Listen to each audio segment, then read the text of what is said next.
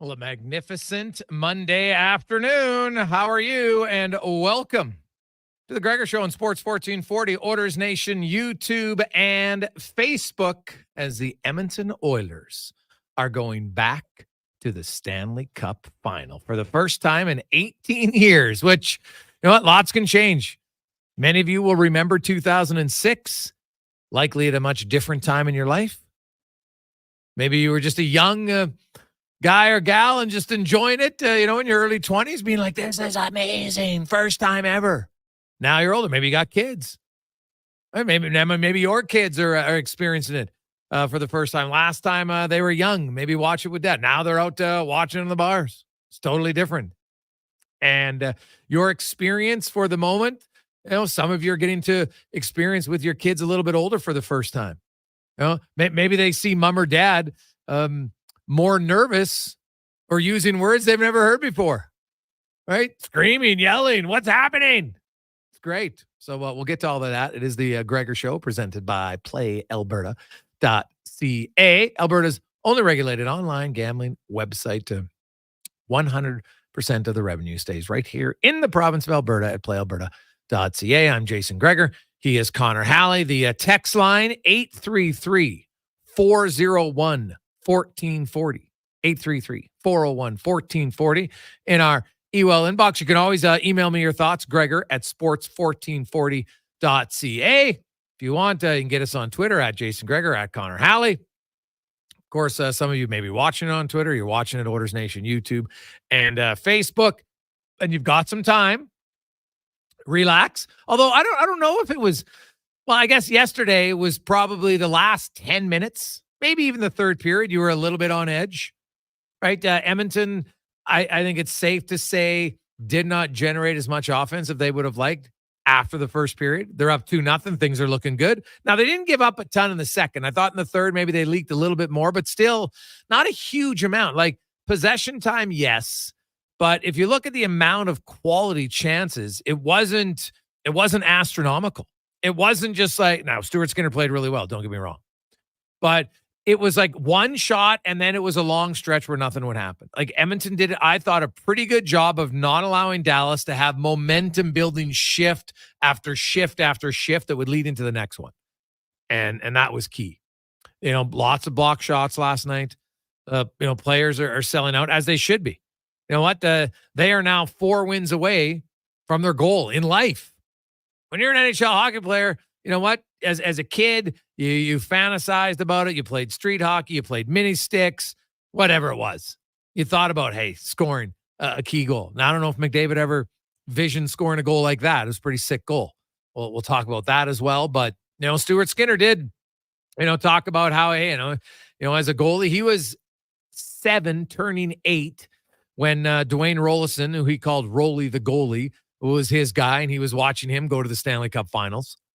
And now he gets to live that out. Like that's pretty rare, right? Stuart Skinner, Brett Kulak would be the only guys I think that were diehard Oilers fans back in 2006. So, they watch it. They're like, oh yeah, that's pretty fun. Looks good. Let's do it. Brett Kulak, been to a Stanley Cup final before with Montreal. Matthias Ekholm with Nashville. Matthias Janmark with Dallas. Corey Perry becomes the first player in NHL history to go to a Stanley Cup final with 5 different teams. Being there at the Ducks, being there at the Stars, being there at the Lightning, and the Montreal Canadiens. It's unreal. But he's in for the 5th time. Well, we'll see. You know what? I won't be surprised if he doesn't play every game, if I'm being honest. Right? Chris Knobloch, he's going to move his depth guys around from game to game. Win or lose, he's not afraid. He looks at who he thinks will give him the best chance that game for any specific reason. And it's worked really well. I won't be surprised if we see Vincent Desharnais, size, physicality against the most physical forward group the Oilers will face all postseason. The Florida Panthers, they bring it physically up front. I don't think Edmonton's intimidated by it, but trust me, it'll be different.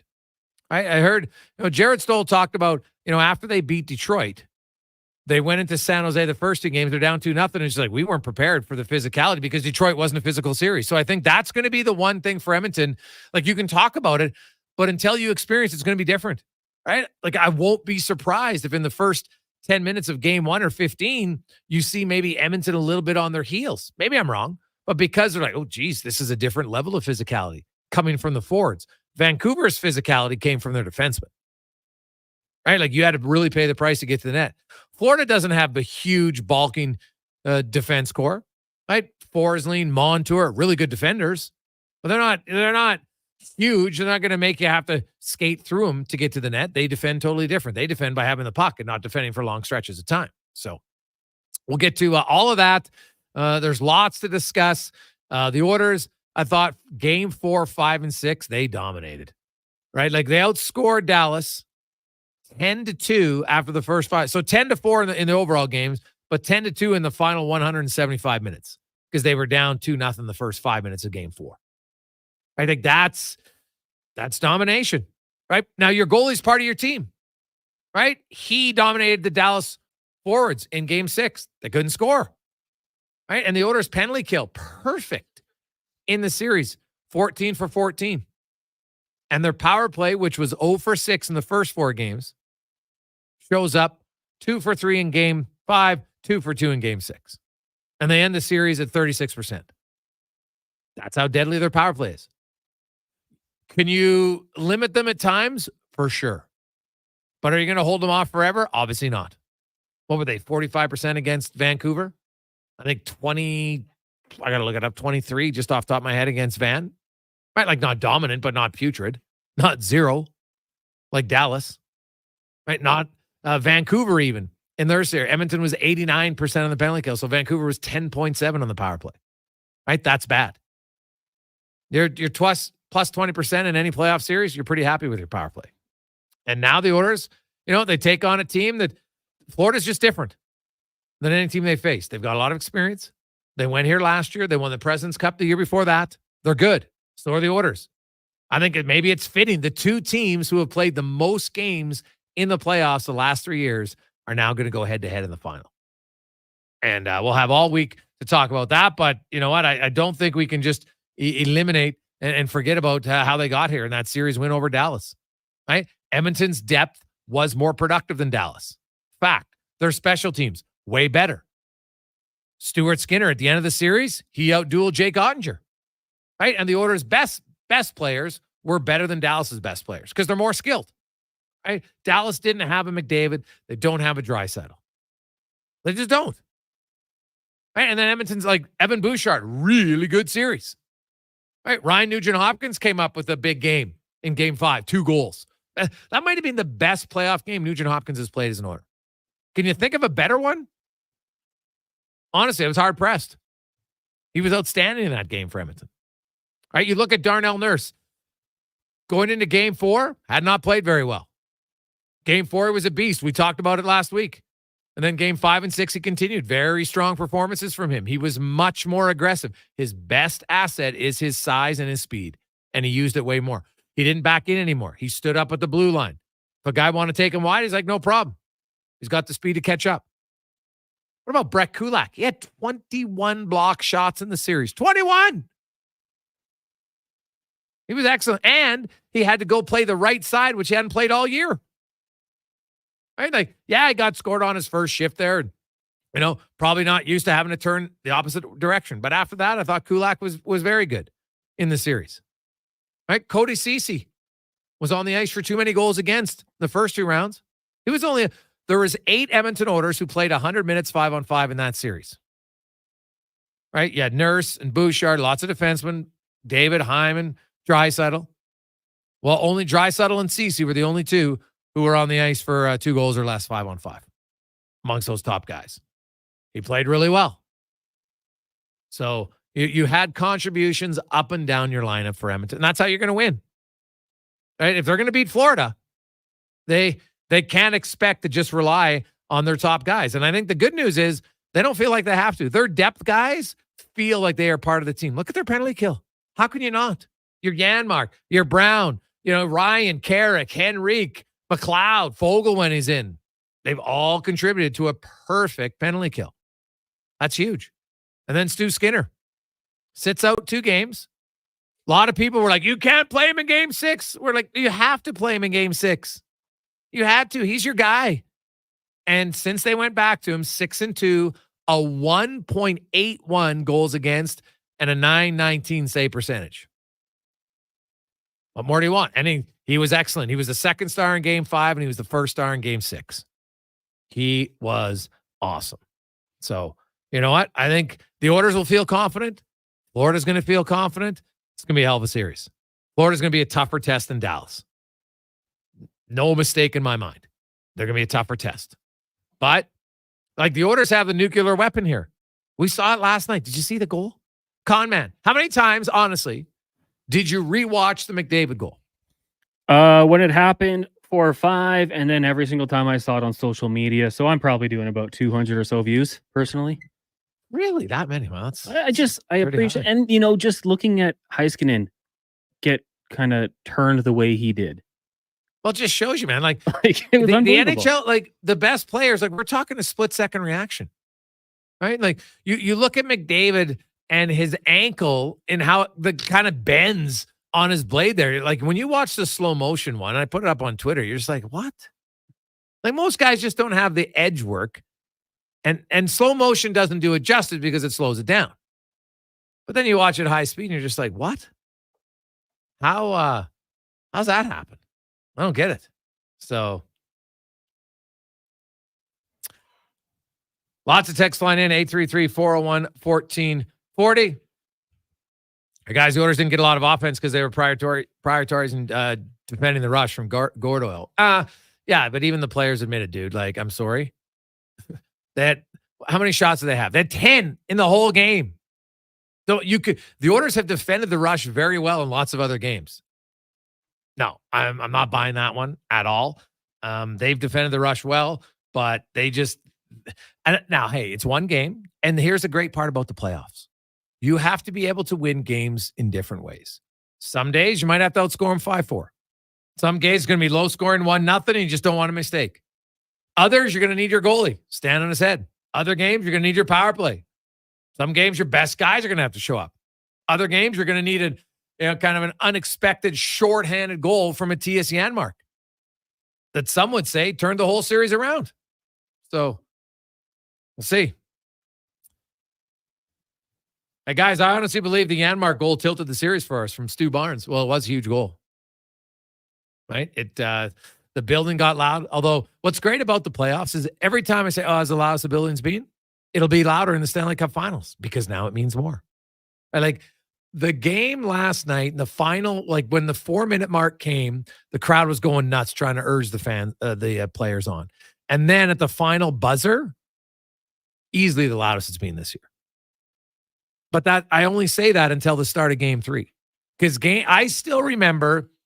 And now Rexall might have had better acoustics if we're being honest here, but I remember being in the rink for game 3 against Carolina. The Oilers were down 2-0, so the fans like, we got to really give them some energy. And that 20 minutes before the game, the crowd was just buzzing. And I fully expect it to be that way for game 3 next Thursday in Edmonton. So if you don't know the schedule, it's Saturday, Monday in Florida. Then there's an extra day between travel days. So they'll play Saturday, Monday, Tuesday, Wednesday, no games.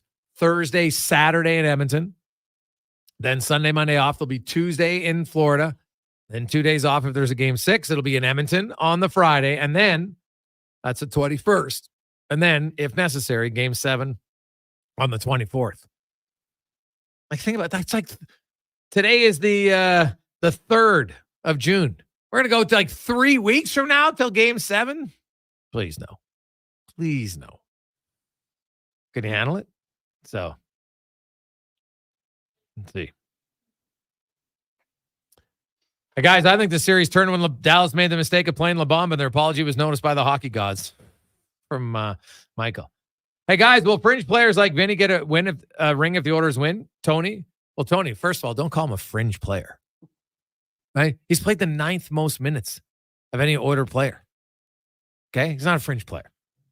And how it works to qualify automatically to have your name on the Stanley Cup is you play 40 plus games in the regular season for that team. So that's number 1. So yes, he qualifies. And then number 2, will be that you play at least one game in the Stanley Cup final. I would be surprised if Vincent Desharnais doesn't play a game in the Stanley Cup final. It's a different series. Dallas, you needed a different style of player.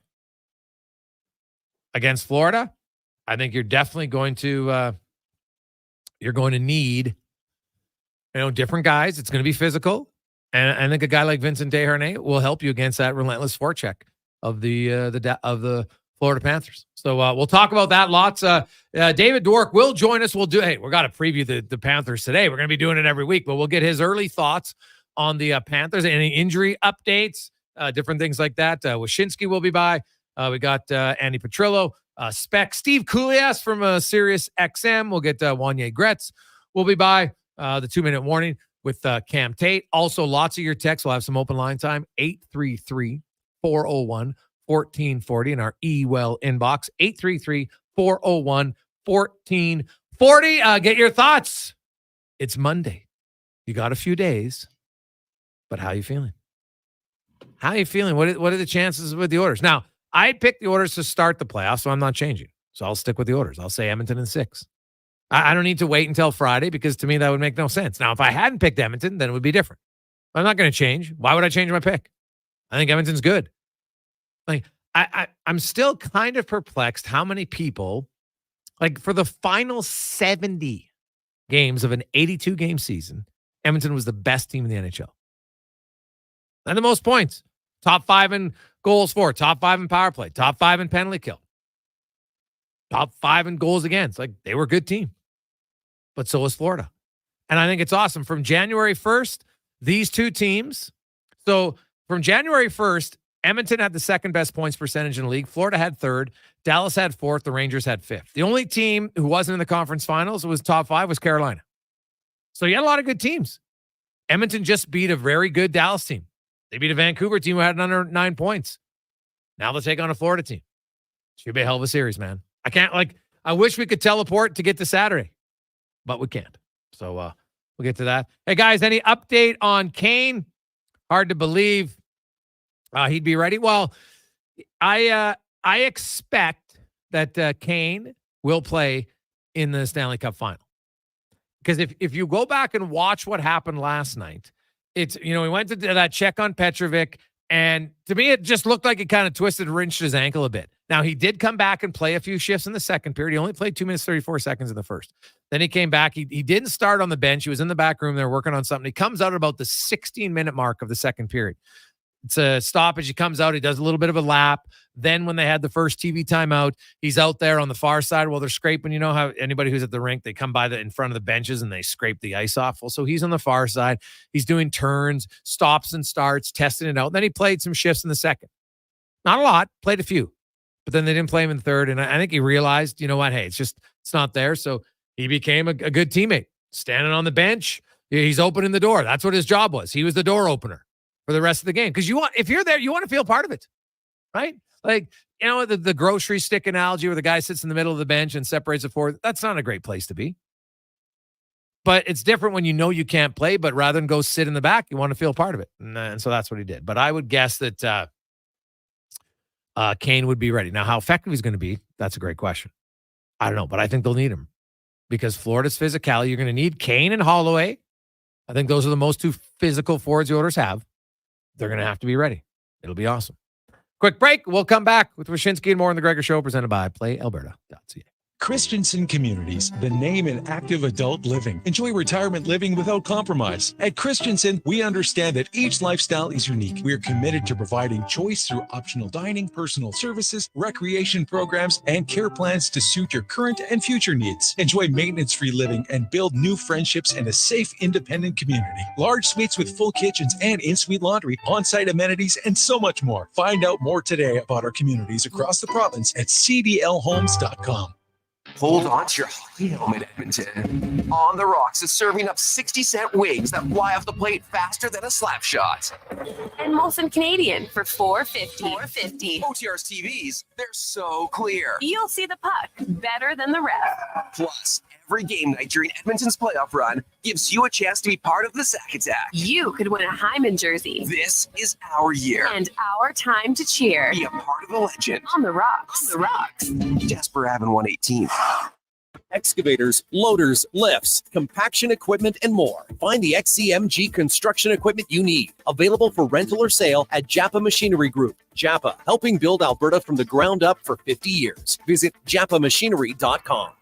Excavators, loaders, lifts, compaction equipment, and more. Find the XCMG construction equipment you need. Available for rental or sale at Japa Machinery Group. Japa, helping build Alberta from the ground up for 50 years. Visit japamachinery.com. There's still time to book your tournament at the Ranch Golf and Country Club. As one of Alberta's top tourney courses, the Ranch makes hosting fun and easy for any group or business. No matter how unique or unusual, they'll accommodate your vision for an event no one will soon forget. Start planning your tournament today at their beautifully landscaped course on the outskirts of West Edmonton. On-site event coordinators are here to help, but hurry, availability is limited and booking fast. Visit theranchgolf.com. Until June 8th, make the shift to more savings at Fountain Tire and get up to $200 off a set of 4 select tires, plus a bonus $50 off any service of $150 or more. Restrictions apply, financing available, book online today. I can tell by the look on your face you're thinking about it. The basketball and hockey seasons are heating up. Baseball is just getting started, and we've got you covered with around-the-clock sports coverage. Tune in for Fox Sports tonight after 9 and all weekend long. Sports 1440 has you covered.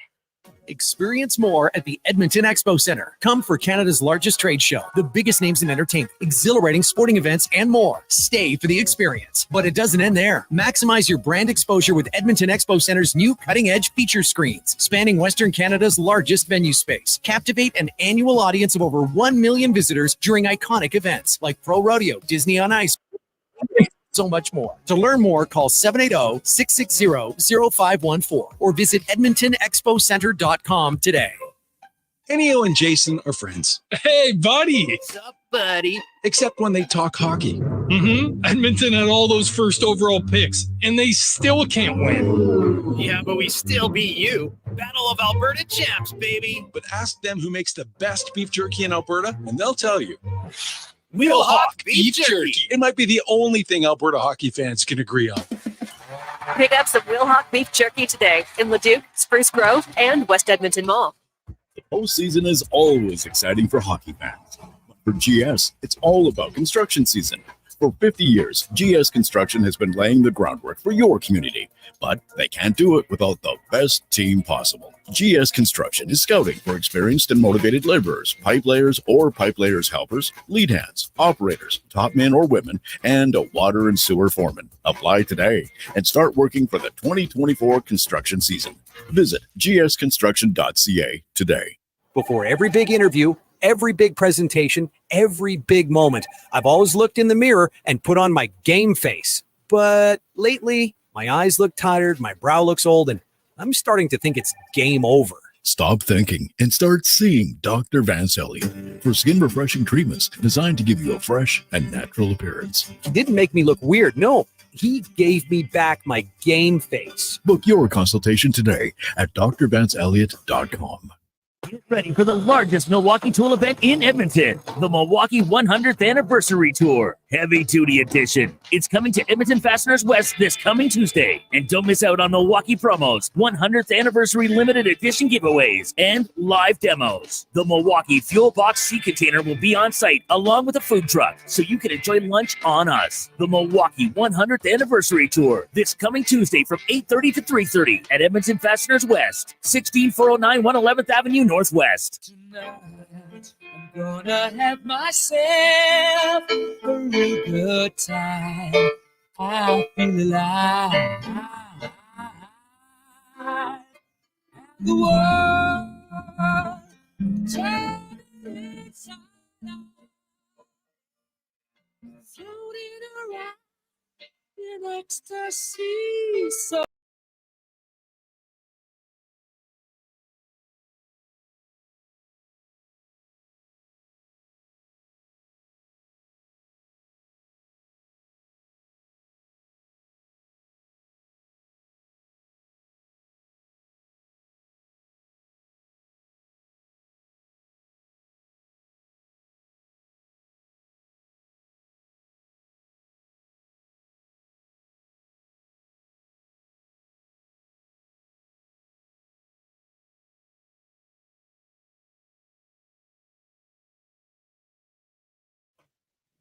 2:25.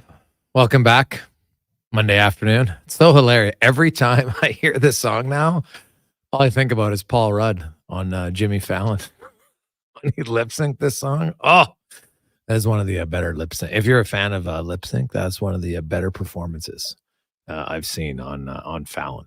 Might be my favorite, actually. He was just his facial reaction, his body movement. Like, it's hard to dominate Jimmy in his own game, but I thought that day Paul Rudd did.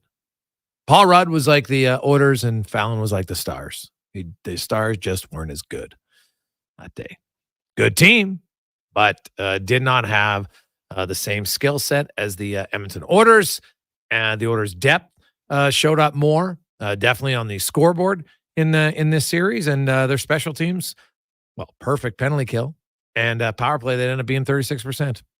That's the difference. And now they move on to take on the Florida Panthers. Should be loads of fun as we go around the NHL. Brought to you by McDonald's, where, hey, you know what? Some of you might need a little extra grease this morning. So stop in, of course. Chicken, sausage, McMuffin. Remember that on the morning after the games. And get it now with the hash brown and a small coffee for only $5 at McDonald's. That could be your post Stanley Cup game breakfast. As we welcome in from ESPN, Greg Wyshynski. Gregory, how you doing? 2 single cheeseburgers and a blue Gatorade is better than any aspirin you could take after such celebrations. I've found in life personally. Oh, the blue Gatorade, eh? Really? All right, I could see that. You need a little electrolytes to pump you up after a late night. So I'm sure there's a few people in Edmonton and Oilers fans around the world that are excited. Florida fans the day before, and you got what we had conference finals, Greg. Like this year's postseason's kind of bucked the trend where everybody used to think the first round was the best round. I think it's gotten better every round, and if that continues, then we should be in for one heck of a final. Yeah, I agree with you on that. I mean, the conference final. Even though we didn't get to a game 7 in either series, I thought was awesome. Just the East being this physical, just grind between 2 really good teams. And then obviously in the West, just the surprise, the back and forth of it all. I mean, the fact that Edmonton really seemed to kind of figure out a thing or two about defensive hockey during the course of the series. We didn't get the thrill of a game 7. We didn't get too much overtime, but it was, I thought, a better conference final round than we usually get. Oh, yeah. And, the Oilers have been a good defensive team all year long. They probably don't get credit for it when you look at a lot of the underlying numbers and expected goals and high danger chances. And they've been top 5 in so many categories, but they really locked it down against Dallas in games 4, 5, and 6 outside of the first 2 minutes. As far as giving up goals, obviously they didn't lock it down yesterday because Dallas had a lot of possession time. They didn't have a boatload of high danger chances. I think it ended up being 7-4, which isn't a ridiculous amount in that game. But, Edmonton, as Zach Hyman said, maybe in previous years we would have broke, but we didn't break. Yeah, exactly. And when I say that they figured out a thing or two about defensive hockey during the course of the series, I mean that not having those lapses. Like you said, they were a better defensive team during the regular season under Chris Knobloch than anyone would have ever given them credit for. But I didn't see them control games for 60 minutes, and do some of the things that they were able to do against the Stars as the series went on. That was the impressive part. We saw that kind of hockey, that puck possession in fits and spurts against the Vancouver Canucks, but then it'd be like 2 dominant periods, one period where you're gripping the edge of your seat, hoping that they don't blow the lead. But as the playoffs have gone on, we've just seen them become more competent. And I've been talking about the series all day to different people, and I keep coming back to the same theme, which is I do think on paper the Florida Panthers are the best team in the NHL, but I'm not convinced they're playing the best hockey at this stage in the playoffs, and I think Edmonton might be. Yeah, see, that was going to be my question. Like, where, I look at the Panthers and, like the strengths and where are they going to beat the Oilers at? Do you feel like, obviously they're a physical team. I think they're going to be the most physical team Edmonton's faced, and we'll see how they handle that. Like, that's a different thing to handle, but can they be physical and stay out of the penalty bench? Because if they take too many penalties, it's only a matter of time. Just ask Dallas before the Oilers power play beats you. It's just that simple. Well, No, well, that's the thing, though. I mean, the most intriguing matchup of this series is a penalty kill for the Florida Panthers that's third in the playoffs, or maybe at second or third, I think, in the playoffs, versus the best power play like we've ever seen. Now, it's easy to say that if they give the Oilers chances, they're just going to score because when you're clicking at 37% in the playoffs, that's usually what's going to happen. But you got to put respect on a penalty kill that held the New York Rangers to 1 for 15. I mean, that's not easy. That's a great power play too. And so they come into the series with their PK really playing well. They are, despite their reputation as being a physical team and a bunch of miscreants, they're a team that does play within the rules usually, doesn't have a lot of extracurricular stuff, doesn't give their opponents too many power plays. So that discipline of that penalty kill versus this masterful Oilers power play, to me, is the most intriguing matchup of the series. But like, if you're talking about where their advantages are, I do think they're deeper up front and especially on defense. And I do think that they're a superior 5-on-5 team, as well as the Oilers have played. I think the bread and butter for this Panthers team is what they can do at evens. And the other thing too about matchups, as long as we're on them, I mean, my God, like Barkov versus McDavid, the Bennett line versus Leon's line, like that's also the bread and butter of this series. I mean, I'm dying to see that head-to-head matchup we should get, at least in Florida, between McDavid's line and Barkov's line. Yeah, and Knobloch is not one to really, and I think he probably learned, I thought if there was one thing Jay Woodcroft would probably change his next time around in that Vegas series was he wouldn't have been to say, I can't play McDavid against Eichel. And I think you realize McDavid plays against anybody. And, people were like, oh, geez, Miro Heiskanen, Chris Tanev. Well, they scored 3 goals in the first game against Tanev, and then we saw what he did to Heiskanen last game. So, the Sam Bennett line with Tkachuk and Rodrigue, like that to me is interesting because if you have Evander Kane, like I wonder if they put Kane back with Draisaitl then, because Kane and Tkachuk, we saw at Edmonton and Calgary a few years ago. Now, Kane's not 100% healthy. Tkachuk's more experienced now, but I'm very intrigued by that matchup because, do you go to that because they're a little bit more physical with Holloway, Kane, and Draisaitl, even though last series he went away and put Perry and McLeod with Draisaitl? Well, Corey Perry knows his way around a physical can't series keep too. Up, when you talk about can't keep up, what percentage of under 100% are we talking about with Evander Kane right now? He's got 1 assist in his last 7 games. Yeah. We are watching a guy that's a shell of what we expect out of him. And is that injury? Is that something?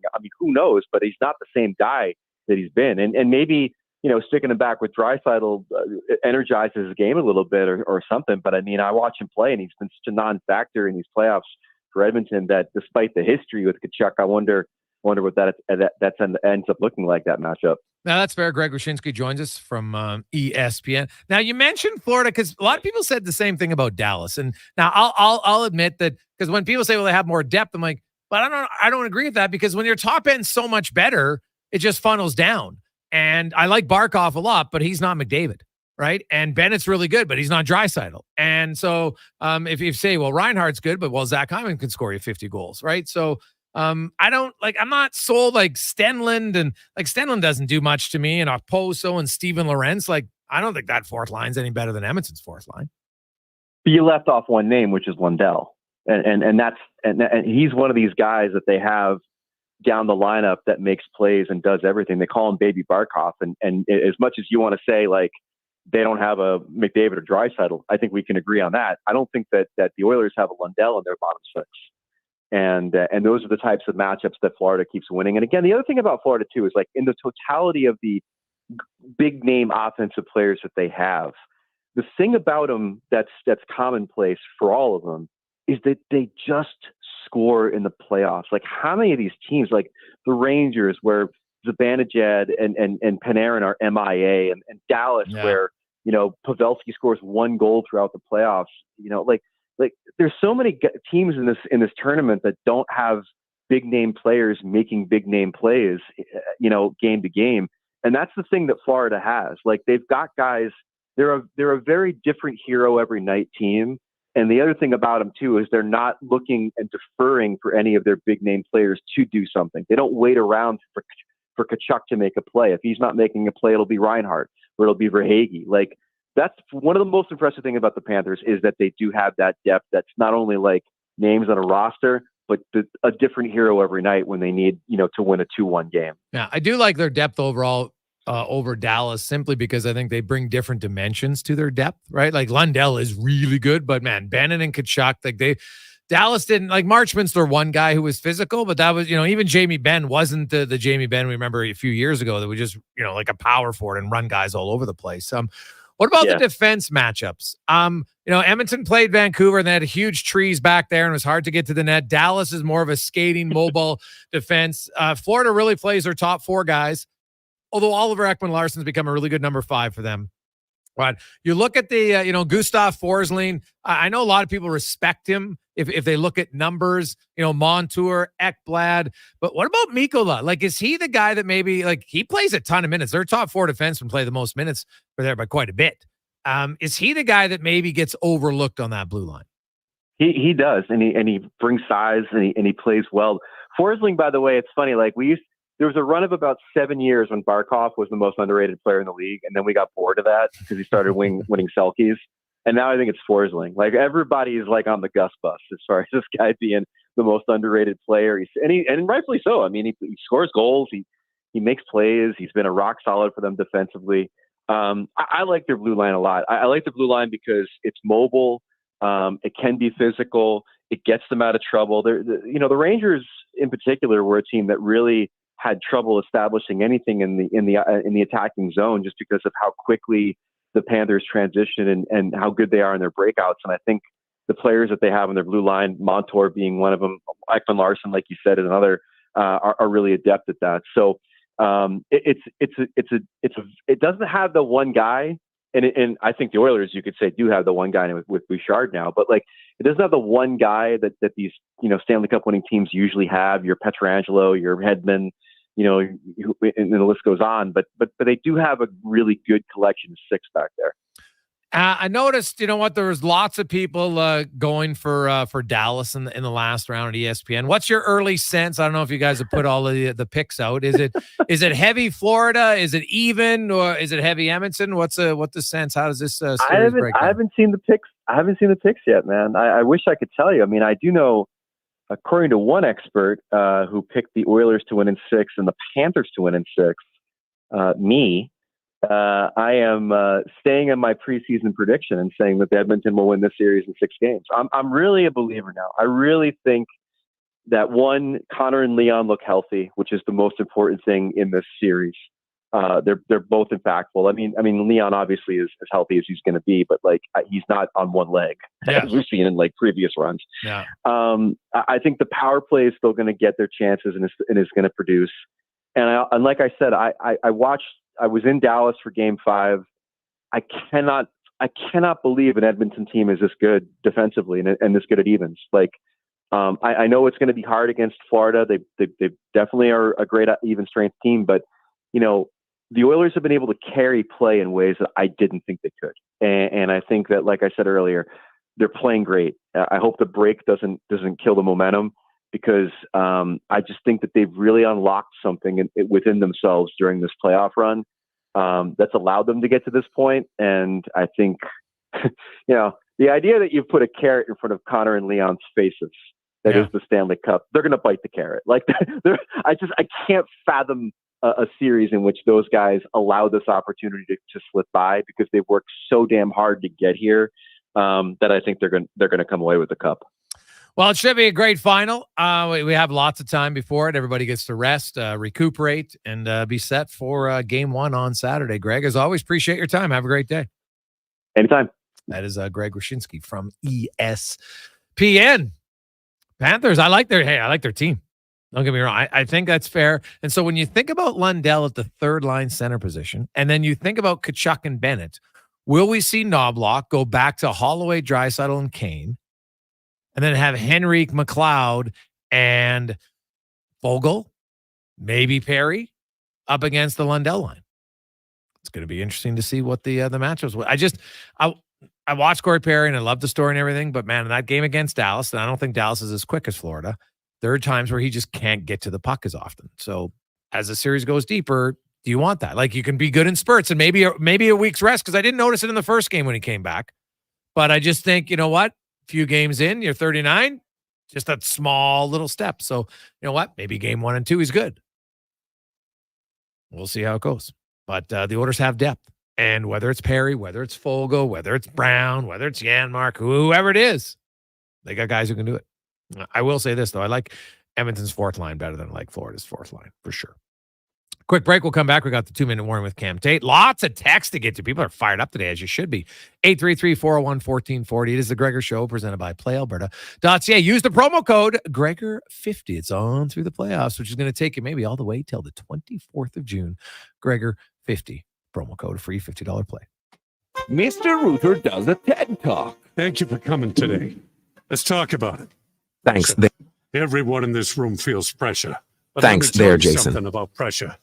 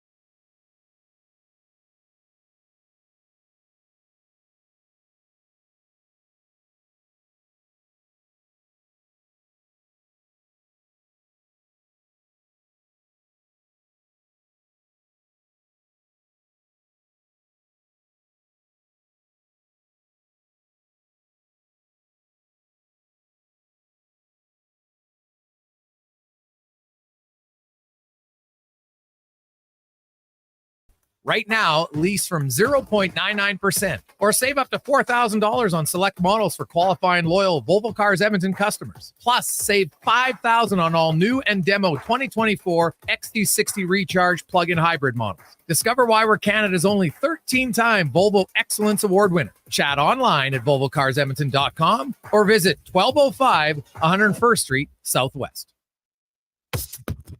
As the flowers bloom, don't let sunken concrete dampen your spirits. This spring, Trademark Concrete Lift and Leveling is here to lift your spirits and your concrete.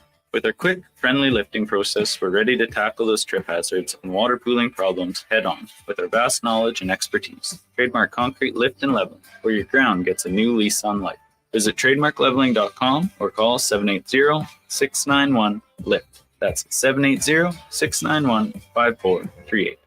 You're a smart person. But even smart people make dumb decisions when it comes to divorce. Make a freedom decision with freedomlaw.ca. The Verhage Law Team at freedomlaw.ca guides you to an effective strategy for your situation, including alternative dispute resolutions like mediation. There's a lot at stake. Getting the right advice right away is a smart decision. With initial consultations from just $375. Make the smart decision. freedomlaw.ca.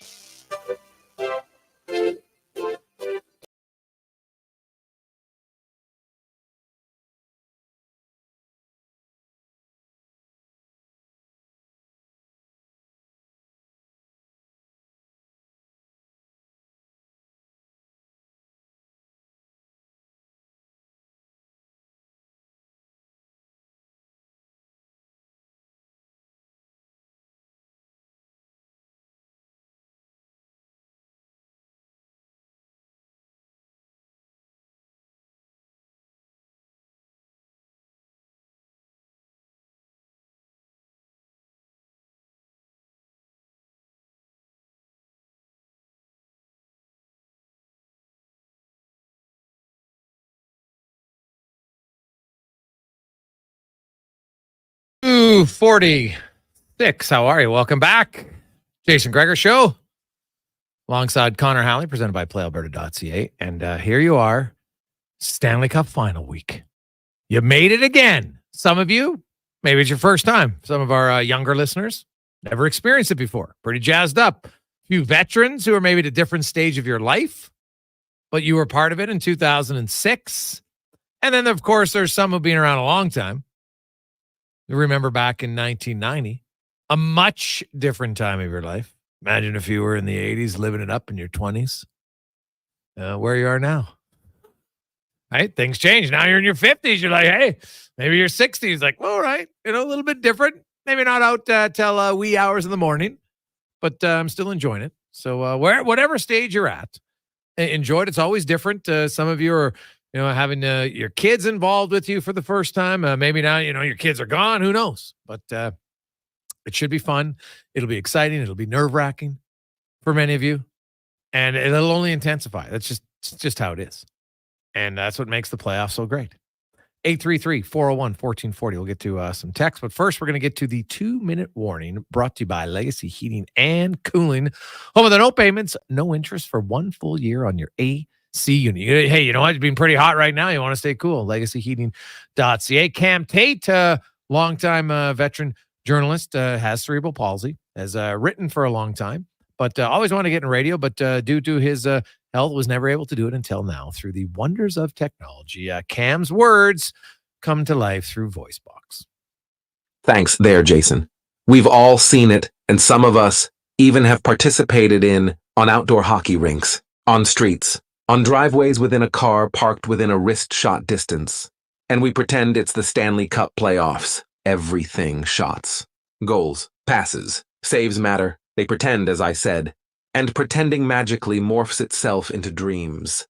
And dreams are indeed special. Among the hollering, the high fives, the hugs, and the indescribable feeling of the Edmonton Oilers prancing to the Stanley Cup finals, a group of people gathered in the hallway, an icing shot from the Oilers' dressing room doors.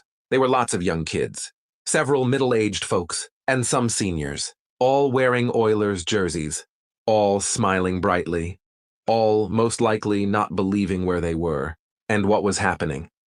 A cursor, if you will, to what could be coming. Those people were allowed behind security and get access to Oilers players, a position of Rogers, place few people get to. Because, well, they deserved being there. Those folks, family members and close friends of Oilers players. Perhaps Chris Knobloch said it best when, in his post-game press conference, he was thinking of his wife, a speech pathologist.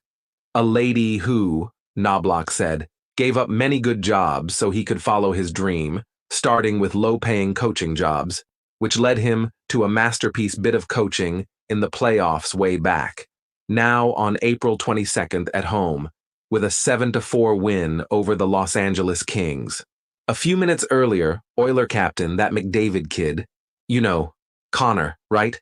Looked south, outside the Hockey Hall of Fame window, to the mob of responsible Oilers fans, enjoying the team's 2-1 win over the Dallas Stars. McDavid said the thing about sports is it brings people together. First on driveways, then hockey rinks, and now the Stanley Cup finals. A victory for the home team has never had such a deep, profound meaning. 2-minute warning with Cam Tate. Jason Gregor Show, Monday, Friday, Sports, 1440. Yeah, you know what? Just due to work where you leave the media room and then the Hall of Fame room, then you got to go to the media room to pack up all your stuff. You kind of walk by the family room, and it was overflowing last night, as it should be. And it was a lot different. I've walked by that every game. Their Oilers have obviously won a lot of games this year, regular season and postseason. But yeah, there was a different feel for sure. And it's just a different time. I know the Oilers, they had a private party. Well, I guess I know private's the right. Well, yeah, I guess private invite only party after the game last night, and that's just kind of a different world we live in. In 2006, the players went out, and I do know after the Detroit series, they were partying on White Ave. Right? How many of you probably saw them there? Right? Then I think my memory's correct. It wasn't the Anaheim series because a lot of guys were sick. But after the San Jose series, there's another little fun timeout. But it's just different now. Like if the players would have wanted to go out last night to an establishment, even if you rope it off, you'd have people just standing there just videoing. Right? Like it's kind of odd. Right? Like when you think about it, to say, hey, I'm just going to video someone who doesn't want to be videoed just to show people that I saw them. Right? Like it's a weird time. Right? Like you can't just let off steam because someone's, oh, look, hey, so-and-so had 3 beers. Oh my God, they're never going to win. Right? Like it's kind of the unfortunate part of it that you lower the chance to have interaction because of it. Even though we think this creates more communication in a roundabout way, it actually creates less. So that's the unfortunate part of it for sure. Lots of text line in 833-401-1440. Hey, Gregor, no wonder it's impossible to repeat. Winner won't be crowned until June 24th at the latest. Winning team has July and August, back in training camp September. 2 months off is not enough rest. 10 months of playing from Stanley. Well, keep in mind, is it hard? 100%. But the Tampa Bay Lightning won in 2020. And remember, that year they won in 2020. That finished in October. They got back in January. Now, an abbreviated season, so maybe a little bit easier. But then they went all the way to the Stanley Cup final in 2021, won. Then went back to the final again in 2022, lost to Colorado, but they made it 3 years in a row. The Pittsburgh Penguins won back-to-back in 16 and 17. Is it difficult? Without question. But it's doable. We've seen teams do it. So, it's hard, but if it was easy, every team who won would go back-to-back. Right? Like you need a lot of things to go right. You need to be healthy. You have a good team, and that's the thing. Hey, Gregor, if the Oilers win, how many guys do you think they have to lose due to a salary cap? Well, the interesting thing about the Oilers salary cap, so you look at it, and which players on their team right now are up for raises this coming year? We know that Bouchard and Draisaitl, they kick in the following year. Right. So, yes, there's a concern for the start of the 25-26 season that the Oilers are going to, they're going to have to pony up. Right. Bouchard, he'll need a raise. Obviously, Draisaitl, those 2 guys are going to get raises. Right. And no questions asked. But if you look at the Oilers for next season, here's the guys under contract: McDavid, Draisaitl, Hyman, Nugent-Hopkins, Kane, McLeod, Derek Ryan at $900K. Then Nurse, Ekholm, Bouchard, Ceci, Kulak. Philip Broberg's an RFA, hasn't played a lot. That's going to be a pretty, I don't even think he gets much of a raise, to be honest. That's just the business of it. But he hasn't played a lot. He'll be on a pretty, I would guess he's probably going to go short term because he's like, hey, I'm going to play more next year. I'm going to be in the NHL next year. So, bet on myself a little bit. Now, Vincent Desharnais needs a contract. So that's one UFA. Then you have a bunch of depth guys: Connor Brown, Sam Carrick, Warren Fogle, Adam Henrique.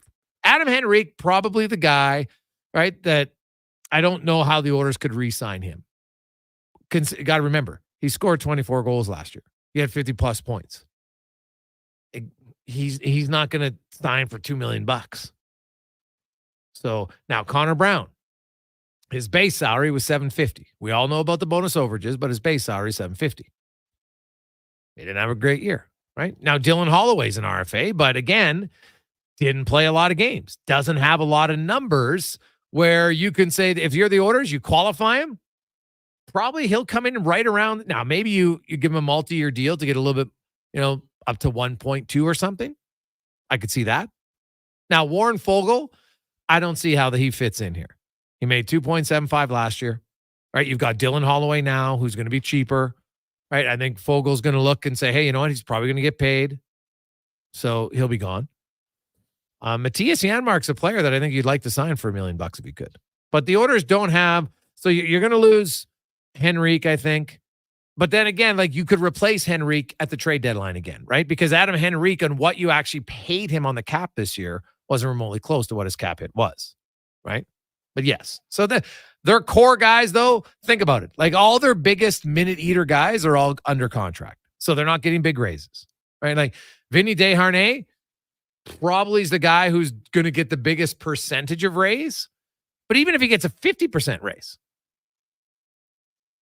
right, or 100% raise, let's say, not 50, he'll get more than 50. He gets 100% raise. That's still only up to 1.6 mil.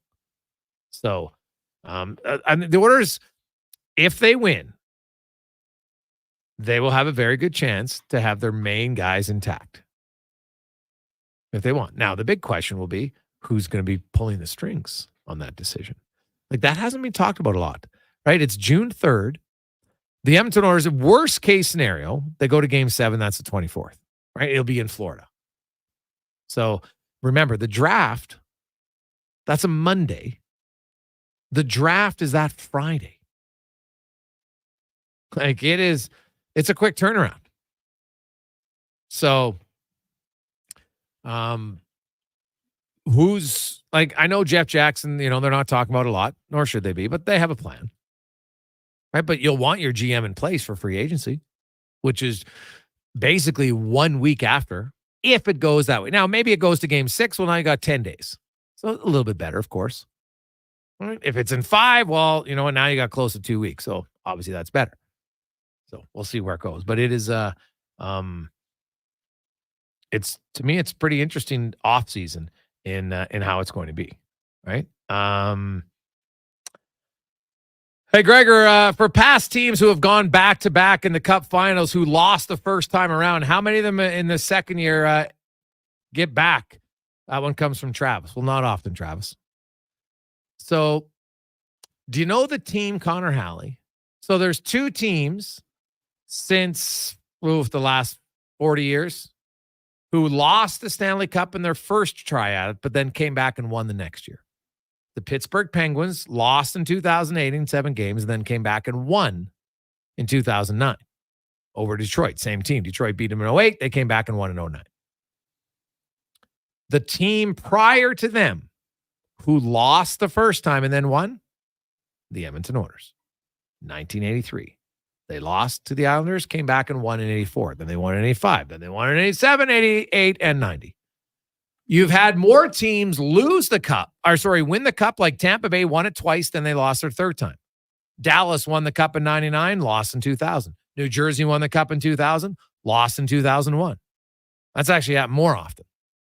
So, Florida, losing the first time and winning is rare. Pittsburgh did it. The Oilers did it in 83, 84. Right, then you got to go back. I think Montreal did it in like the 70s at one point. But it doesn't happen very often. Now, but also, you know what doesn't happen? Losing 2 in a row. The last team to do that was Boston in 1977 and 1978. Now, the St. Louis Blues, that was the weird expansion years they came in. And so they had the established teams on one side of the bracket, and then you had the St. Louis Blues and the expansion teams. They kept them together for 3 years, and the Blues made the Cup final every year, but they weren't the second best team. Right? They didn't win again. Like that was the most ridiculous format ever. Because essentially it was like if you won your division final, you won the Cup. Because Montreal won it in 68, 69, and Boston won it in 70, and they swept the Blues every year 4-0, 4-0, 4-0.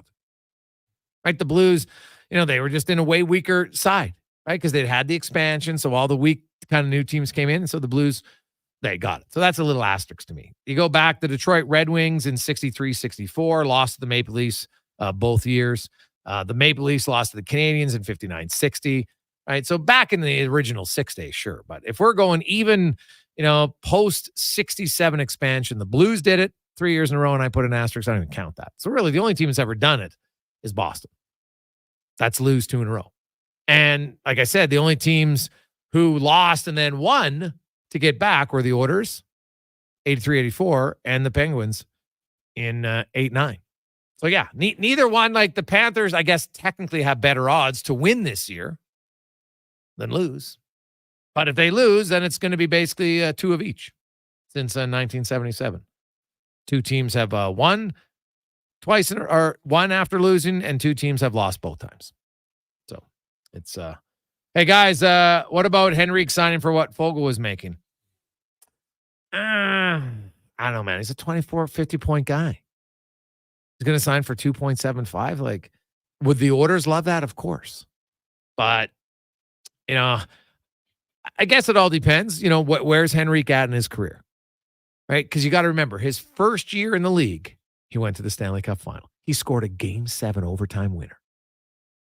And he's thinking, man, this is a great league. We're going to get back here. This is going to be awesome. After that year with New Jersey, he made the playoffs 1 time, played 4 games for the Ducks in 2018. And that was it until this year. Right? That's why he owns the NHL record of longest stretch between playoff goals. Crazy, because he just never got back. So maybe he looks and says, you know what? I've made more money than I need in my life. You know what?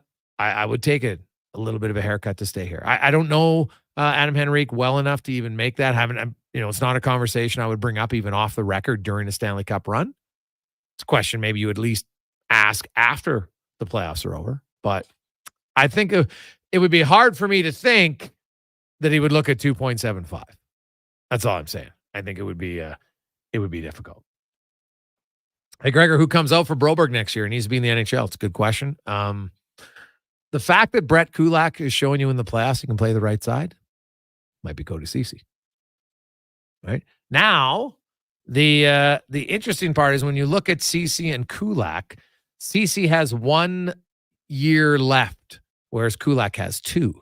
Now, Kulak makes $500,000 less on the cap hit, but is he who gives you bigger trade value? I might argue Kulak. So I probably would argue Kulak. So it's going to be one of those 2 guys, I would think. Now, maybe I'm wrong, and maybe it's going to be Desharnais because you know what? He's going to look and say, hey, man, I want to get paid now. By his standards of getting paid. Like, what if a team offers him $3 million, right? On a 3-year deal? That's $9 million, man. That's like life-changing. So I could understand why he'd consider it. So, yeah, it's, you know what? Well, we can worry about the offseason a little bit later on. We can definitely discuss it.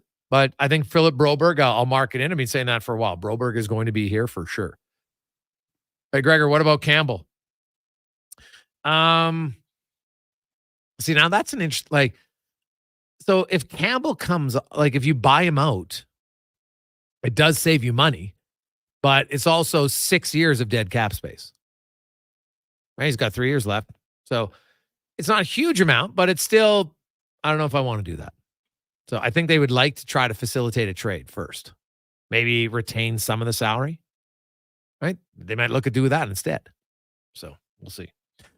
Quick break. We'll get to the con man and a sports 1440 update brought to you by High Street Insurance, driven by people, not products.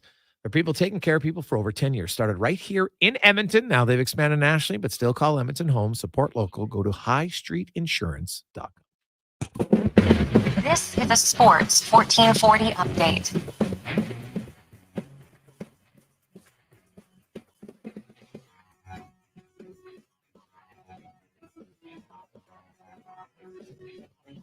Riders, Oilers, and Panthers will get going at 6 o'clock Mountain Time. Game 1. Major League Baseball today, the Toronto Blue Jays in action, hosting the Baltimore Orioles just after 5. You also got the Brewers taking on the Phillies.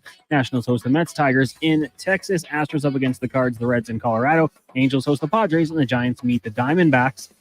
The Edmonton Riverhawks also playing tonight, taking on the Ridgefield Raptors. That one gets going at 7:35. Their home opener will go Friday night. Kylian Mbappe is finally joining Real Madrid. The 25-year-old World Cup winner will join Madrid, a team that already is loaded with talent, just winning the European Championship. He'll earn 15 million euros a year after taxes. And some sad news from the NFL world. Larry Allen, one of the most dominant offensive linemen during his career, spent most of the Dallas Cowboys, has passed away at the age of 52 while on vacation with his family in Mexico. Coming up in hour 2 of the Jason Gregor Show, we'll be joined by Florida Panthers beat reporter David Dwart, as well as Elks president and CEO Rick Blasher. I'm Connor Halley. This has been a Sports 1440 update. It's Sports 1440, a Stingray radio station broadcasting on Treaty 6 territory. Download the free iHeartRadio app and listen to CKJR wherever you go. For a limited time at McDonald's, enjoy the tasty breakfast trio. Your choice of chicken or sausage McMuffin or McGriddles with a hash brown and a small premium roast coffee for $5 plus tax. Available until 11 a.m. at participating McDonald's restaurants. Price excludes delivery. What happens at the ballpark stays at the ballpark. This Saturday, as your Edmonton Riverhawks welcome Elvis, Frank, and the high-flying Cirque-tastic for Viva Las Vegas Night. Get your tickets today to watch the Hawks play at GoHawks.ca. You adore Who's in the your first Audi, time in your the first Volkswagen, first baby, time or Beamer. But some of that love First fades time in when winning? repairs take several days and tons of cash for the dealership to do their magic. Let Cochran's Automotive rekindle the flame. They'll professionally repair your import, usually in one day. Audi, BMW, Mercedes, Volkswagen, Honda, and Toyota. Cochran's Automotive will return her to mint condition. Open at 7 a.m. Let Cochran's Automotive repair your automotive air conditioning before things heat up. Cochran's Automotive, 780-452-5001. AccuSteel heavy haul trailers have been providing highway and off-road custom trailers for over 25 years, bringing you innovative solutions for unconventional problems. They're your industry leader in engineered heavy haul trailer frame repairs, retrofits, rebuilds, and custom trailer fabrication. When you need to haul the largest machinery on the planet, they can do it with a premium engineered heavy haul trailer made right here in Alberta. They're 100% family owned, treating you like part of the family. Trust the experts at AccuSteel Heavy Haul Trailers. Learn more at accusteel.ca. A solid financial plan is made up of more than just investments. Investments are an important part, but you need a more comprehensive approach. Vincent Pearson at Weird Pearson Akel & Associates Private Wealth Management understands that. He can help build a plan that includes retirement, estate planning, personal insurance, tax strategies, and yes, investments. Talk to him today and see the difference a real financial plan makes. Weird Pearson Akel & Associates. Call 780-988-4119 or visit weirdadvisoryteam.com. You've got a go-to coffee spot, a trusted barber, even a lucky game day jersey. But when it's about looking your absolute best, there's only one name you need. Mr. Dirk. Family run since 1939. We're experts in crafting impeccable tailor-made suits and offering a wide variety of everyday styles. Pair that with personalized one-on-one fittings and the convenience of on-site tailoring. Mr. Dirk elevates your style game. Visit our Edmonton store or explore MrDirk.com. Score big on style with Mr. Dirk. For 50 years, GS Construction has been laying the groundwork for your community. But they couldn't have done it without building their employees from the ground up. Many of GS Construction's employees started without any industry experience at all. But because of such programs such as GS's Next Person Up, they've gone on to become valued members of the team. If you want to join the team as a laborer, pipe layer, or pipe layer's helper, lead hand, operator, top man, or woman, or water and sewer foreman, visit gsconstruction.ca. An accident. And it wasn't your fault. How do I get the compensation and support I need? I can't work. Now what? Is there any funding available while I'm recovering? Is childcare covered? Can't I have a moment to myself? I need to feel better. It feels like no one has my back. Robinson LLP does. Visit RobinsonLLP.com to find your injury lawyer. Robinson LLP, the recovery team. Miami.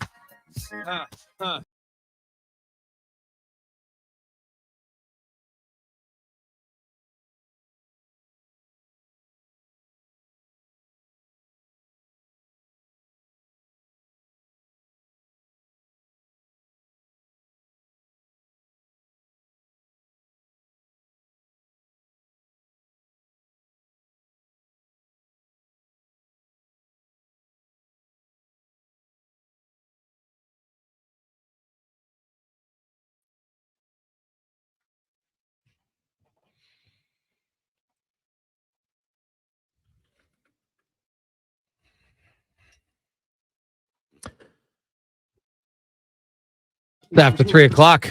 Welcome back, Jason Gregor. Connor Halley with you on Sports 1440, Orders Nation, YouTube, and Facebook. And, ooh, baby, lots of excitement in Orderville today as the Orders. Resting up today. Today's a day off. Tomorrow will be an optional skate, probably decently well attended. Then they'll have a real practice on Wednesday. Thursday is travel day. Friday is media day in Florida for the Cup. And then, of course, game one goes on Saturday. The Orders, I would expect, will also skate on Friday as well. So we'll see how it goes.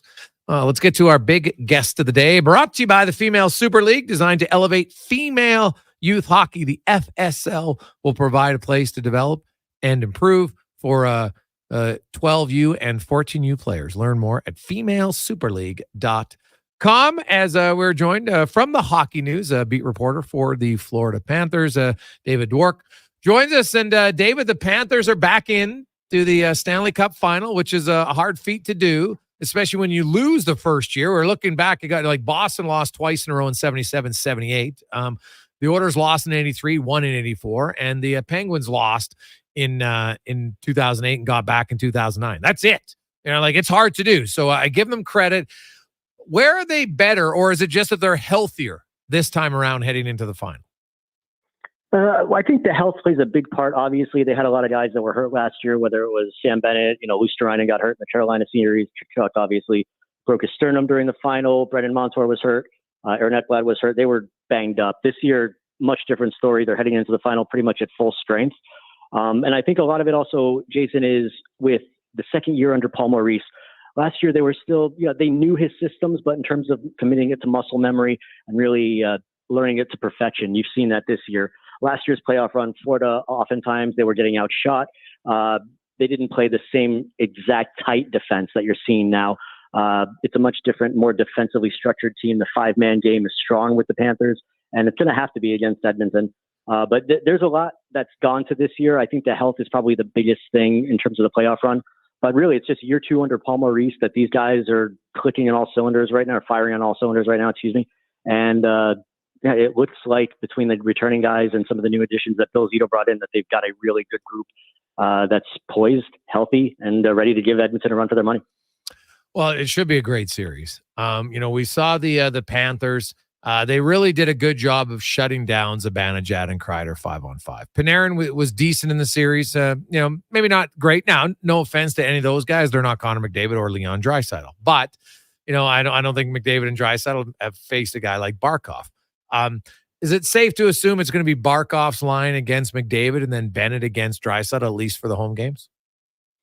Not necessarily. Maurice doesn't generally go to the matchup game too often because he's very confident in pretty much any of their forward lines. The fourth line obviously doesn't play nearly as much as the top three, but whether you're talking about the Barkov line, the Bennett line, or the Anton Lundell line, the coaching staff is very comfortable putting them out there against pretty much any defensive matchup. Now, having said that, any defensive matchup is not usually McDavid or Draisaitl, so we'll be curious to see if Maurice tries to play the matchup game a little bit, but he hasn't really to this point at all, whether it's been in the playoffs or the regular season. So it'll be something to keep an eye on for sure. Their defense pairings, does he want them out against the matchup more?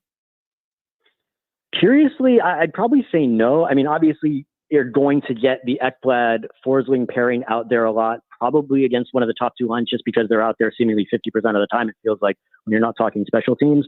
But Paul Maurice is pretty confident, whether it's that bottom pairing of OEL and Kulatov, or it's the top pairing of, as I said, Forsling and Ekblad. And then you've also got Montour and Nico Mikkola, who's one of maybe the least talked about guys in terms of Florida's back line, but plays a big part and just really pissing off the opponent.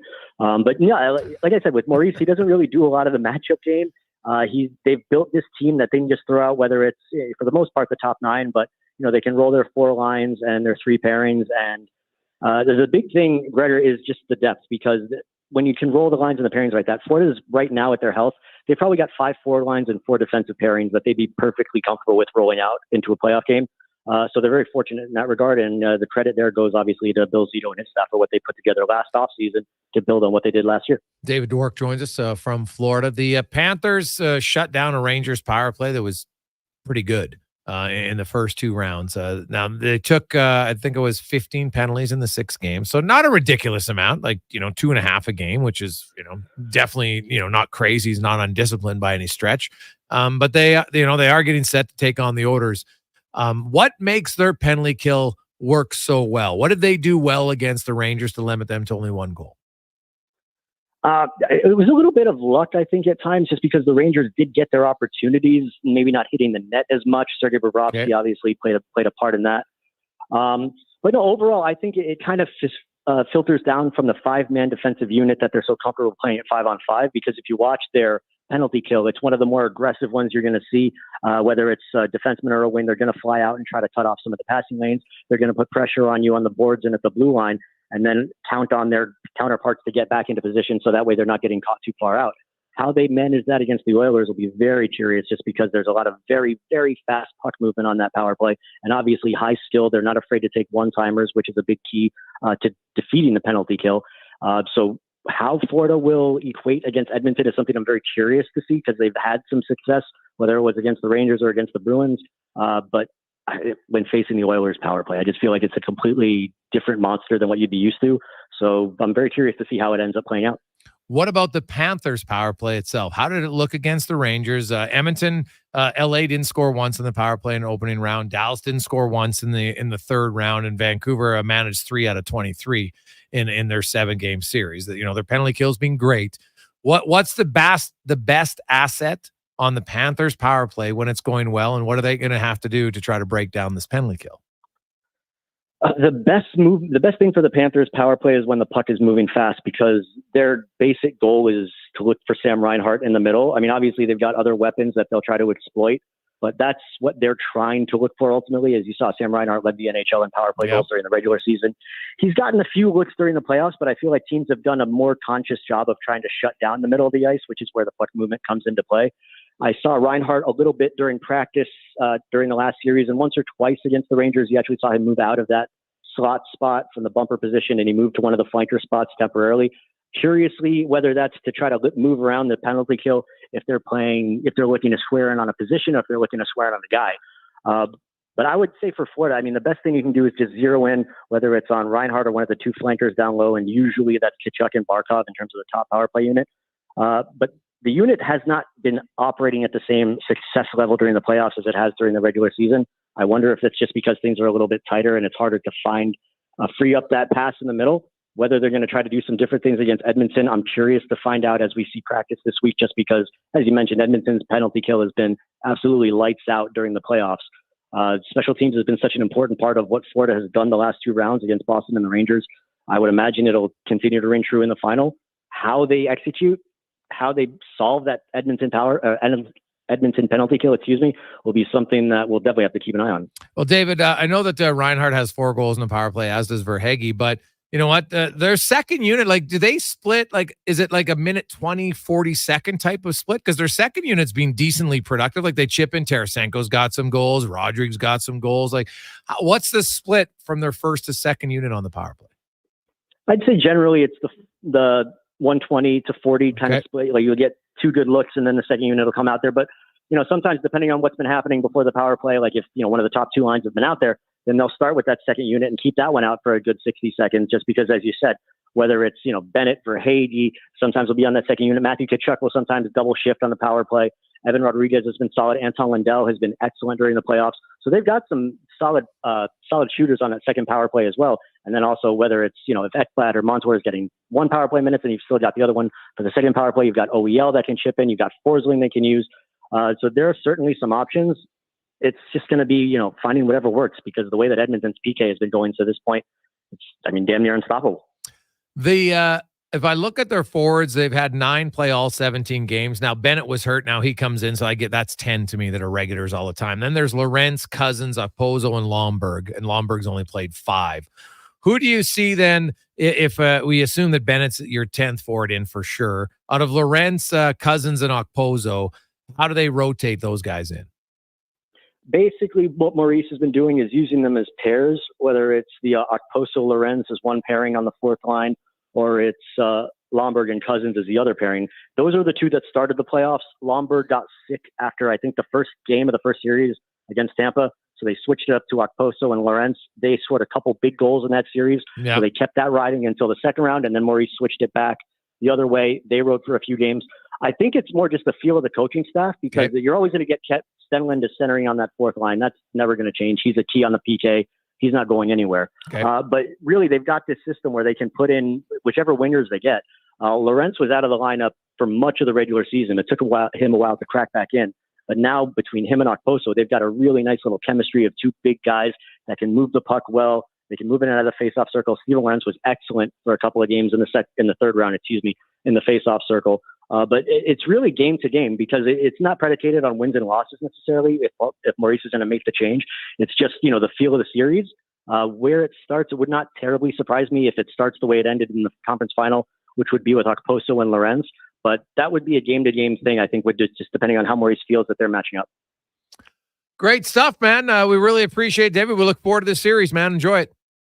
Yes, sir. Thanks for having me on. That's David Dwork from the Hockey News in Florida. So I got to dig a little deeper on their match. I still got to think Barkov. I noticed he played the most time against Zibanejad. Does that mean they're afraid to play Lundell? Of course not. Right? Obviously, you don't chase it on the road, but and no offense to Zibanejad, he's not Connor McDavid.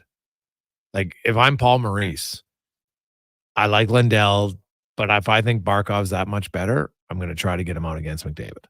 It won't be 100%. It never is. There's no one that hard matches, but I'd probably want him 75, I would think.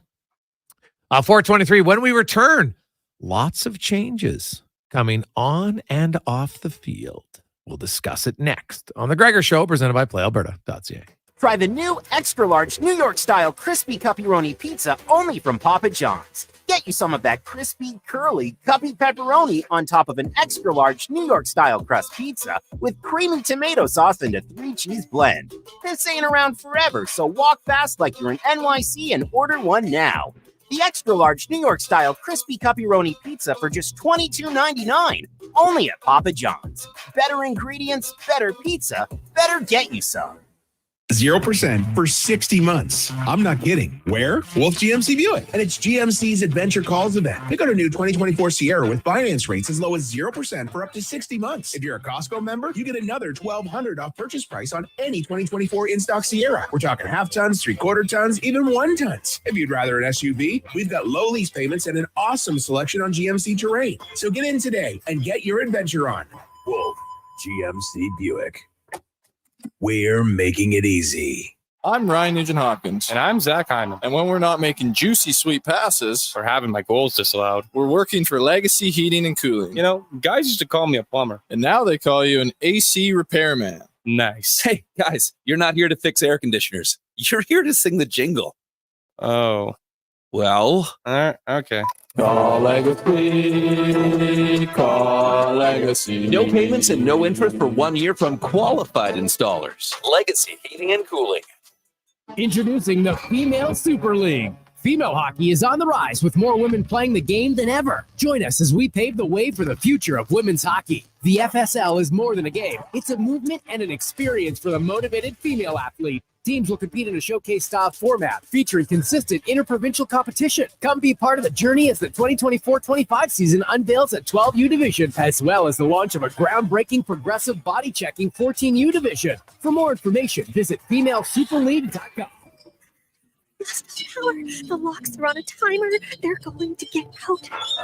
Sounds like a job for the men and women of Action Electrical. Service team reporting. With the remarkable reach of our bucket trucks and other equipment, we assess, service, and maintain your electrical lighting and automation systems. Facing an electrical menace? Call the men and women of Action. Operating throughout Alberta at actionelectrical.net.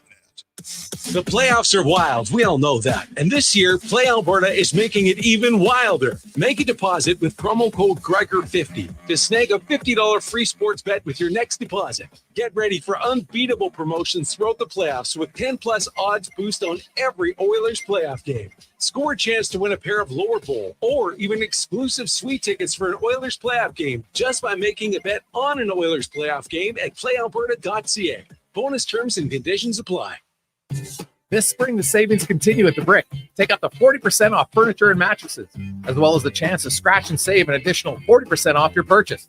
Plus, you'll have the chance to win great prizes, including a $10,000 Brick shopping spree. Find amazing deals on kitchen appliances and save up to $400 on sofas, so you can prepare your ultimate game day snacks and then watch the game in style.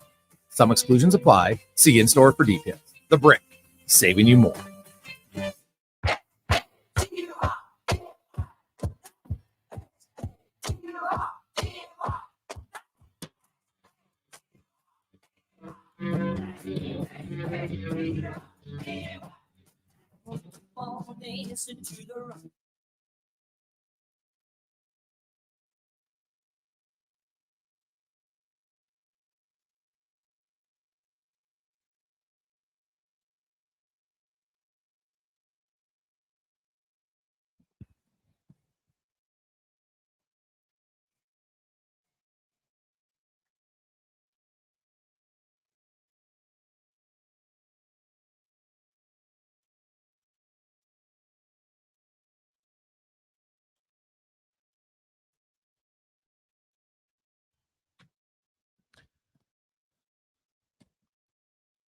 $3:27. Well, it was going to be Saturday night, but now it's going to be Saturday afternoon as the Elks have moved their game from which was scheduled to go at kickoff at 5 to move it to kickoff at 2 p.m., which makes sense because, hey, the Stanley Cup Finals, yeah, you don't probably want to go ahead against them. It makes sense. And you know what? For fans who are looking for a distraction because they're like, oh, my God, I'm too stressed. I don't want to wait. Well, now it's perfect. You go to the game.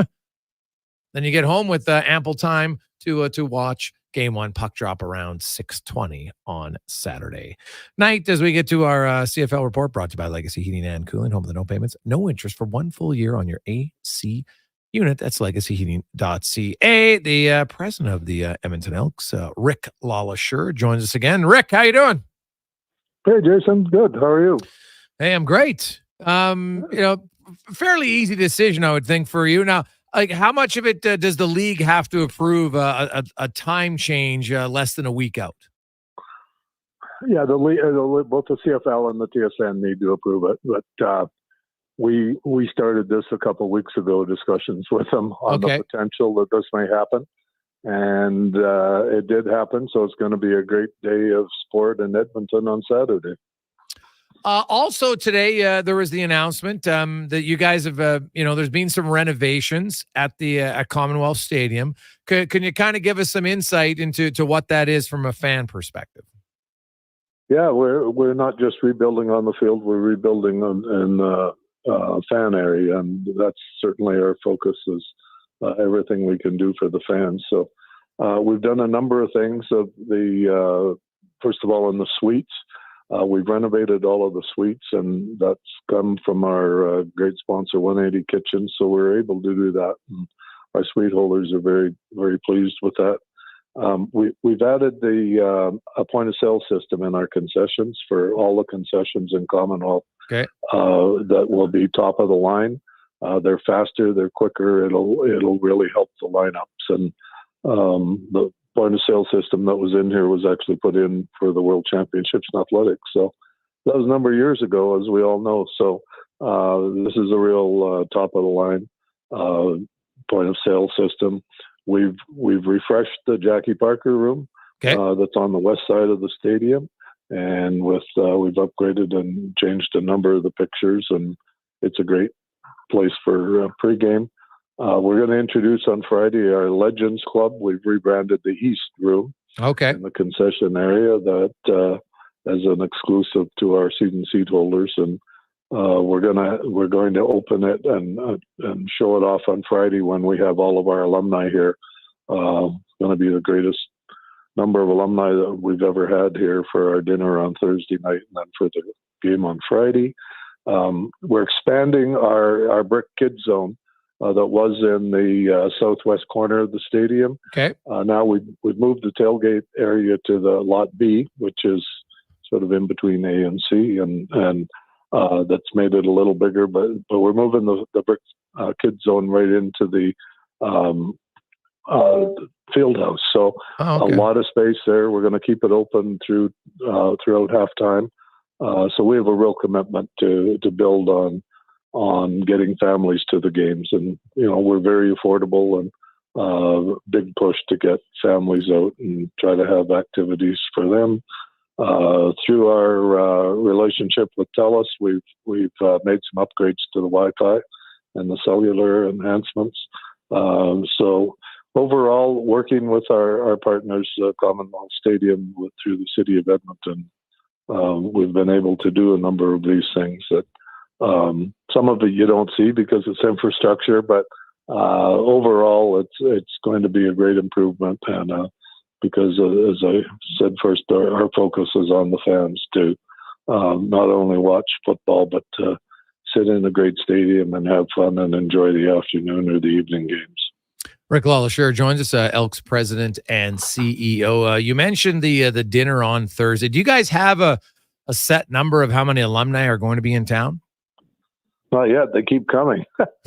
We just got confirmation Matt Dunnigan's coming now. So okay, we're going to have pretty well from the 50s. I don't think we will, but we're going to have numbers of the family of some of the 50 stars and Jackie Parker, Johnny Bright, Royal Miles, okay, Naomi Kwong. And then from then on, we're going to have a representative from the alumni of every Grey Cup team. And I think it's fair to say, Jason, that this will be the largest turnout of quarterbacks, in particular Grey Cup quarterbacks, with Wilkie and Warren Moon and Damon Allen, Matt Dunnigan, Ricky Ray, Mike Riley.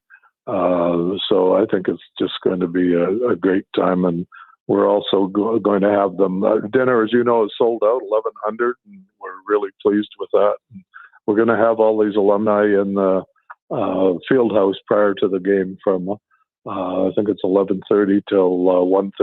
Oh wow! Now with the 2:00 start, so it's going to be a great opportunity for our fans to see some of these alumni that haven't been around for a while and get autographs and pictures. So we're trying to build this an entire week, not just a kickoff game. So it's a lot of fun.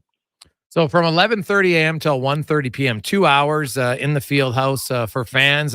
So if you have a ticket to the game, you can come in there and get an autograph and say hi to one of your favorite players?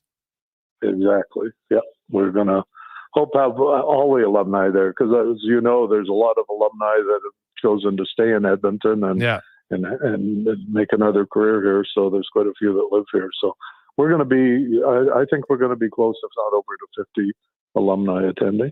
Okay.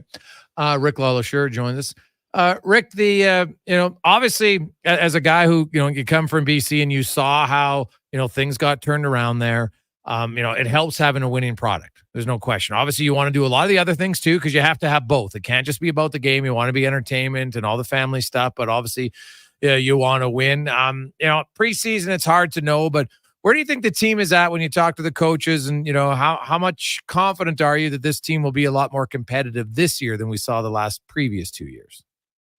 We're a lot better team than we were last year. I think you just go through the areas where we're a lot more experience, a quarterback, our special teams with Beatty as a kicker and Leak as a returner will be top notch.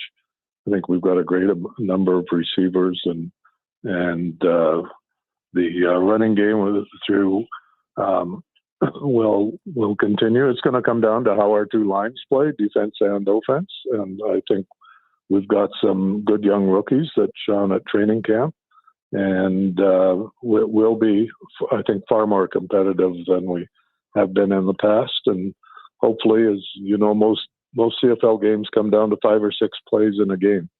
And if you can make those to your advantage, you're going to win more than you lose. Now, I've had a few people texting. Are you guys having a watch party after the game, or no? Are you expecting people just to kind of go their own way? To be honest, we don't know yet. We're in some discussions with the city and the NHL and the Oilers about how we could do it. The Oilers are going to have theirs, and I think their tickets are going on sale tomorrow morning. Okay. So we just don't know yet, but if we can, we will.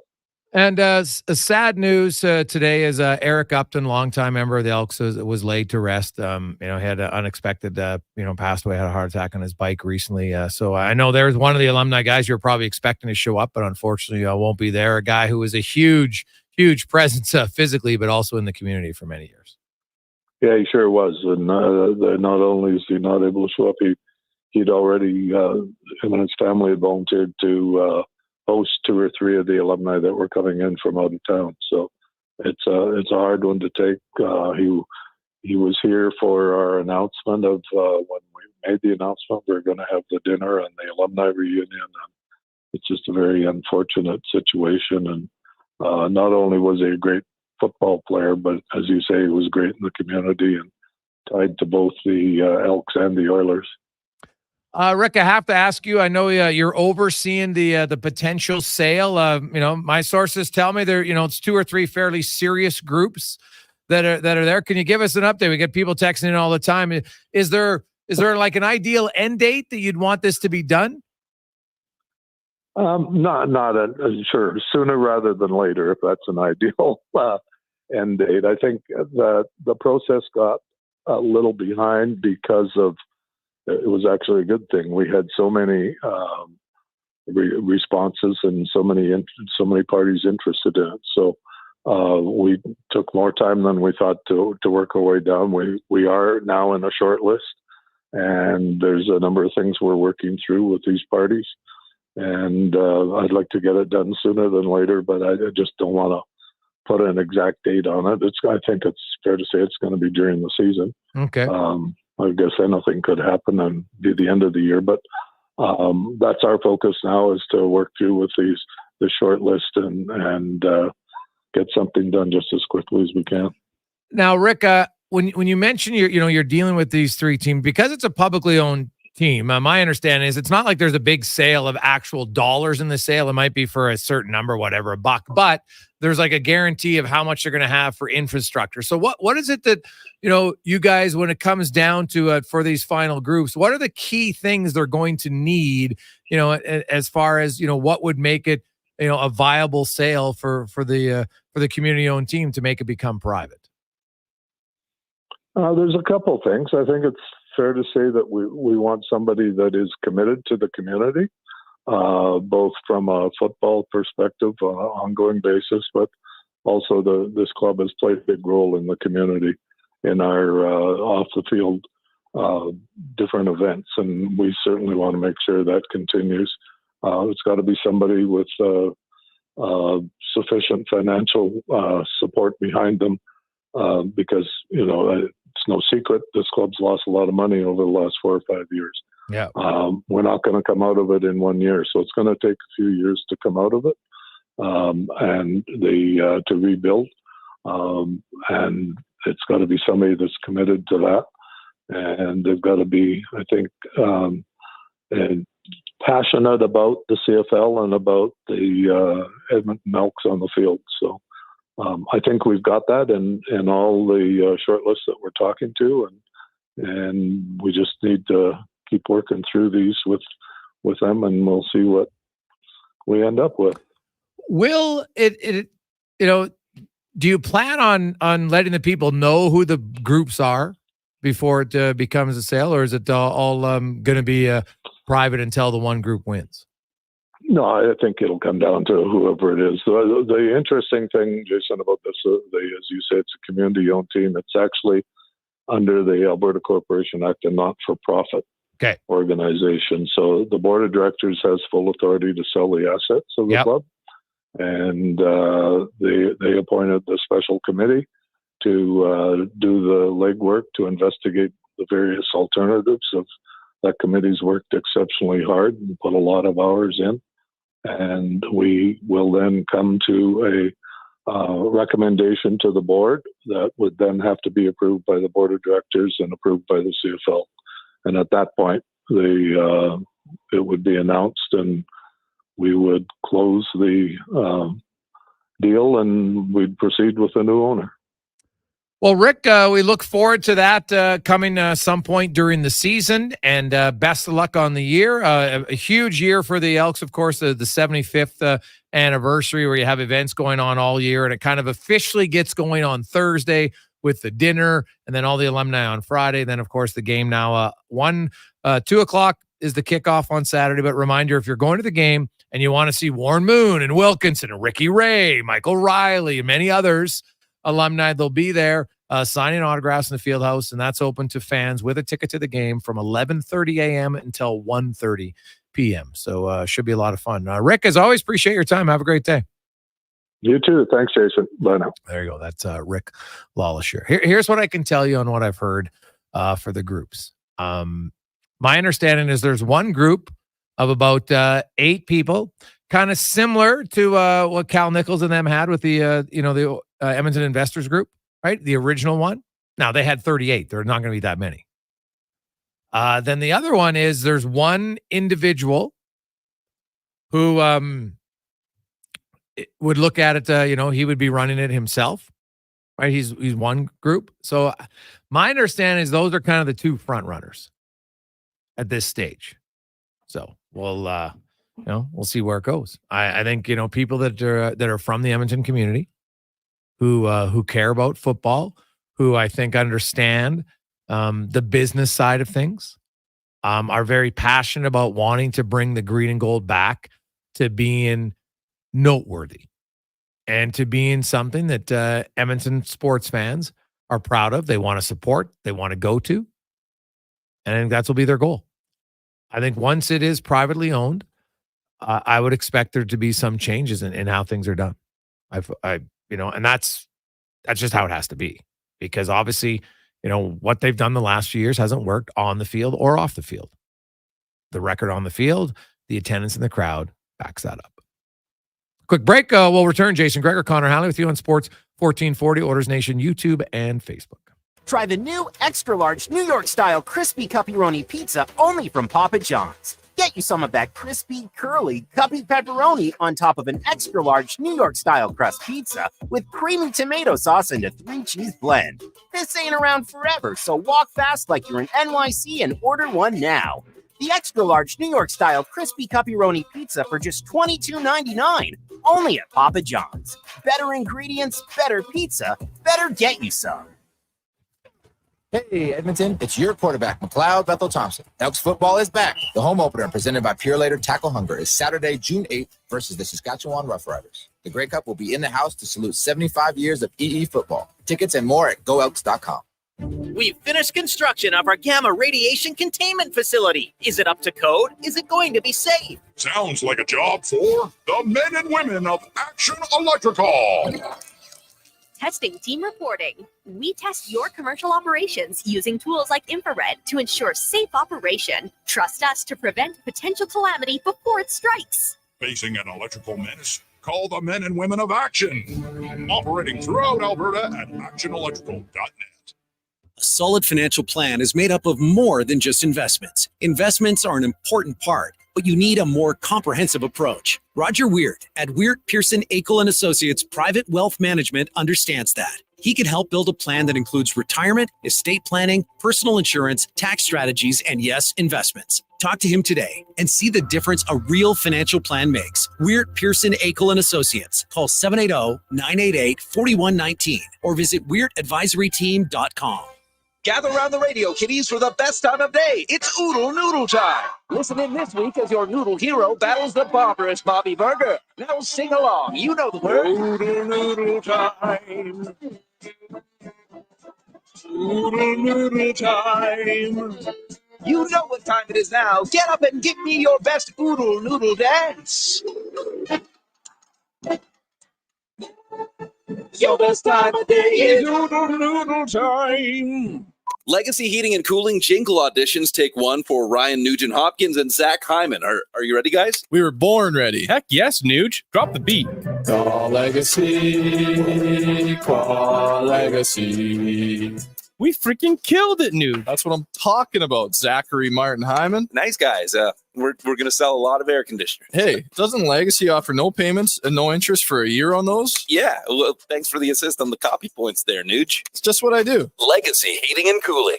When it comes to your heavy haul trailers, don't settle for a patch job that will fall apart after a hard day's work. Bring your unit to AccuSteel Heavy Haul Trailers. They'll solve the problem once and for all, keeping you working with limited interruptions. For 25 years, their experts have been providing highway and off-road custom trailers for mining, oil and gas construction, and renewable industries. They're your industry leader in engineered heavy haul trailer frame repairs, retrofits, rebuilds, and custom trailer fabrication. Learn more at accusteel.ca. At Pizza 73, we know that people get hungry. That's why we created our new XXL pizzas. They're larger than extra large. The big pepperoni pizza with 100 pieces of pepperoni. The big cheesy with over 1.5 pounds of cheese. These pies weigh over 4 pounds. Right now, build your own Big 3 Topper 18-inch XXL pizza for just $19.99.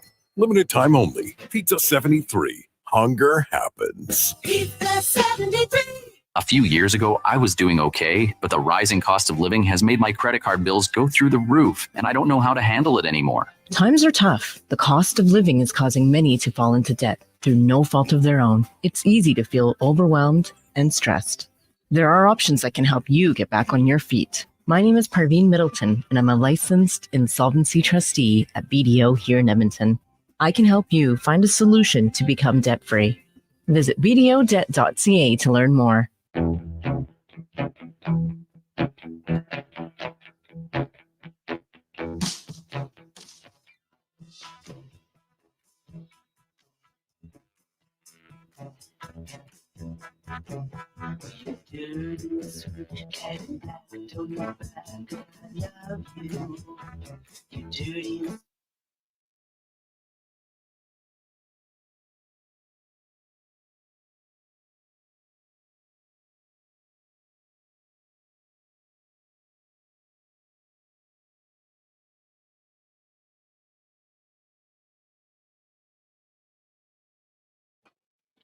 Well, they'll be getting it on Saturday. Yes. So sports fans, you have lots of options to keep your mind off of things before game one of the Stanley Cup final. You have the River Hawks have moved their first pitch to this Saturday at 1 p.m. And the Elks kickoff will now be at 2 p.m. And then, of course, the Oilers game one will be a puck drop around 6:20. So you could have a very busy Saturday. Baseball fans, football fans, hockey fans, sports fans. It's a pretty good time of year. And the weather looks great. I know today is raining lots. Hey, get it out. Get it out. We need it anyway. So, hey, here we go. It's Monday now. I know, obviously, if you plan to golf today, you're probably not loving it. If your kids are playing soccer on a Monday, Wednesday scad, might be having the day off. We'll see how that goes. But so there you have it. Game one, Saturday. Game two, Monday. All the games will be broadcast starting at 6, which means puck drop around 6:20. All right. For every game in this series. Saturday, Monday, Thursday, Saturday, Tuesday, Friday, potentially Monday. I'd be surprised if this series is shorter than 6 games. That's kind of how I see it. I think they're both good teams. Could someone win in 5? Sure. But I'd probably be a little surprised. We'll see how it goes. We got lots of text line in 833-401-1440. Hey guys, whose decor is better, Florida or Dallas? It's a really good question, Drew. So you had Heiskanen and Harley and Lindell and Tanev, and then and that's their top 4. And then they played, Suter as their number 5. So Florida has a veteran number 5 who's younger, and Oliver Ekman-Larsson, who I think is better. So they're better than number 5 slot for sure. Their number 6 slot, Kulikov plays there. Petrovic. I thought Petrovic actually played really well in his minutes, but they do play Kulikov more. We'll see. The top 4. So you have Montour, and you have Forsling, and you have Mikko Mikola. and of course Aaron Ekblad. Like, I think Heiskanen's the best of those 8 defenders. So I might lean toward Dallas. All right, with Lindell and Tanev and Heiskanen and Harley. Dallas's top 4 is definitely a little bit bigger overall. Now, Mikola's got some good size. But Montour and Forsling, neither one of those guys are giants by any stretch. Like, Forsling defends very well with his stick and with his feet. He's very mobile. But is he a better skater than Miro Heiskanen? I don't think so. Right now, I know I saw a lot of people, look at Heiskanen, he looks terrible. I'm like, Connor McDavid, when you watch it in slow motion, yes, but the game's not played in slow motion. For Connor McDavid to make that move at that speed, in that short of an area, compact area, it's just a great play. It's not that defenseman's awful. It's just, as Leon Draisaitl said, there's one guy in the world who can make that play. And it was Connor McDavid. And so I look at Florida, and I know I've been reading a lot. Wow, look what they did to Zibanejad. Well, no offense to Mika Zibanejad. He's not even close to Connor McDavid. Like, if Connor McDavid was a 10, what is Zibanejad? A 7.5? Maybe an 8? Right? But like, and I'm not being disrespectful to him. I'm just saying, like, in the playoffs here, McDavid has 31 points in 18 games. Zibanejad has 16 in 16. So he's a point a game player. McDavid's 1.72. Like, I'm sorry, it's not close.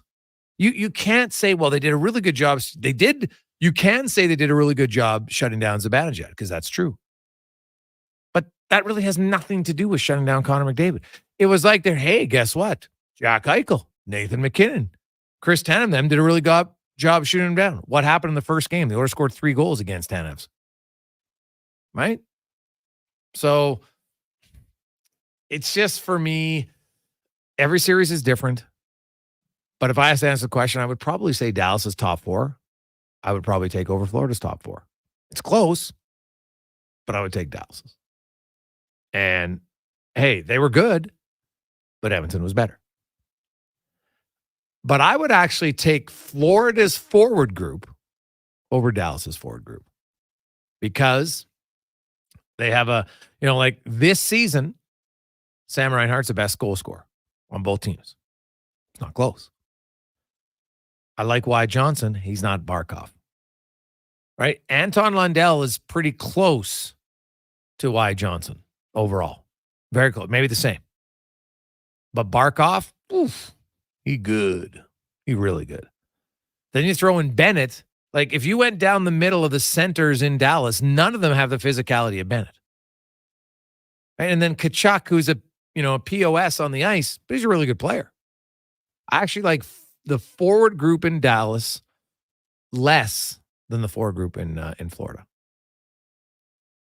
Goaltending, Bobrovsky, Ottinger. Ottinger's, I didn't think he had a bad series. Like, I'm trying to think, like, was there a goal or two that you say, that was a terrible goal? Like, not really. So I think it's close. Bobrovsky's, hey, man, it's back-to-back Stanley Cup finals. He's been pretty good. So they're different teams, though, especially the aggressive nature that Florida plays with. And I do think Edmonton's, you can tell yourself everything, but they're not practicing physical here. They're going to practice. They're not going to skate today. They're going to be an optional tomorrow, and it's probably short. Then Wednesday will be a practice. Thursday's a travel day. Friday they'll skate briefly. Like, it's not like you're going to, okay, guys, like, let's do something to be ready for the physical play. Like, you just got to go, and you got to be ready. But Florida's not ready for the top end skill of Edmonton either. They can say that, hey, we've done a good job with the Rangers and da-da-da-da-da, but they haven't faced it, right? So you just can't do it. Hey, guys, is Draisaitl playing hurt? Only 4 points in the series against Dallas from D-Rock. No, I don't think so. Like, his hand may be an issue. I see it in the face-off circle. That's probably the one, but I thought Draisaitl was heavily engaged. Like, you're not going to light it up every series and just dominate. Like, it's hard to do. So, I actually liked Draisaitl's game a lot in that series against Dallas. I thought Draisaitl defense, that might have been his best defensive series of any series in the playoffs. He was so good with his stick, intercepting passes, deflecting them out of the zone. Even when he was up the ice offensively, he was thinking a little bit defensively. I didn't have a problem with it. So I didn't mind Draisaitl's game at all. Hey guys, do you figure it'll come down to who may flinch first on changing their game to adapt to the other? Example, Florida pulling back to take fewer penalties. Beach go. Well, I don't think so. I just outlined Florida only took 15 penalties in 6 games against the Rangers. 15, that's 2.5 a game. Like, how many penalties can they take? Right now, Dallas took 11, but Dallas is the least, like, you can't compare to Dallas. Dallas is the least penalized team in the league. Florida was actually the most penalized team in the regular season. They've gone down quite a bit here in the postseason. They've been a more disciplined team. At least, they were for sure against the Rangers.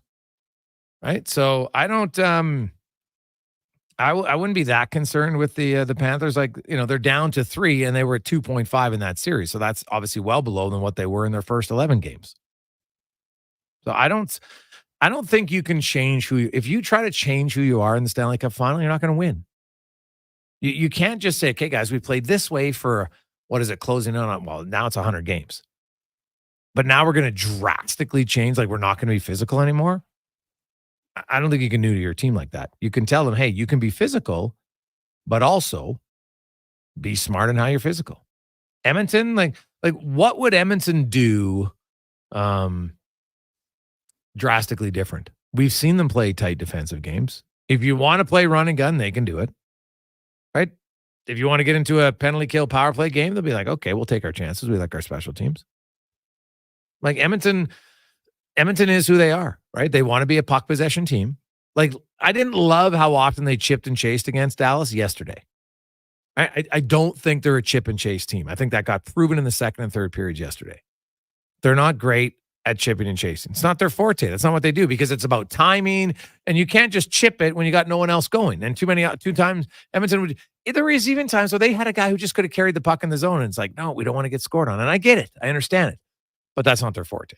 So I don't expect them to play that way the whole time. Now, if they're up 3-2 in the series and it's game 6 again, I think that's a great learning lesson. Say, guys, we don't want to sit back that much. It's just you're playing with fire. And I like Florida's finishing forwards overall, top to bottom, better than I like Dallas's. So I wouldn't want to sit down that much. Hey, guys, why are the Elks being sold? Why now? From Richard. Well, it's a good question, Richard. For a few things. They are, I think it's ran its course for being, a non-for-profit, right? We say community-owned team, but officially it's non-for-profit. I just think they need better leadership, if I'm being honest. And when you put your own money in it as the owners, ask anybody out there who's a businessman or woman. Once you got some sweat equity in the game, it changes your viewpoint on how you look at it and what needs to be done. I think you look at the BC Lions and what they did with their sale, and then they went to a better owner, made a big difference. I still believe this is a good football market. I firmly believe that. There were some pretty good crowds last year, even though the Elks were not very good. Right in the second half of the season, they started to win some games. They had really good attendance in some of those games. Right now, you have to rebuild their image somewhat. They got to be more competitive on the field, no question about it. We had Rick Lawlisher on earlier. It's clear they're looking at things to enhance the game day experience above football, which I believe is extremely wise.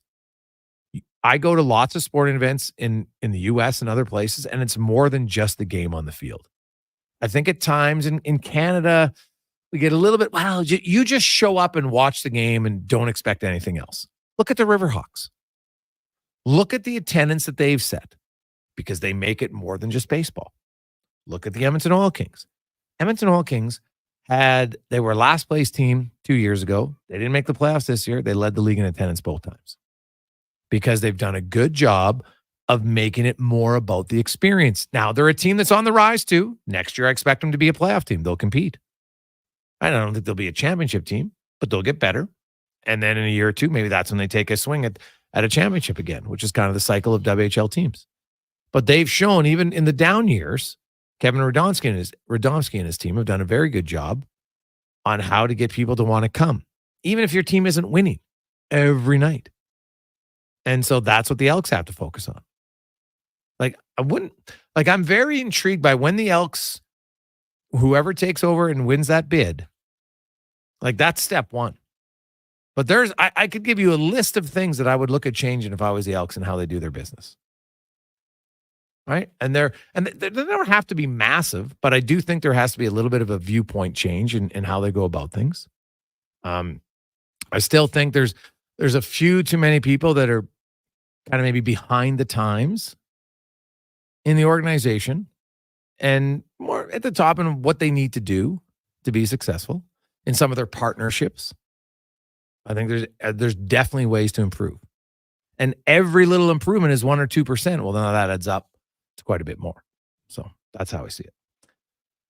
I know Cons and Declan, big football guys. We can talk about I'm intrigued to see it, Cons, on the field, right? They got to be better.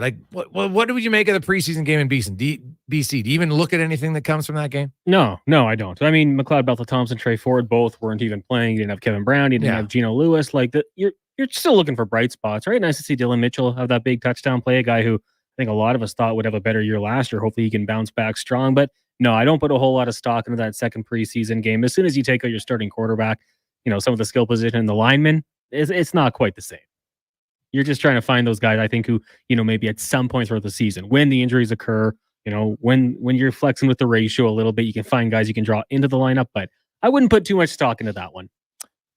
I'll take a quick break and then we'll get to more of this. Hey, Gregor, do you think Florida would beat Vegas or the Avs? We just beat teams that put those guys out from Big Sam. I do. I'll say this. Florida is the best team Edmonton's going to face in the postseason this year. Dallas was very good. Edmonton, LA was good. Vancouver's a little bit better. Dallas is a little bit better. I think Florida's a little bit better than Dallas. And, hey, they've been there, right? I think they made life a little too hard on themselves against Vancouver. But they're full marks for their win against the Kings, full marks against Dallas, and they end up beating Vancouver. It's good. Florida, I think a little bit better than Dallas, but I still think Edmonton can beat them. So we'll talk about that all week. But you know what? There's nothing that I would downplay about Florida. They've been a very good team for 3 years, but the Oilers have been good. But the Oilers keep improving. And the one thing that the other team, they don't have McDavid, they don't have Draisaitl. They don't have nuclear options. They got lots of really good players. But if the longer this series goes, the better it is for Edmonton. Because like we saw last night, you just need McDavid to have one shift where he's, out of the galaxy good. And that's the game-winning goal. Actually, I guess it wasn't the game-winning goal. He assisted on the game-winning goal. Because Dallas did score with 10 minutes left. But they don't have that in Florida. They got a lot of really good players. But Barkov 5-on-5 in that series, I think was on for 1 goal. 1 goal against. Doesn't give up much, but didn't produce a ton. McDavid had 10 points, led all players in the conference finals. Bouchard had 7. Right, Hyman had 3 goals. Nugent Hopkins had maybe his best game of his playoffs. He doesn't need to be a driver every night, but he was a driver in Game 5. So, Stuart Skinner, outstanding in Game 6. He was the number 1 star. And you could argue could have been the number 1 star in Game 5, too. He was very good. Let's get to Connor Halley and a Sports 1440 update brought to you by Fountain Tire. You only got till Saturday to get in, and the big deals you can get over $200 in savings on a set of 4 tires, including Goodyear, right now at Fountain Tire. Book yours at fountaintire.com. This is a Sports 1440 update. The Edmonton Elks have moved the start time of their 2024 season opener from 5 o'clock to 2 o'clock on Saturday when they take on the Saskatchewan Roughriders, so it won't conflict with Game 1 of the Stanley Cup playoffs. Oilers Panthers Saturday just after 6 o'clock. In the majors, the Jays hosting the Baltimore Orioles.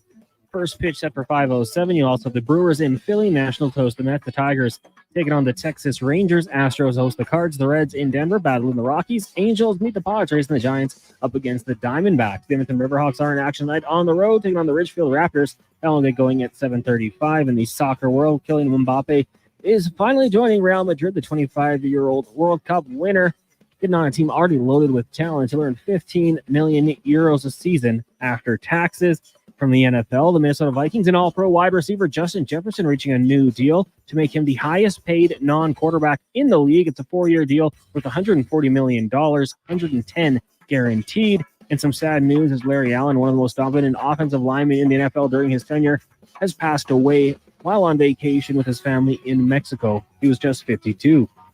Coming up in hour 3 of the Jason Gregor Show, we'll be joined by Wanye Gretz of Oilers Nation, CBC Sports, Andy Petrillo, and we'll ask 5 questions. I'm Connor Halley. This has been a Sports 1440 update. Sports 1440, Stingray radio station. CKJR broadcasts from West Edmonton Mall and Wetaskiwin. Download the free Stingray music app and listen wherever you go. Try the new extra-large New York-style crispy pepperoni pizza only from Papa John's. Get you some of that crispy, curly, cuppy pepperoni on top of an extra-large New York-style crust pizza with creamy tomato sauce and a 3-cheese blend.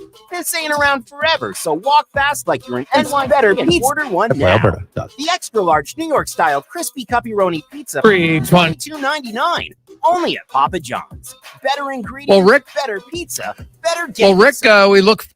My utility bills are going through the roof. How can I take advantage of the sun and put my lazy roof to work? Sounds like a job for the men and women of Action Electrical. Energy team reporting. When you're ready to make your home or business more efficient, Action Electrical has the power to install solar panel systems and EV chargers. Facing an electrical menace? Call on the men and women of Action. Operating throughout Alberta with supercharged skills and strong family values. ActionElectrical.net. This spring, experience innovation on the road at Volvo Cars Edmonton. Right now, lease from 0.99% or save up to $4,000 on select models for qualifying loyal Volvo Cars Edmonton customers. Plus, save $5,000 on all new and demo 2024 XT60 Recharge plug-in hybrid models. Discover why we're Canada's only 13-time Volvo Excellence Award winner. Chat online at volvocarsedmonton.com or visit 1205 101st Street Southwest. I'm Colin Livingston, president of Cantork. Since 2016, we've been at the forefront of hydraulic torque wrenches in Canada. I'm delighted to share our latest venture, in-house production for quicker turnaround, superior quality, and heightened versatility. Experience excellence at cantork.com. Silent Rides is one of Alberta's premier bus charter companies with state-of-the-art motor coaches. We provide our customers with the safest and most reliable ground transportation. Our seatbelt-equipped buses have become the preferred carrier for many local sports teams, tours, corporate outings, and other various travel across Western Canada. For more information and to request a quote, contact Ted Nakamura at 780-940-0880 or visit silentrides.ca. I'm Ryan Nugent-Hopkins. And I'm Zach Hyman. And when we're not making juicy, sweet passes or having my goals disallowed, we're working for Legacy Heating and Cooling. You know, guys used to call me a plumber. And now they call you an AC repairman. Nice. Hey, guys, you're not here to fix air conditioners. You're here to sing the jingle. Oh. Well. Okay. Call Legacy. Call Legacy. No payments and no interest for 1 year from qualified installers. Legacy Heating and Cooling. Until June 8th, make the shift to more savings at Fountain Tire and get up to $200 off a set of 4 select tires, plus a bonus $50 off any service of $150 or more. Restrictions apply. Financing available. Book online today. I can tell by the look on your face you're thinking about it. Wendy's Small Frosty is the ultimate summer refreshment. And not because it's cool and creamy and made with fresh Canadian dairy. It's also refreshingly cheap. Just 99 cents until July 14th. It's a treat for you and your wallet. Taxes extra at participating Wendy's. An accident. And it wasn't your fault. How can I access funds for treatment? What if I have to change jobs? How do I even figure out how much my claim is worth? What if my car is a write-off? Is there funding for help with the housework? It feels like no one has my back. Robinson LLP does. Visit RobinsonLLP.com to find your injury lawyer. Robinson LLP, the recovery team.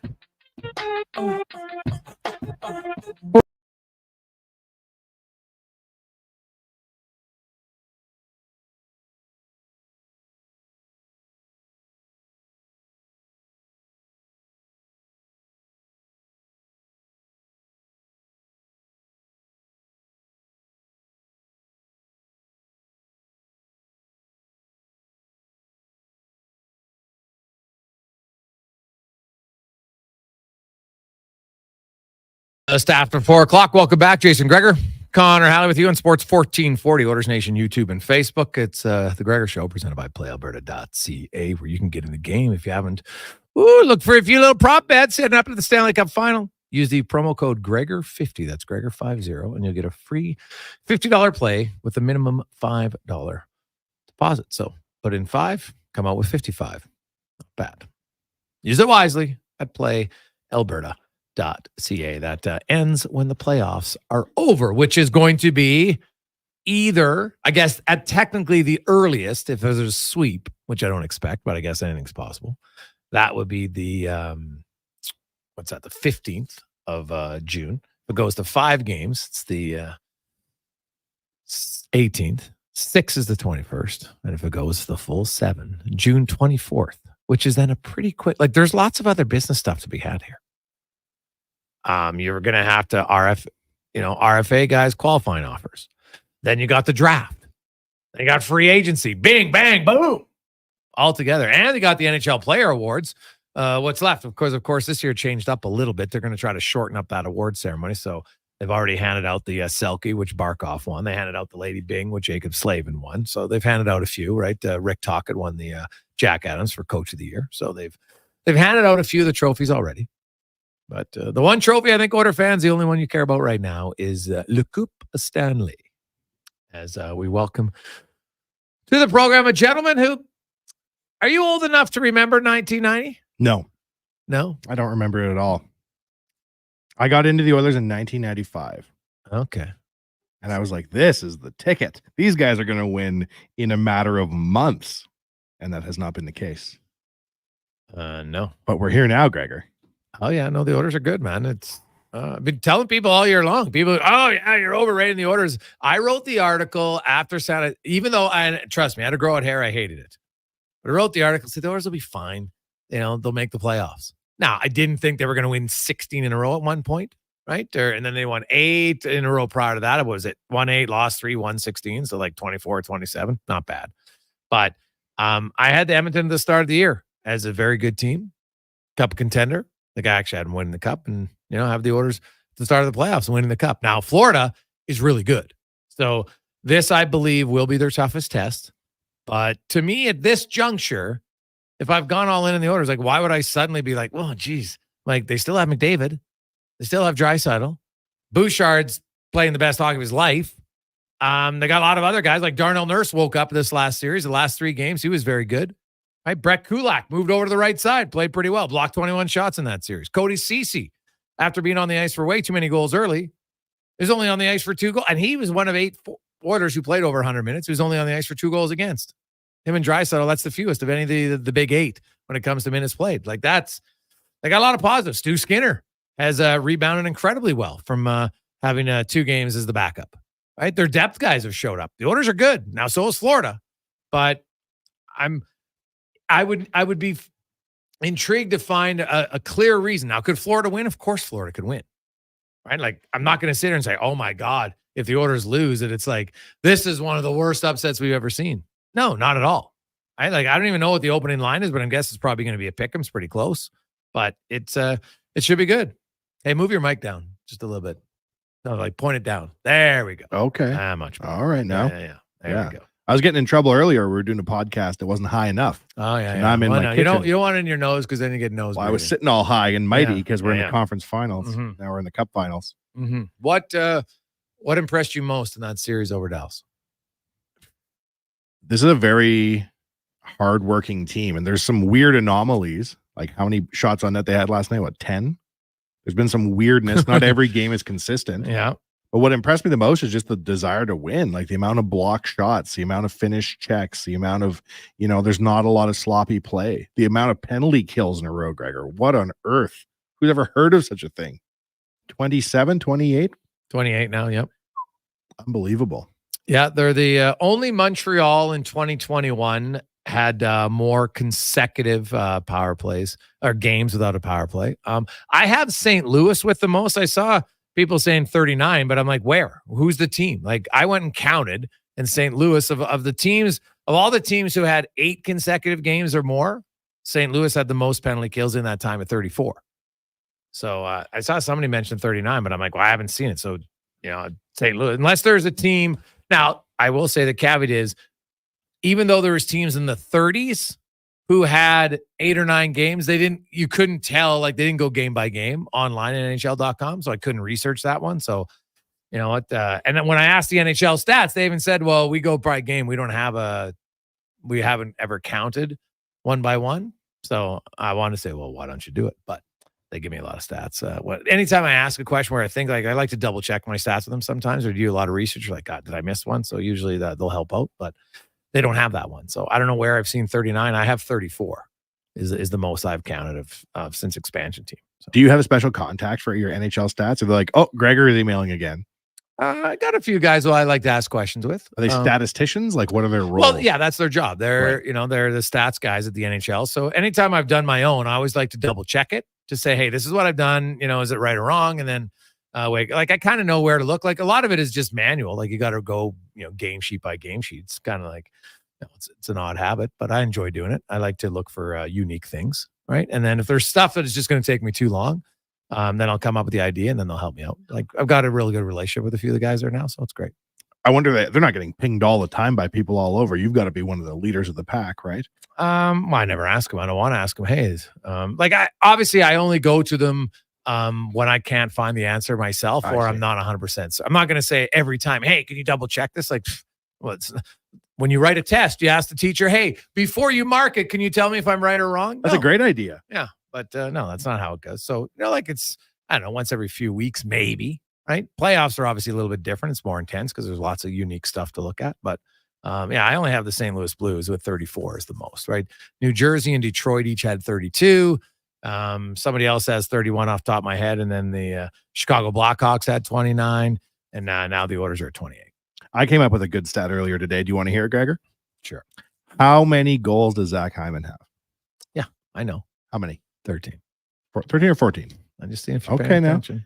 How many goals did Fernando Pisani score in 2006? 14. Oh, I never in my life, ever, did I think I would witness an Oilers scoring more goals in a cup run Well, he's Fernando tied. Pisani. He's And tied. we haven't even played the finals. You're right. And they're tied. Mhm. That's bananas. Yeah. There's many numbers in the Connor McDavid era I'm shocked to see. I'm super shocked to see that Pisani 14 goals tied by someone not named Connor or Leon. Oh, okay. Yeah, that's fair in a way, but he did score 50 goals in the regular season. Remarkable. Not bad. The Hyman would need 5 goals in the final to tie Reggie Leach and Jari Kurri for most in playoffs. Now, Crosby had 15 once. Ovechkin had 15 once. So, you know what? Hyman's getting into kind of, pretty unique, rare air amongst any players, especially recently. So, you know what? He's having a really good year, and he scored big goals too. Like Zach Hyman scored 2 series clinching goals now. Pisani had 5 game-winning goals. Yeah. Look this up. And Hyman's had 2 series clinching goals. 2 series. That's clinching crazy. goals. Yeah. So I made the oath today, Gregor. Should the unthinkable happen, if any of the Oilers, if whoever scores the goal will get that jersey. I hope it's Connor Brown. Oh, really? Imagine a Connor Brown winning goal. Yeah. So, well, you could have got a Janmark. You had the game I'm talking winner. about the. Oh, so the cup winning goal? Is that what you're saying? I don't say that word. Oh. I don't want to put the cart before the horse. I'm not superstitious. I don't care. You're not superstitious at all? No, not at all. Anything that I say on radio has 0 impact on what happens in the game. Do you ever In say- any game. It doesn't matter. Like I coach kids hockey. What I say in the room, like I can try to give them direction. At the end of the day, they got to be the ones who listen to it. So, and they're young, and so they're still trying to learn the game. So maybe it's influential a little bit, but even then, it still comes down. Like we can work on shooting, deking, everything. Come to the game, the kid still has to do it. Doesn't matter what level it is. It comes down to the kid. You know what? Can they pick a corner? Can they make a deke? Or can they get lucky and fake the deke and it slides off their stick and still goes through the path of the goalie? I remember in 2006 when you insisted on playing the brass bonanza after the Oilers. I'm not going to say we lost, but we failed to win the cup. Yeah, but and see, you still played the brass bonanza. Yeah, well, you got to remember why though. So when the playoffs began that year, people loved it that I was doing it. They're like, "Hey, this is great." They like the song. A lot of them, hadn't heard the song, and they're like, "I don't think people thought the Oilers were making it to the cup final, and they didn't think Carolina was making it to the cup final." So then I was like, "Well, if I don't play it, Now, what if I don't play and the Oilers lose? You could say it's because I changed. So I just kept consistent. Just to appease the superstitious people. When we met for the first time, we were going to meet you, and Jay said to me, co-founder of the Nation, do not bring up the brass bonanza with Gregor. This is not the time to bring it up with him. We do not know this man. If you go down this, why you're mad at him for playing brass bonanza? Oh, dude, this is not going to go well. There's I was a few so people mad. Fired up. I was so mad, especially after Game 7. That was the one I tuned in to have you talk me off Now the ledge. we only played it for like 3 seconds just to keep with tradition. But yeah, there's a few. We were doing it live on White Ave that day, and I remember a few people like, I can't believe you're going to do that. I said, well, we have to continue. And Will Fraser, to his credit, it was Fraser like, no, we got to do it. I was like, all right, we'll do it. Jay was like, do not bring this up at your first meeting with Gregor. Because I know. I get why some people were upset, but let's be honest, it was after they had lost. So the song at that point had zero impact in what happened in the game. It had an impact. You're wrong. And secondly, if we have a next good month, Gregor, I will finally forgive you for that. Well, okay. 18 years after you did it. Shrugged it off. I didn't even know that it was still bothering you. It bothers me usually. When I'm on here and I hear it, I think, gee whiz. But see, it's Positive Friday. People love it now. See? So there's lots of positivity from it. How many people do I get text still every Friday? They're like, whose song comes on? I'm in a good mood. It's a cheery tune unless you just got beat. Yeah, well, it was only a short time. Right. But it's quit living in the past. That's 18 years ago. This is the thing now. It's I have like a new the worst thing. relationship conversation ever. You got to let things go. You can't bring it up. It's like 18 years, man. You should have 18 days. Then it's gone. Any healthy relationship can't bring up the past. It's over. And trust me, everybody out there listening knows that. It's the number one rule if you should have in a successful relationship. It's like, we got a timeline, and then you can't bring, well, remember? No, I don't know. No, it's irrelevant to this conversation now. What I did 2 months ago, honey, or some cases, the guy brings it up. I don't care who's bringing it up. You know it's a failure because there's nothing. It's like, we've already discussed this. Like, I can't discuss it again.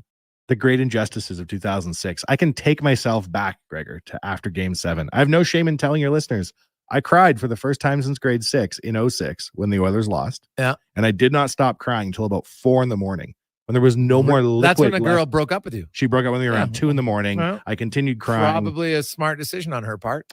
I would, yes, of course. Yeah. You don't want to be involved in this freight train. However, I got broken up with around 2 and kept crying from the inertia till about 4 a.m. Oh yeah.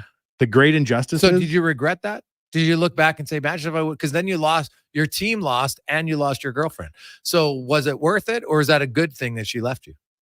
Well, I think it was a bad thing that the Oilers lost the Stanley Cup, and any other loss that night pales in comparison. I can get another girlfriend, Gregor. Oh. It's been 18 years. We haven't been back to the Cup final. That's true. Right? Well. But I'm just saying that these great injustices that I can feel at the drop of a hat emotionally, if we have a next 30 days go well, I'll heal. Hey, Gregor, what do all those teams with that many consecutive kills have in common from B? They didn't win the Stanley Cup. I got to look up. I thought New Jersey did, but I'll double check. Yeah, I think New Jersey won. So, and Chicago, I think in 2013. So a few of them won, a few of them didn't. So I don't know. What else does? I have no idea. But it's not winning or losing the cup because some have. Quick break. We'll return to the Gregor Show presented by PlayAlberta.ca. The playoffs are wild. We all know that. And this year, Play Alberta is making it even wilder. Make a deposit with promo code Gregor50 to snag a $50 free sports bet with your next deposit. Get ready for unbeatable promotions throughout the playoffs with 10+ odds boost on every Oilers playoff game. Score a chance to win a pair of lower bowl or even exclusive suite tickets for an Oilers playoff game just by making a bet on an Oilers playoff game at playalberta.ca. Bonus terms and conditions apply.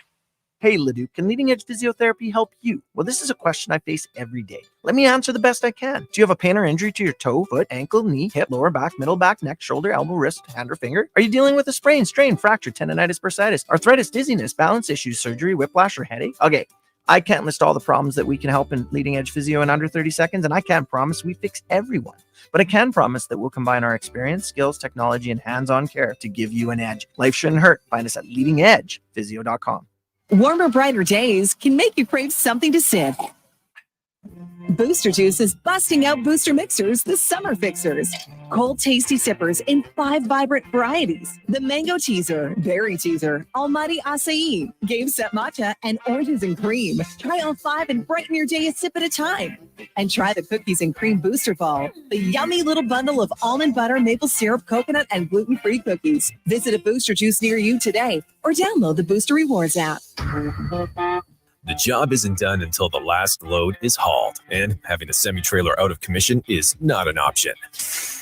Whether replacing or adding to your convoy, Edmonton Trailer has a huge inventory of new and used semi-trailers, trusted by the gravel, logging, oil field, fluids, and freight industries. Find a trailer right for you online or at one of their 3 locations.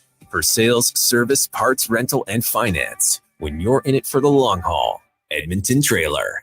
What's cracking at Cattail Crossing? The Mixed and Mingle League. Join Cattail Crossing Golf and Winter Club every Thursday as they pair up males and females for a fun and social round of golf. Only $33.30 all season long. Details at cattailcrossing.ca. Hey, sports fans, we've got a clear choice for you. At Crystal Glass, we provide customers with the perfect glass for any job. From home to auto and even commercial, installation or repairs, we're your team. Call 310-GLASS or visit crystalglass.ca. Crystal Glass. For a limited time at McDonald's, enjoy the tasty breakfast trio. Your choice of chicken or sausage McMuffin or McGriddles with a hash brown and a small iced coffee for $5 plus tax. Available until 11 a.m. at participating McDonald's restaurants. Price excludes flavored iced coffee and delivery.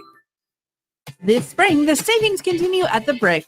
Take up to 40% off furniture and mattresses, as well as the chance to scratch and save up to an additional 40% off your purchase. Plus, you'll have the chance to win great prizes, including a $10,000 Brick shopping spree. Find amazing deals on kitchen appliances and save up to $400 on sofas so you can prepare your ultimate game day snack and then watch the game in style. Some exclusions apply. See in-store for details. The Brick, saving you more.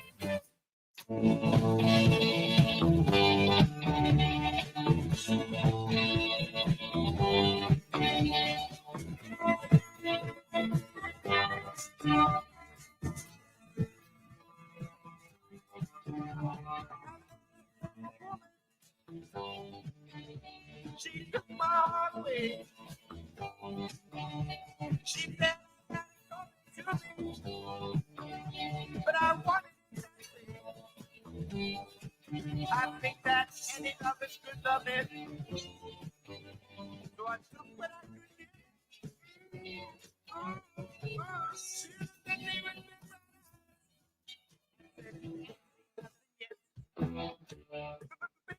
Just ain't getting nothing yet.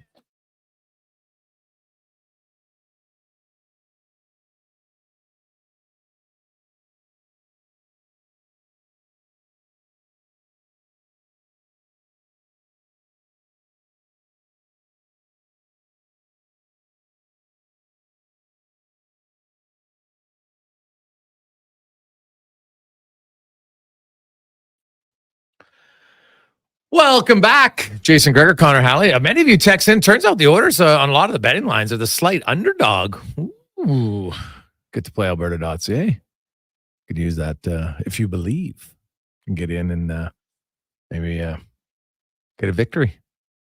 Use the promo code Gregor50, 50. Get a free $50 play with a minimum $5 deposit. So many of you text in, say you used it to get the orders in the last series. So, hey, there you go. Good luck. Don't waste all the winnings in one spot. Be wise. Use your game sense. Go to gamesense.ab.ca. As we switch gears a little bit, our regular Monday guest, she'll have an opinion or two on the Stanley Cup final, as well as Andy Petrillo from CBC Sports and One Soccer joins us. Andy, how you doing? I'm great. How are you? I have my voice back. I feel normal again. Nice. Did you try the cayenne pepper? I did some gargling with oregano oil, which is absolutely disgusting. It's my father's remedy. It's an old Italian remedy. So I did it and it worked. It worked. I mean, oregano oil. Yeah. Wow. It's disgusting, Jason. It's absolutely disgusting. Well, Andy, I can tell you, try cayenne pepper. It's not disgusting and it works great. I know that. Well, I'm hoping I won't have to go through this again. I haven't been sick like this in years. Okay. But the voice went and everything. Now she's back and now I'm feeling good. All right. Give me your thoughts. Early on, 6 days out, 5 days out. Who do you like in the Stanley Cup final and why? Oh, don't do this to me. Don't do this to me because I'm talking on an Edmonton. No, be honest. That's fine. If trust me, if you're wrong, then the Order fans, they won't I'm sure they won't remind you. I know, not at all. I feel like, well, let's put it this way, and it's not a cop out. I do believe it. I think that these two teams are evenly matched to the point where I wouldn't be surprised if this goes 7 games. Sometimes I think in the last, few years, at least, you can look at some of the Stanley Cup finals and they just feel like a letdown. I don't know if teams, one team ends up being too tired or it just ends up being a complete mismatch. I don't think that'll be the case this year. I'd be shocked if it was 4 or 5. I think this would be 6 or 7. The only thing that kind of just makes me go a little bit, never underestimate the power of the intangible. And that is Florida was here last year. And this is all they've been gunning for. This is all they've been working towards. And there is some sort of other kind of motivation sometimes that cannot be underestimated. That's the only thing that would kind of frighten me a little bit when it comes to the Panthers, is the fact that they were the team in the final last year. And there has been nothing but redemption. Eat, sleep, shower, poop, shave, whatever. It's redemption, redemption, redemption. That's just kind of been their whole thing that this year and what's motivated them. But I will say, from a just love fabulous players perspective, I just think how incredible would it be for Connor McDavid to have a cup. I just like that, to me, would just be so incredible. So you know who I'm rooting for, but I just think that Florida is a formidable foe for sure. All right. So Florida in 6 or 7. No, well, that's what I'm assuming, right? Because you said you didn't want it to be short series. No, I don't want it to be a short series, but I'm not saying it's Florida in 6 or 7. I'm just saying. Saying. Well, I thought you 6 just or said 7. that sure seemed like you did you said it without saying it. That's a very, not to generalize here, but that's somewhat of a female thing right there. It's like, I'm saying it, but I didn't really say it. Classic. Your husband, is in a tough one sometimes. I want to meet with you. So what's happening here now? Oh, you know. Yeah. Then I'll just change the subject. Grocery shopping. Hey, what can we make of Canada? I know it's a friendly, but 2-0 for the women over Mexico. 2-0. And what did you think about what Bev Priestman did offensively? Is this a precursor to what we might see moving forward?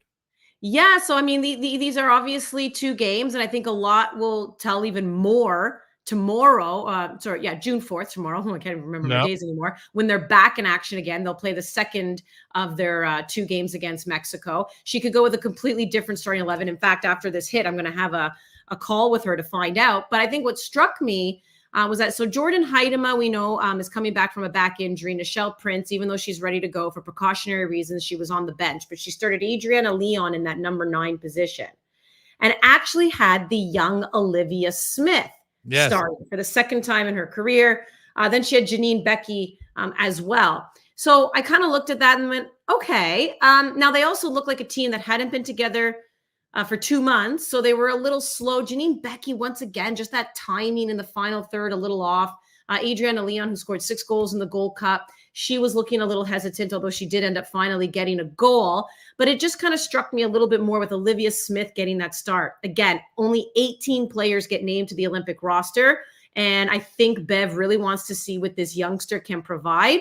So that was a pleasant surprise to see her get the start, get valuable minutes. For Bev to be able to assess her. She did make substitutions in that second half that saw Evelyn Vienne, who, by the way, has scored 18 goals this season with Roma, as she's playing in Italy. Fantastic. She was a huge contributor to both the goals as well that they ended up getting in that second half. And Chloe Lacasse, just so speedy as well on that wing. So I don't think the forwards are necessarily making the decision that much easier for Bev Priestman, but I'm just really intrigued to see tomorrow what she's going to do with Olivia Smith, because this is also a versatile player who she could drop down to midfield if she feels she needs to do that with her. What did you make about Grosso's performance? Yeah, Julia Grosso, this is somebody who didn't get a lot of playing time in Gold Cup. She Believes Cup either. And we thought, oh no, like, has she fallen out of favor with Bev? And Bev pretty much said, like, I want to see what she can bring, because the young Simi Awujo. So Quinn seems to be the number one choice alongside Jesse Fleming, but Quinn is dealing with an injury right now. That's why they're not in camp. And who knows? They may not even be available for the Olympics. Bev has kind of hinted that it could be a tight turnaround. Oh Okay. boy. So who's going to be in that midfield with Jesse Fleming? Because she hasn't really seemed to have liked Julia Grosso that much, at least in certain games. And I would say the big games, like, again, She Believes Cup, when they went up against the Americans, it was Simi Awujo who got the start. But she started with Grosso, and Grosso looked great. Grosso looked really good defensively, was really clogging up that midfield, wasn't really allowing Mexico many of those chances. So I think, redemption might be hard, because it's a harsh word, because I don't necessarily think she was in the doghouse. I don't think she did anything wrong. I just think that Simi Awujo just surpassed her. It's as simple as that. But I think she's at least made Bev think twice to say, listen, I deserve to be on that roster for the Olympics. And I think she's at least given Bev options. And once again, a good headache for a coach to have. The men are playing their friendlies this week against the Netherlands and then France. And some people are saying these games are too tough for Team Canada. What do you think? Yeah, I get it, because I think you're talking about like the second and third ranked teams in the world. Obviously, you're concerned about getting spanked, and nobody wants that for ego, for confidence. Nobody wants any of that, and especially when you're going into a massive tournament like Copa America, which starts June 20th. Everyone's like, well, you want to go in feeling good about yourselves. But at the same time, the players, the coaches, they've been asking for this type of competition. And I think, if they go in having played a, St. Kitts and Nevis or, a Suriname, and they beat them 7-0 or 5-1, whatever. Okay, congratulations. Like, pat yourself on the back. But how is that really preparing you for Argentina? How is that preparing you for Lionel Messi? And I think, again, how is that even preparing you for the 2026 World Cup, where you're going to be going up against tough competition? So I think the days of kind of padding your stats with this men's team in some ways is over. These are the types of teams they need to be facing on a regular basis. I mean, whatever, the finances are what they are, but the reason why they're also being played in Europe is because France and Netherlands are assuming most of the cost. So that's what's also made it easier for Canada to take on these games. But these are the opponents you need. You need to get on that field and not be overwhelmed. You need to get on that field and not be starstruck. I mean, a lot of the Canadian players now play over in Europe, but still, when you're doing so as a national team, you're sitting there going, holy smokes, right? Like, this is who we're playing, but now they're going to go up against Kylian Mbappe, right? And then they're going to, so now when they face down Lionel Messi with Argentina, it's kind of like, well, we've played some big dogs already.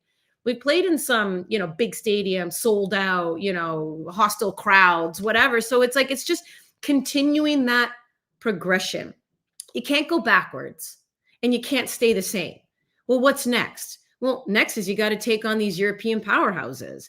And I just think, to anyone who thinks, well, what happens if they end up getting spanked 9-0? Well, they got a lot of learning to do then, don't they? But you can't call yourself like the kings of CONCACAF when you haven't really won anything in CONCACAF either. And then you can't say you're going to go out and wow the world in 2026 when you're not really taking on the world either. So this is a little bit of put your money where your mouth is, but also this is part of growth. And hopefully, they don't get beat too badly. And even if they do lose, if they can find those positives in those games, if Jesse Marsh can learn something more about his players. But I mean, I get it. I get the hesitancy, but at the same time, I don't like being stuck. So I can appreciate them trying to push themselves here. Andy Petrillo joined us on Sports 1440. A few other ones. You mentioned the other friendly for Canada. So what's the if you were Bev, would you change everything, or would you try to, does she need that many different looks here? Or should she try to focus in on kind of get exactly what they want? Because it's not like they have a lot of matches between now and the Olympics. No, they'll have this one more against Mexico and probably one behind closed doors that they'll have as well. And Bev, we've seen it even heading into the Tokyo Olympics. She's not scared to make last minute changes. We've shared this before. Like it was Kaylin Sheridan in goal right up until that last game that was behind closed doors where she didn't look that great against the Netherlands. Steph Labbe stepped in, looked fantastic. And literally on the eve of making her decision, she's like, it's Steph Labbe. Yeah. And we all know how that turned out. And it was actually a fantastic decision. So Bev she's not scared to hold on until the very, last possible moment. Like I said, July 3rd, she'll have to get that roster in. But I think what she's trying to figure out, Jason, also are just our partnerships. I think she is trying to figure out who works best with one another and all these different kind of permutations that she can work out on the pitch. Because again, with only 18 players, you're like, okay, well, you look good here, but will you also look good here in this type of partnership, right? Like, I think that's what she's also trying to figure out. I think the back line is set. Once again, they did look fantastic. I think between Kadisha Buchanan, Vanessa Gilles, and Jade Rose, they are just fantastic. So whoever she wants to bring, as any kind of depth player in that role, but those are your three. I don't think there's any hesitancy there. I think Jade Revere is once again looking fantastic. She missed the last two competitions as well because of injury, but she's good in that midfield. We know it's going to be Jessie Fleming and Ashley Lawrence. Where it just starts to get, I think, complicated, Jason, where she's really trying to figure things out, and I think it's going to be Adriana Leon and Janine Becky. But then, who else could be in there? Will Nichelle Prince be ready in time? Is it going to be a Jordan Heidemann? Well, Evelyn Vienne has suddenly been turning heads. So I think there's just some decisions. Again, who's that partner with Jessie Fleming? And who really is she trying to solidify as that front three? So that's why I wouldn't be surprised if that looks drastically different tomorrow night. More than anything. But I think she's just trying to figure out those last few pieces for sure, which end up being crucial pieces, right? And lastly, in about a minute or so, Bernadeschi gets suspended again. What does that mean for him and TFC? I just think it's too bad. I mean, the good news is that at least they're not losing or getting blown out when he's been out, although that game against Cincinnati that he had to sit out because of yellow card accumulation, that was a wild one where they did lose 4-3. But I just think for him personally, he's having such a great comeback year. Last year, he scored 5 goals in 31 games. This year in 15, he already has 7 goals. He's already talked about how much he loves John Herdman. Everything's turning around. And now he's missed out because of yellow card accumulation. And this is now going to be the second time he's missed out because of a red card. So that's 3 games total that you're just missing out because you couldn't keep your cool, because you couldn't be disciplined. And I think right now they're kind of getting away with it, although their last 2 games have been draws. They've been out without Lorenzo Insigne as well. He's in Italy because of the birth of his child. But I just don't know how much longer TFC can hang on to players not being disciplined, who they heavily rely on to score their goals and just kind of be this energy piece. Because again, I've said this before, I think Toronto FC has made leaps and bounds of improvement this year, but I also think sometimes they hang on by a string and you just can't afford those types of misses. So he's just got to get his discipline under control again, because even for him personally, it's just why would you, that's just not good to be sitting out when you're on a roll. Yeah. Andy, great stuff. We appreciate it. We will talk to you next week. Great. Thanks, guys. That's Andy Petrillo from One Soccer and CBC Sports. Hey, we learned many of you. Hey, guys, any idea why the Oilers are the underdog? Well, Florida finished higher in the regular season.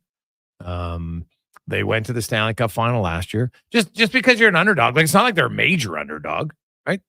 Yeah. Rarely is it a pick 'em. It's pretty close, but I don't know. I wouldn't worry about that too much. Weren't they an underdog to Dallas? Didn't matter. So, who is the underdog? Who's the favorite? I don't really put a whole bunch of stock in that. What's a pick 'em? That's why it's like 50-50. They're just like, hey, you know what? There's no odd favor, really. Coin toss. Yeah, I got you. Yeah. So, like this one, what is Dallas? And then minus 130, I think it is. Some places. So it's not like, oh my goodness, they're heavily favored. But I could see, Florida, not Dallas. Like I said, Florida's a good team, right? Like don't be offended if some people pick Florida. Just remember, it's an opinion bait. You're going to pick Edmonton, as you should. You're an Oilers fan. If you get this far, I would hope you think your team's going to win. What the hell's the point of cheering? You don't think your team's going to win. But this will be a tough series. I've said it before. I think Florida is going to be the toughest opponent Edmonton's had. Doesn't mean they can't beat them. It'll just be a little bit more difficult than it was against Dallas, but the Oilers handled Dallas. And this is going to be a fun series. Health could be a factor here. Vander Kane, we'll get into that. We got a lot of questions about Kane's health. All I can tell you is, this type of year, to get any sort of real intel on a guy's, like, I can find out if guys are playing or not. Now, how healthy is he going to be? We've seen Kane play. How healthy is it? Anybody's guess. But obviously, he aggravated something last game because that's the first game we've ever seen him not finish the game. Right? Stayed on the bench. They obviously wanted to win. So, he's got, the good news is they played on a Sunday. They don't play again until Saturday. So, he's not going to, they didn't skate today. They have an optional tomorrow. They skate Wednesday. He's not going to skate. He hasn't skated in practice for weeks. So he'll have 5 days. He'll get all the treatment, all the best possible treatment. And I expect you'll see Kane in game 1 on Saturday. Now, how effective can he be? I have no idea. And I do think that's significant because Kane is the Oilers' best physical forward to counter a physical forward group in Florida. Quick break. We'll come back with 5 questions and more. It's a Gregor Show presented by PlayAlberta.ca as we are coming to you live in the eWell studio. Go to EWEL.ca where you can score a power play partner at eWell. Get all your electrical needs at EWEL.ca with 24/7 ordering and shipping in Edmonton and across Alberta. Gather around the radio, kiddies, for the best time of day. It's Oodle Noodle time. Listen in this week as your noodle hero battles the barbarous Bobby Burger. Now sing along. You know the word. Oodle Noodle time. Oodle Noodle time. You know what time it is now. Get up and give me your best Oodle Noodle dance. Your best time of day is Oodle Noodle time. Hey, Edmonton, ready to power up your projects with unbeatable strength and efficiency? Step into Edmonton Kubota, where our massive inventory meets all your needs. From rugged tractors and loaders to nimble mowers and utility vehicles, we've got the machines that work as hard as you do. And guess what? This month, we're rolling out exclusive deals that'll make your heart race faster than our engines. Drive down to Edmonton Kubota or visit EdmontonKubota.com to discover how we can boost your efficiency, productivity, and fun. Edmonton Kubota, powering your passion with every turn of the key. When you want to recognize the top performer on your team, come create memorable and customized trophies and awards with Elite Promotional Marketing. Elite's in-house design team will help you achieve your corporate award goal. Head to ElitePromoMarketing.com. For a limited time at McDonald's, enjoy the tasty breakfast trio. Your choice of chicken or sausage McMuffin or McGriddles with a hash brown and a small premium roast coffee for $5 plus tax. Available until 11 a.m. at participating McDonald's restaurants. Price excludes delivery. Hey, Edmonton, it's your quarterback, McLeod Bethel Thompson. Elks football is back. The home opener presented by Pure Later Tackle Hunger is Saturday, June 8th versus the Saskatchewan Roughriders. The Grey Cup will be in the house to salute 75 years of EE football. Tickets and more at GoElks.com. Bon-Ton Bakery has been baking bread since 1956, but also offers a whole store of delicious local and specialty foods today. So we're not just your daily bread source. Bon-Ton has treats for your friends and workmates, cakes for those special occasions, monthly features so you can try something new each time you visit, including many healthy options. There's something for everyone. Bon-Ton Bakery, open 9 to 5, Tuesday to Saturday. Online at bonton.ca. This spring, the savings continue at the Brick. Take up to 40% off furniture and mattresses, as well as the chance to scratch and save an additional 40% off your purchase. Plus, you'll have the chance to win great prizes, including a $10,000 Brick shopping spree. Find amazing deals on kitchen appliances and save up to $400 on sofas, so you can prepare your ultimate game day snacks and then watch the game in style. Some exclusions apply. See in-store for details. The Brick, saving you more. Hi, I'm Lorianne Munzer, Canada's first Olympic cycling gold medalist. Are you a business leader or entrepreneur striving to close the gap between where you currently are and what you want to achieve? I have a class for that. My Think and Execute Like an Olympic Gold Medalist masterclass is designed just for you. Learn how to set clear goals, understand the barriers in your way, and master the habits required for success. After Lorianne's masterclass, my team was buzzing with motivation and new strategies. Visit lori-annmunzer.com to bring Olympic-level inspiration to your organization. They're the heart of Alberta's economy. The coffee shops and construction companies, the ag operations, oil field services, and retail stores. They're the small and medium-sized businesses that keep money moving and folks working in our rural communities. At Vision Credit Union, we're proud to serve businesses like these with personalized support, common sense lending policies, and products that work with life here. Let Vision Credit Union help your company get down to business. Learn how at visioncu.ca.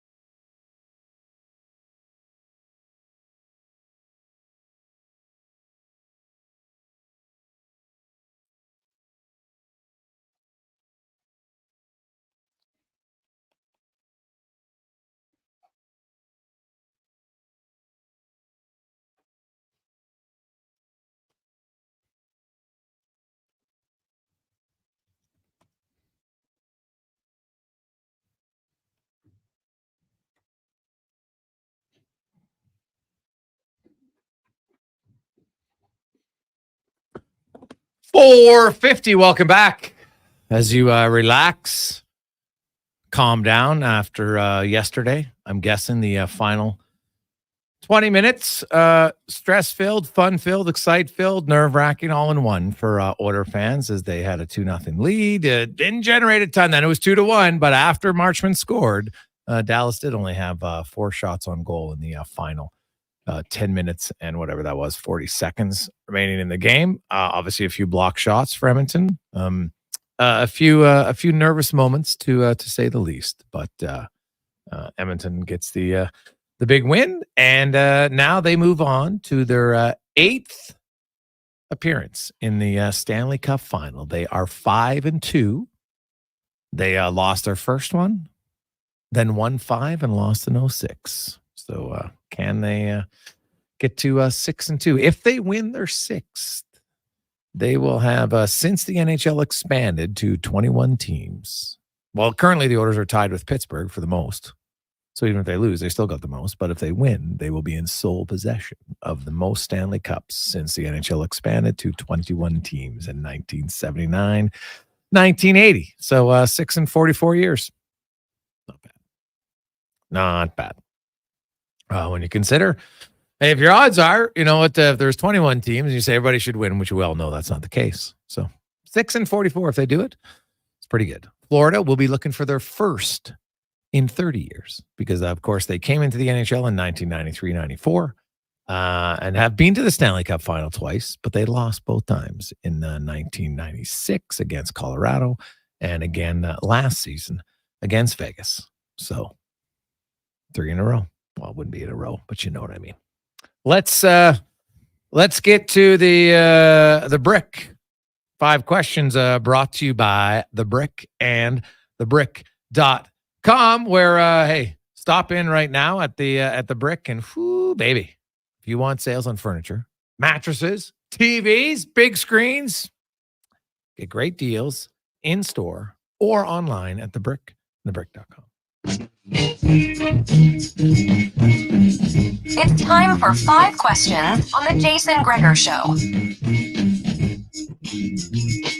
All right, guys, question number 1. Who would be the Oilers MVP for you in the playoffs so far? And on the flip side, who would be the Florida Panthers MVP in your opinion? I'm going to go with the long shot here, Connor, and say the other Connor McDavid would be my MVP. I don't want to be divisive, divide the room. And Florida? Nobody worthy. It's a good question. I still might lean towards Draisaitl. I thought he's had 2 of 3 better series. So Bouchard be close, but I'd go with Draisaitl. I've really liked his defensive play. And for Florida, I would probably say Carter Verhaeghe. That guy scores a lot of big goals for them. Question 2. I think I have a good guess on what your guys' answers will be, but if you were Connor McDavid last night, would you have touched the Clarence S. Campbell Bowl? Absolutely not. But I wonder if Connor thinks about it. I don't think he's the type of guy to have the conversation prior to. They didn't have it. They're in the moment. Yeah. Nugent Hopkins told me, he goes like, it was literally decided very quickly. And they're like, okay. And it wasn't. But like Connor said afterwards, they didn't touch it. We didn't touch it. Someone's going to win. For me, I'm not superstitious though. So I'm a big believer in celebrating all the steps of a journey, right? You can't win the cup if you don't win round 3. That's a fact. It's impossible. You can't skip it over. So why would touching a trophy on the ice on Sunday night have any bearing with the rest of the series? Why? Because it doesn't. There's lots of cases that'll tell you teams have touched it, teams who haven't. It's a great thing. And, it's funny, like you saw Paul Maurice in Florida was like, no, we're not touching it, right? So some people are superstitious. So I guess if you had somebody in your team that was that superstitious about it, you'd be like, all right, if it's going to impact you, then I guess we won't touch it. But I would have touched it. You have a level of confidence most of us mere mortals don't possess. So we have to have lucky charms and a lucky rock they carry in our shoe. But I think McDavid probably has a fair amount of confidence in himself. But he's also superstitious because he understands that life's on a razor's edge. He did wear the same suit 3 games in a row, and people were freaking out about that. And those weird Hobbit socks he wears. Oh, the ones with the holes in them. Well, but I've talked to him about that. He wears those because they've got a little grip on it, and he likes how he feels like his feet don't slide, and so he's trying to get new ones, but they don't make them. $100 million a year, they can't find him a new pair of socks. Dude, well, you know how it is. Not per year. Right? You know how it is. Like, doesn't matter how much money you make. If the manufacturer, he can't make the sock, right? So he's probably not going to pay the manufacturer. They're out of it. Like, trust me, everybody's had that one shirt or something you like, and all of a sudden it goes out of they don't make it anymore. And you're just like, what? What do you mean they don't make it anymore? Well, they don't make it anymore. And all of a sudden it's gone. So never to return. Do you know for a fact Connor's not superstitious? I've talked to him about it, but we asked about superstitions, and he likes. See, it's funny. Some people call he goes, I'm habitual, but not necessarily super. Like superstitions are to me the guys where because they've had fun with certain teammates over the years where they would like move his pads or move a page, and the guy would like, wow, he's losing his mind. So McDavid says he's not like that, but if my memory's correct, he's like, the most thing is some guys like to put one shin pad on, but when you think about it at home, when you sit down, most people naturally will put on one shoe first, not even thinking about it, not because it matters, just because that's the shoe that they put on first. Not me. You know how I take my shoes off? I lie on my back and kick my legs until they fly across the room. Mm-hmm. That's cool. Question number 3. Looking at the Panthers, which aspect of their game do you think will be the most difficult for the Oilers to handle? Oh, without question, their physicality. Like, they are relentless and they press you, and they're physical from their forward group. Their defense is okay, but they're not like Vancouver's defense because they're not as big.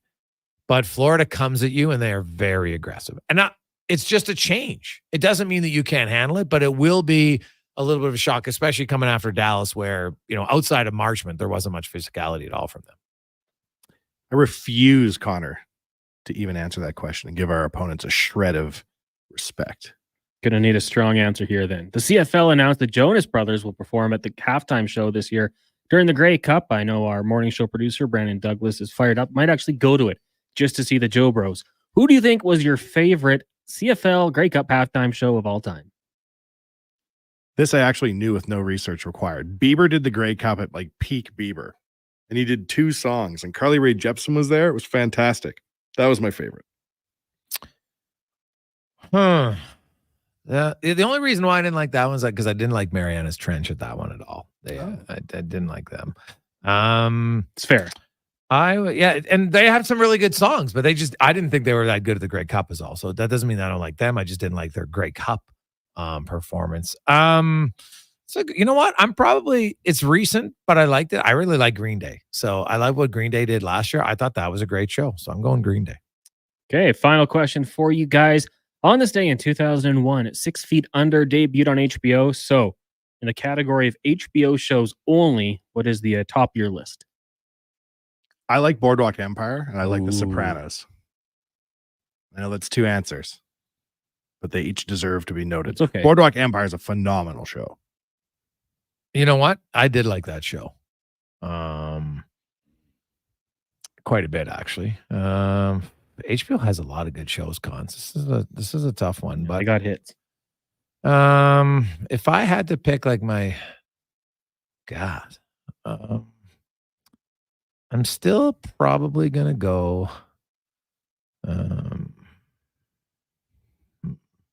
I'm like copying, but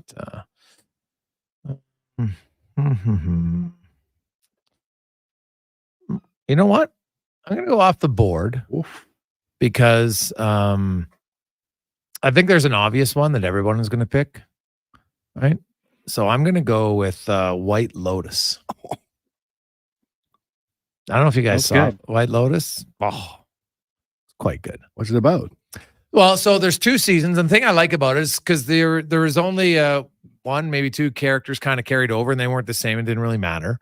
And it's they're at a hotel, right? And there's like a murder. It's like a murder mystery, and you kind of got to figure out what's going on. And then there's all sorts of some other shadiness, and there's usually like whether it's couples or families, there's like 7 or 8 different characters, and they all kind of intertwine throughout the show. So I quite like White Lotus. Every episode's a new murder or a whole season? No, it's a whole season, just one. Yeah, whole season murder or disappearance. But they're, like the other one, man, True Detective, like, oof, God. But first year True Detective is the best one. Cons? Yeah, we're on season 3 of that right now. We watched season 4 beforehand. Whoa. You watched season 4 of True Detective? Yeah. Oh, yeah. Because they're not connected, though. No, Yeah, not connected. So What kind of madhouse do you live in, Connor, where you're watching shows backwards? Those commercials got me. No connection, so you didn't need to. I would say like Sopranos is up there. Probably to have Game of Thrones and Entourage, and then on the list is Succession. I need to watch that still. Yeah. No, that's fair. There's some good ones in there. Succession is like you loved and hated some of the characters quite a bit in that show. I watched 2 episodes and I get what you're saying. Culkin? What's his name? Kieran. Yeah, Kieran Culkin. He's in it. He's unreal in that show. Like I don't like him and I've only seen a couple of episodes. Dude. So well, you'll it's hard. I'm not sure there's like I would ask people if you could pick one character that you're like, oh, I really liked him or her. Like honestly, could you? I don't think you could. Like there's very few likable characters in that show. Like at some point you're just like, God, what a terrible human being. Which maybe is real life because some people can be good, but eventually they do some things that are just not a big fan of. So, but yeah, I love Game of Thrones is fantastic. Right. And it's June now. So season 2, I don't even remember the name of it, but it centers around Khaleesi and the Dragons, whatever it's called. House of the Dragon. House of the Dragon. Yeah, that's coming out again. 2 weeks, right? Yeah, I think so. I think it actually comes out on the Friday before game or the Sunday after game 4.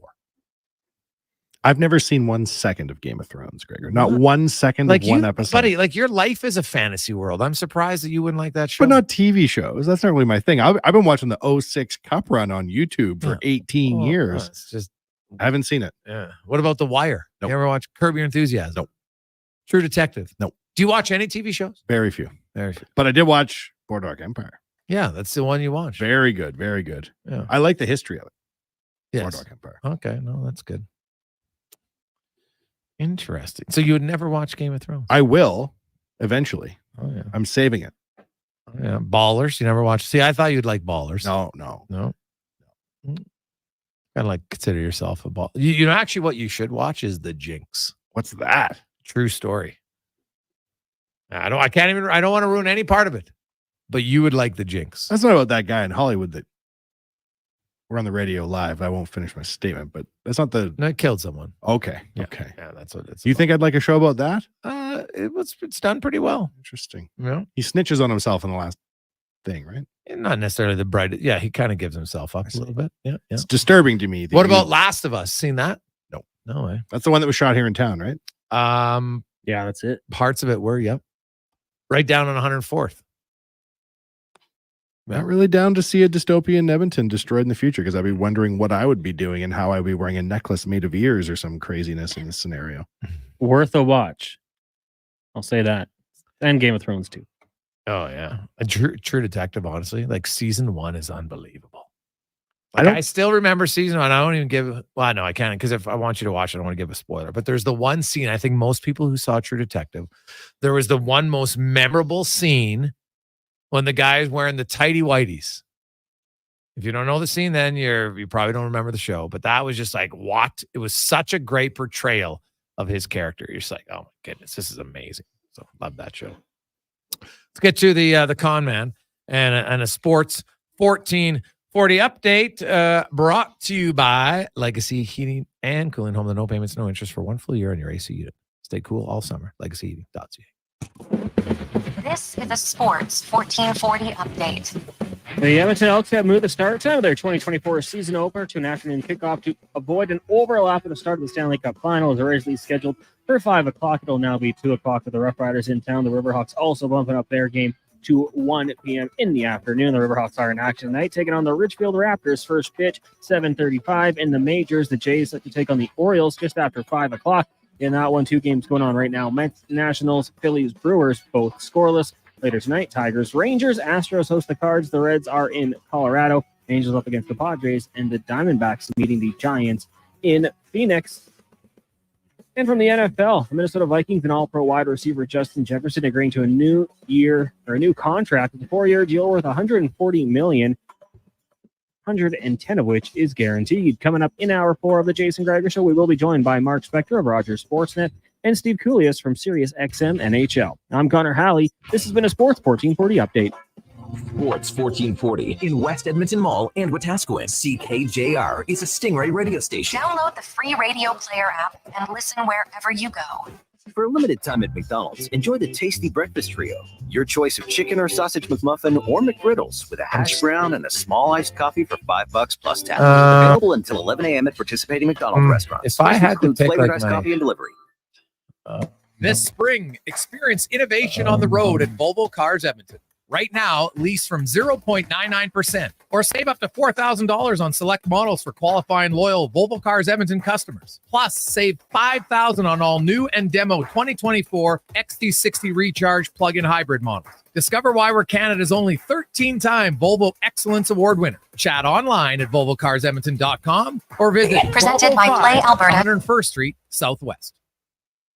CW Eves Troughing is busy. That's why they're looking for experienced troughers to run one of their trucks. To get paid top rates, contact CW Eves Troughing at 780-435-1492 or email info@cweves.com. What's cracking at Cattail? Maybe you've got the next tiger on your hands. Cattail Crossing offers young golfers Operation 36, a program to improve their growing skill set with other golfers their age. To register, email proshop@cattailcrossing.ca. Hi, Brad McCory here. It's May, and that means it's time for our biggest sale of the year. We're practically giving away. Take our 2023 Ram 1500 Classic that was $59,000. Now, just $44,000. Yes, we're giving with savings up to $15,000 and an available 0% financing for 60 months on our new 2024 Ram 1500 Sports. We really are giving away. Hey, why do you keep bleeping me? I was just saying we were giving trucks away during our biggest sale of the year. Head up the trail and see how easy it is to do business at St. Albert Dodge. Edmonton's newest Traeger dealer is Garage Superstore. So if you're thinking, yeah, I need a Traeger grill in my life this summer, then buy now and save up to $250, but only till June 19th. Plus, you can pay later. Ask for details. Garage Superstore is also a place for garage cabinets and other storage solutions, along with vehicle lifts, garage flooring. See their 8,000 square foot showroom with 6 full-size, fully outfitted garages. Garage Superstore. Southside Calgary Trail. Wendy's Small Frosty is the ultimate summer refreshment. And not because it's cool and creamy and made with fresh Canadian dairy. It's also refreshingly cheap. Just 99 cents until July 14th. It's a treat for you and your wallet. Taxes extra at participating Wendy's. Vision Credit Union is proud to serve rural Albertan entrepreneurs, business owners like Brent and Leanne Gome, who've owned the Kill and Feed and Farm Supply for almost 20 years. The company offers grain processing, feed, livestock, calving, and vet supplies, and more. Recently, they've even added a self-picking bail truck and delivery to their services. Now that's a lot of getting down to business. Looking for financial services to help your company get down to business? Learn more at visioncu.ca. The playoffs are wild. We all know that. And this year, Play Alberta is making it even wilder. Make a deposit with promo code Gregor50 to snag a $50 free sports bet with your next deposit. Get ready for unbeatable promotions throughout the playoffs with 10+ odds boost on every Oilers playoff game. Score a chance to win a pair of lower bowl or even exclusive sweet tickets for an Oilers playoff game just by making a bet on an Oilers playoff game at playalberta.ca. Bonus terms and conditions apply.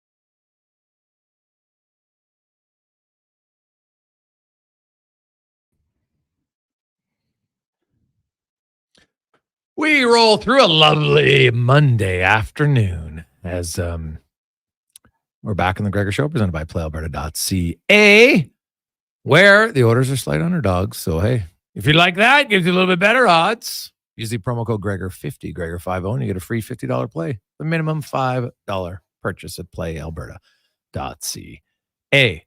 Oilers, Panthers. The schedule this week is basically like the Oilers today, day off. Tomorrow will be an optional practice. Wednesday will be a full practice, excluding the guys who don't practice, like Kane and others. Thursday's a travel day. Friday will be the media day. And then Saturday, game day. Now, I would expect the Oilers to also skate on Friday, too. But Friday, and then they'll have their media day. And then Saturday is game 1 in Florida, 6:20 Edmonton time. Puck drop, broadcast at 6. Then you have a Monday, or we'll be wall-to-wall pregame show right here on Sports 1440 for Game 2. Game 3 will be back in Edmonton next Thursday, and then Game 4 this Saturday. So you have back-to-back Saturday games, Oiler fans, and Game 6 would be on a Friday. Could you imagine if the Oilers win at home on a Friday night in Game 6? Dare to dream, Oiler fans. Dare to dream. That would be the 21st of June. Is that not the longest day of the year? So you have the lights out. Oh my goodness. It would be fun. Just be smart, be safe. And I know we live in a different world now. There's things I don't understand. I know I saw that video. People sent it to me about, McDavid was, buying some beer at the liquor store, and people are just like on their camera. He's not even talking to them. And they're just like, hey, I'm here with, like, do you not look how ridiculous you look? No one thinks that's a cool look. It's a terrible decision. Like, just leave the person alone. Like, I'm sorry. I just don't get that. Like, first of all, he's packing beer in his car. What the hell are you recording it for? Like, I don't know. Like, those are the days where you're just like, hey, man, I get there's accolades and stuff, but like, no one's comfortable there. Nothing.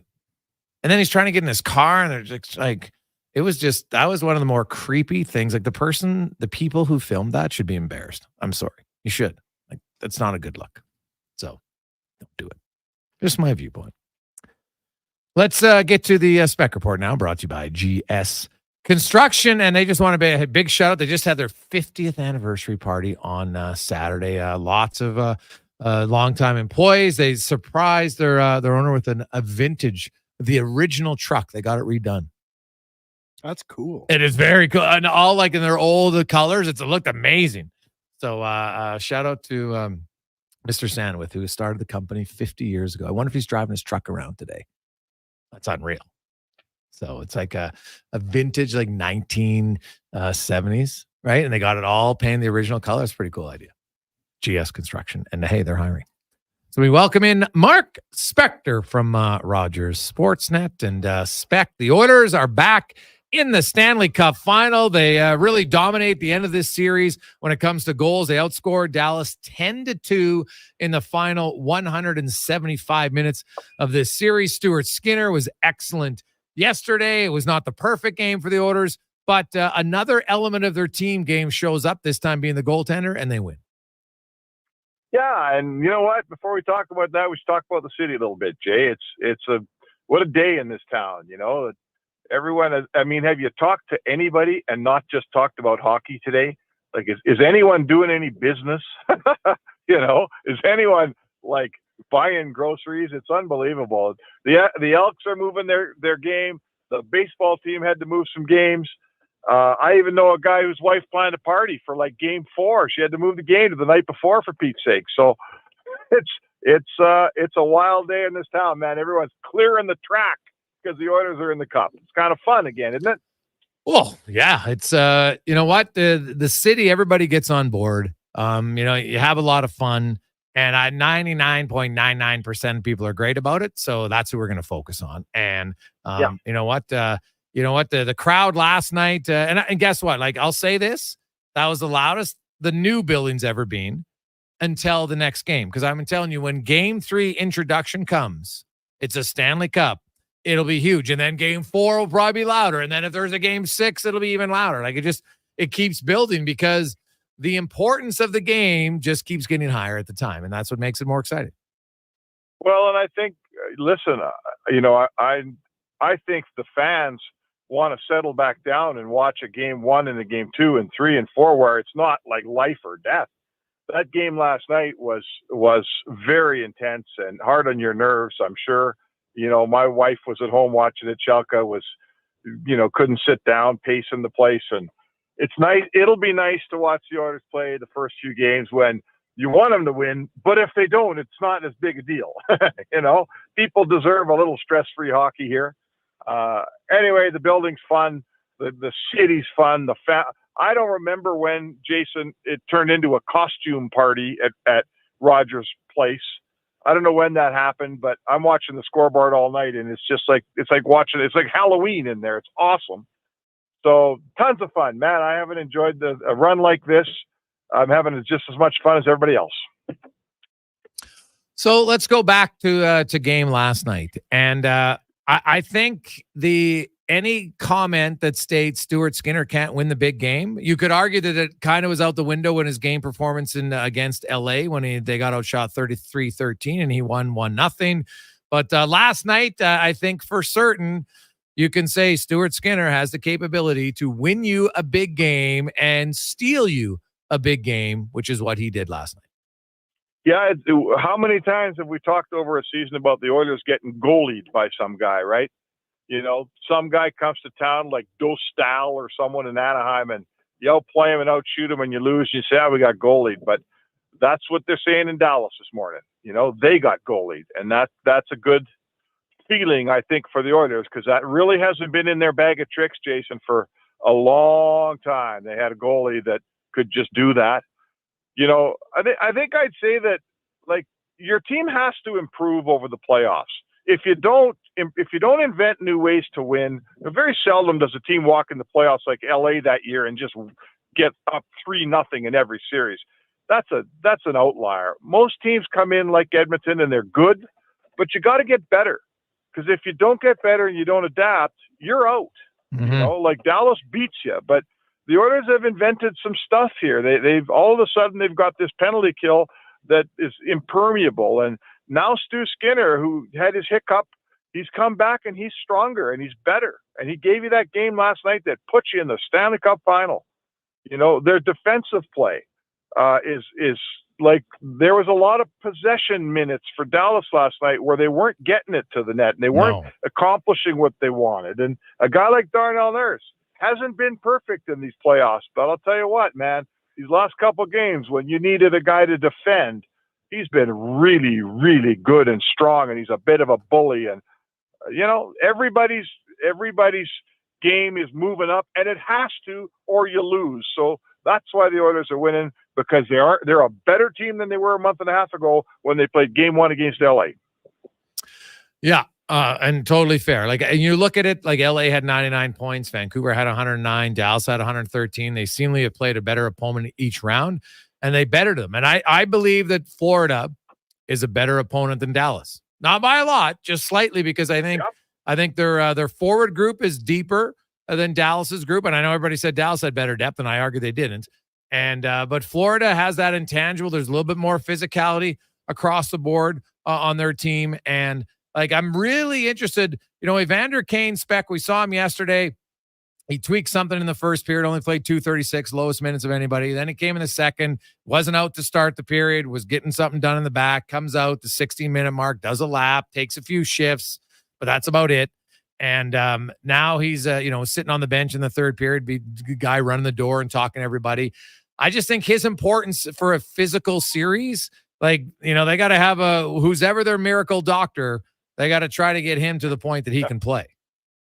Yeah, you want him in your lineup, right? Especially in a physical series. Now, I'm going to ask you this, though, Jason. Like, I think we'd all agree that Florida's probably a more physical team than Edmonton.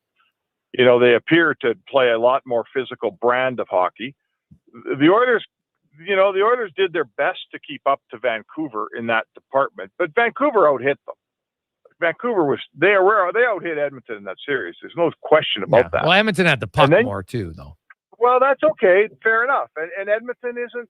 What I'm saying is that it's not their game to go out and run you out of the park. No. And when they played Dallas, that was as no hitter a conference final as I've ever seen in my life. That wasn't a lot of hits in that series. And I guess I'd ask you this: do you go in there trying to play Florida's game and bang, bang, bang, or do you go in there play Edmonton's game and say, you guys can hit all you want, we'll just take the puck instead? Yeah, no, I don't expect Edmonton to run around. I just think it's going to be a different game. Like, you're going to have your head up. Like Evan Bouchard, because they're going to target him. Why wouldn't they? He's their best defenseman, right? They're going to try to wear him down, which is what Edmonton, you say, hey, wear down Cale Makar. So now it's going to be try to wear down Bouchard. So how do you handle that? How does Edmonton handle there was no scrum spec. Like, it's easy to stay composed when no one's pissing you off. Well, that Kachuk and Bennett and those other guys, Lomberg if he's in, Nick Cousins if he's in, like, that's what they thrive on. And so it's just, I'm not saying Edmonton can't handle it, but Jared Stoll was doing an interview talking about how after they beat Detroit, they got down 2-0 to San Jose because the Sharks were way more physical, and it took them a while to get ready. You're in the Stanley Cup final. You can't. So I'm just saying Edmonton has to wrap their head around the fact that this will be a more physical series. Not that they can't handle it, but it changes how the game is played. That's all. Oh, it does. It does. And some guys, especially defensemen, some guys operate a little bit differently when they know that people are bearing down on them. Like, mistakes come. It's no fun with your back to the rink retrieving a puck when one of the Sam Bennett's coming in at you at 100 miles an hour. I think, though, Jason, one thing we should remember is any series that's more physical, that has more scrums, Kachuk will be up to his stuff that he does, and it's what makes him a great player. Any of those series is going to have more power plays in it than the series we just watched. Yeah. And any series that has more power play in it, the more the power plays, the bigger advantage Edmonton. I'm here to tell you. So I'm not, if they want to play physical, awesome. Let's play physical, and let's push back, and let's stand over goalies, and let's run each other from behind, and let's, instead of splitting up 2 power plays each like Edmonton and Dallas did, let's split up 4 or 5 power plays each to see how that goes for the opponent, right? Well, that'd be ideal for Edmonton. I don't think there's any question about that, right? Absolutely. So they'd want to do it. You look at Chris Knobloch, and he made a lot of lineup changes, and they all seem to work at different times. Corey Perry came in spec, and I thought his first game was great, and then as each game got by, a little bit less effective. I look at the speed of Florida. Like, I think Perry, you know what? You got a lot of rest. I think he plays in game 1. But, Derek Ryan's 5-on-5 play in this Dallas series. We saw him take the wrong angle on that Dallas goal last game. Like, I think I would put Sam Carrick in against Florida in game 1 on that fourth line center. Mm-hmm. What would you do? Yeah, I agree. I think you want a physical, I think those two have proven to be pretty interchangeable. I'm sure that if Chris Knobloch were in our conversation right now, he could list off 3 things he likes better about Ryan and maybe 3 things he likes better about Carrick. I'm sure they're not interchangeable for him, But watching them play, they're both fourth-line guys that bring a little different elements, but they both can play. I worry about, I don't know about Perry's shoulder. I don't know what the situation is with it. When I watched him go off the rink in Dallas that night, I didn't think we were going to see him again. So, I think health is a bit of the issue with Perry, but whatever. If he's healthy, I'd like him in the game. But don't forget about Warren Fogle, who scored you 20 goals this year, Jason. I agree. Fast. He's one of your fastest bottom six guys. He will finish a check. In a series like this, having big 37 coming down the ice at you at Montour and at Ekblad and those guys, I'm not sure I don't want him in the lineup, possibly too. So you got a deep team, and it's only a deep team if you use your depth, and Knobloch so far has used his depth to perfection. Oh, 100%. Yeah, no, I think it's a good problem to have, and I expect him to move in. Just like I won't be surprised if Vinny Desharnais makes an appearance in this final as well. Possibly. Let's see how it goes. It sure is hard to take Broberg out. That player that I thought was a little bit unfair to put him in the situation they put him in proved me dead wrong. He was up to the task, right? They gave him a huge moment to come into a playoff series, and he hadn't played before this spring. And Broberg walked in, and he's played like 13, 14 minutes of the quietest, slickest hockey you're going to need out of a young guy. Yep. I think he's really acquitted himself well here in this thing. Yeah, no, I agree. Mark Spector joined us on Sports 1440. It's the Spec Report brought to you by GS Construction. One last one for you, Spec. You look at the orders, and McDavid and Draisaitl, and I know Florida's been here last year, right? I understand that, but like McDavid, like there's just no McDavid and Draisaitl on the other team, and we saw McDavid's goal last year. That might be he scored a lot of nice goals. That might be his best goal, especially when you look at the moment and everything like that. Like it's hard for me. Now, I picked Edmonton to the start because I thought there was lots of parts about their team that I liked, and we're seeing that. I thought their depth was better. Now, Bouchard's been even better than I thought he could be, so good for him. But McDavid, you know what? The first few rounds, Spec, by his standards, he really he stepped up this last round, and I'm like, this is his first Stanley Cup Finals, man. Like, it sounds odd to think, but there might be another level for McDavid, and I'm curious to see if it shows up here in the Stanley Cup Final. Oh, my God. If there's another level to McDavid, like, watch out. Yeah. One of the things that got Florida where they are is they played the Rangers, and I don't know if it was Zibanejad and Fox. For some reason, maybe they were hurt. Maybe they didn't play well. I don't know if it was on them or if it was on the Florida Panthers that those two guys weren't any good in that Eastern Conference Final. But they weren't. Yeah. Those are two really important players for the Rangers, and they were basically no-shows in that series, and the Rangers lose, and the Rangers got dominated because they didn't have the puck because two of their key possession guys didn't play very well. So I'm going to say that I'm going to give the Panthers a lot of credit for that, but I'm also going to say to you, that's not happening with McDavid and Draisaitl, and I doubt it will with Bouchard. So if they beat Edmonton, they're not going to beat a team whose two or three of their best players are no-shows, right? Yeah. I'm not telling you they can't beat Edmonton, but they don't get to play a team where one of the best forwards and the best defensemen aren't going to be any good. They got a bigger foe in Edmonton. They got guys that show up for these games. And if you think there's another level to Connor McDavid, I mean, holy man, let me get my camera out because I want to see it. Well, get the Polaroid ready, Spec. We'll chat with you at the rink tomorrow. Have a good one.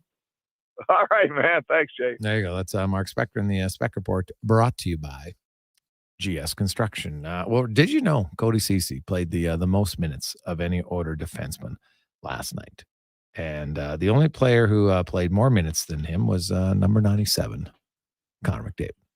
So Cody Ceci, after a little bit of struggle early on, got to give him credit. Him and Darnell Nurse both have found their games here as of late, which is huge because you can't just rely on one pairing to win you. That top pairings being their top pairing, they've been great. I don't think they've dipped at any point in the playoffs.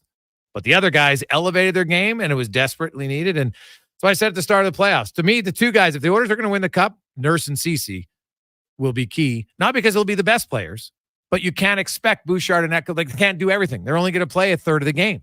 So you need other guys to step up. And those two, Ceci for the whole series, but Nurse the last half of the series. And, that's something that'll need to continue in the next round. We'll take a quick break. We'll get more on the Edmonton Oilers and the Dallas Stars. Also, we'll hear from Steve Coolius on the Gregor Show, presented by PlayAlberta.ca. Warmer, brighter days can make you crave something to sip. Booster Juice is busting out booster mixers, the summer fixers. Cold, tasty sippers in 5 vibrant varieties. The Mango Teaser, Berry Teaser, Almighty Acai, Game Set Matcha, and Oranges and Cream. Try all 5 and brighten your day a sip at a time. And try the Cookies and Cream Booster Ball, the yummy little bundle of almond butter, maple syrup, coconut, and gluten-free cookies. Visit a Booster Juice near you today or download the Booster Rewards app. Hey, Edmonton, ready to power up your projects with unbeatable strength and efficiency? Step into Edmonton Kubota, where our massive inventory meets all your needs. From rugged tractors and loaders to nimble mowers and utility vehicles, we've got the machines that work as hard as you do. And guess what? This month, we're rolling out exclusive deals that'll make your heart race faster than our engines. Drive down to Edmonton Kubota or visit EdmontonKubota.com to discover how we can boost your efficiency, productivity, and fun. Edmonton Kubota, powering your passion with every turn of the key. As a business owner, you know that good business is based on good relationships. So imagine, how would you feel if your commercial insurance was driven by people, not products? At High Street Insurance, we've been serving Canadian businesses like yours for 10 years. People, taking care of people. We take the time to learn about your business so we can ensure that your insurance coverage is finely tuned to the nuances of your commercial situation. Good protection starts with understanding you. Reach out to us today at highstreetinsurance.com. For a limited time at McDonald's, enjoy the tasty breakfast trio. Your choice of chicken or sausage McMuffin or McGriddles with a hash brown and a small premium roast coffee for $5 plus tax. Available until 11 a.m. at participating McDonald's restaurants. Price excludes delivery. The job isn't done until the last load is hauled, and having a semi-trailer out of commission is not an option. Whether replacing or adding to your convoy, Edmonton Trailer has a huge inventory of new and used semi-trailers, trusted by the gravel, logging, oil field, fluids, and freight industries. Find a trailer right for you online or at one of their 3 locations. For sales, service, parts, rental, and finance, when you're in it for the long haul, Edmonton Trailer. This spring, the savings continue at The Brick. Take up to 40% off furniture and mattresses, as well as the chance to scratch and save up to an additional 40% off your purchase. Plus, you'll have the chance to win great prizes, including a $10,000 Brick shopping spree. Find amazing deals on kitchen appliances and save up to $400 on sofas, so you can prepare your ultimate game day snack and then watch the game in style. Some exclusions apply. See in-store for details. The Brick, saving you more. What's cracking at Cattail? Their men's league. Play 18 holes for 18 weeks on Tuesdays from 2 to 6 p.m. Then complete the day and head to Out of Bounds, recently ranked one of Canada's top 10 in fine dining restaurants. For details, visit cattailcrossing.ca.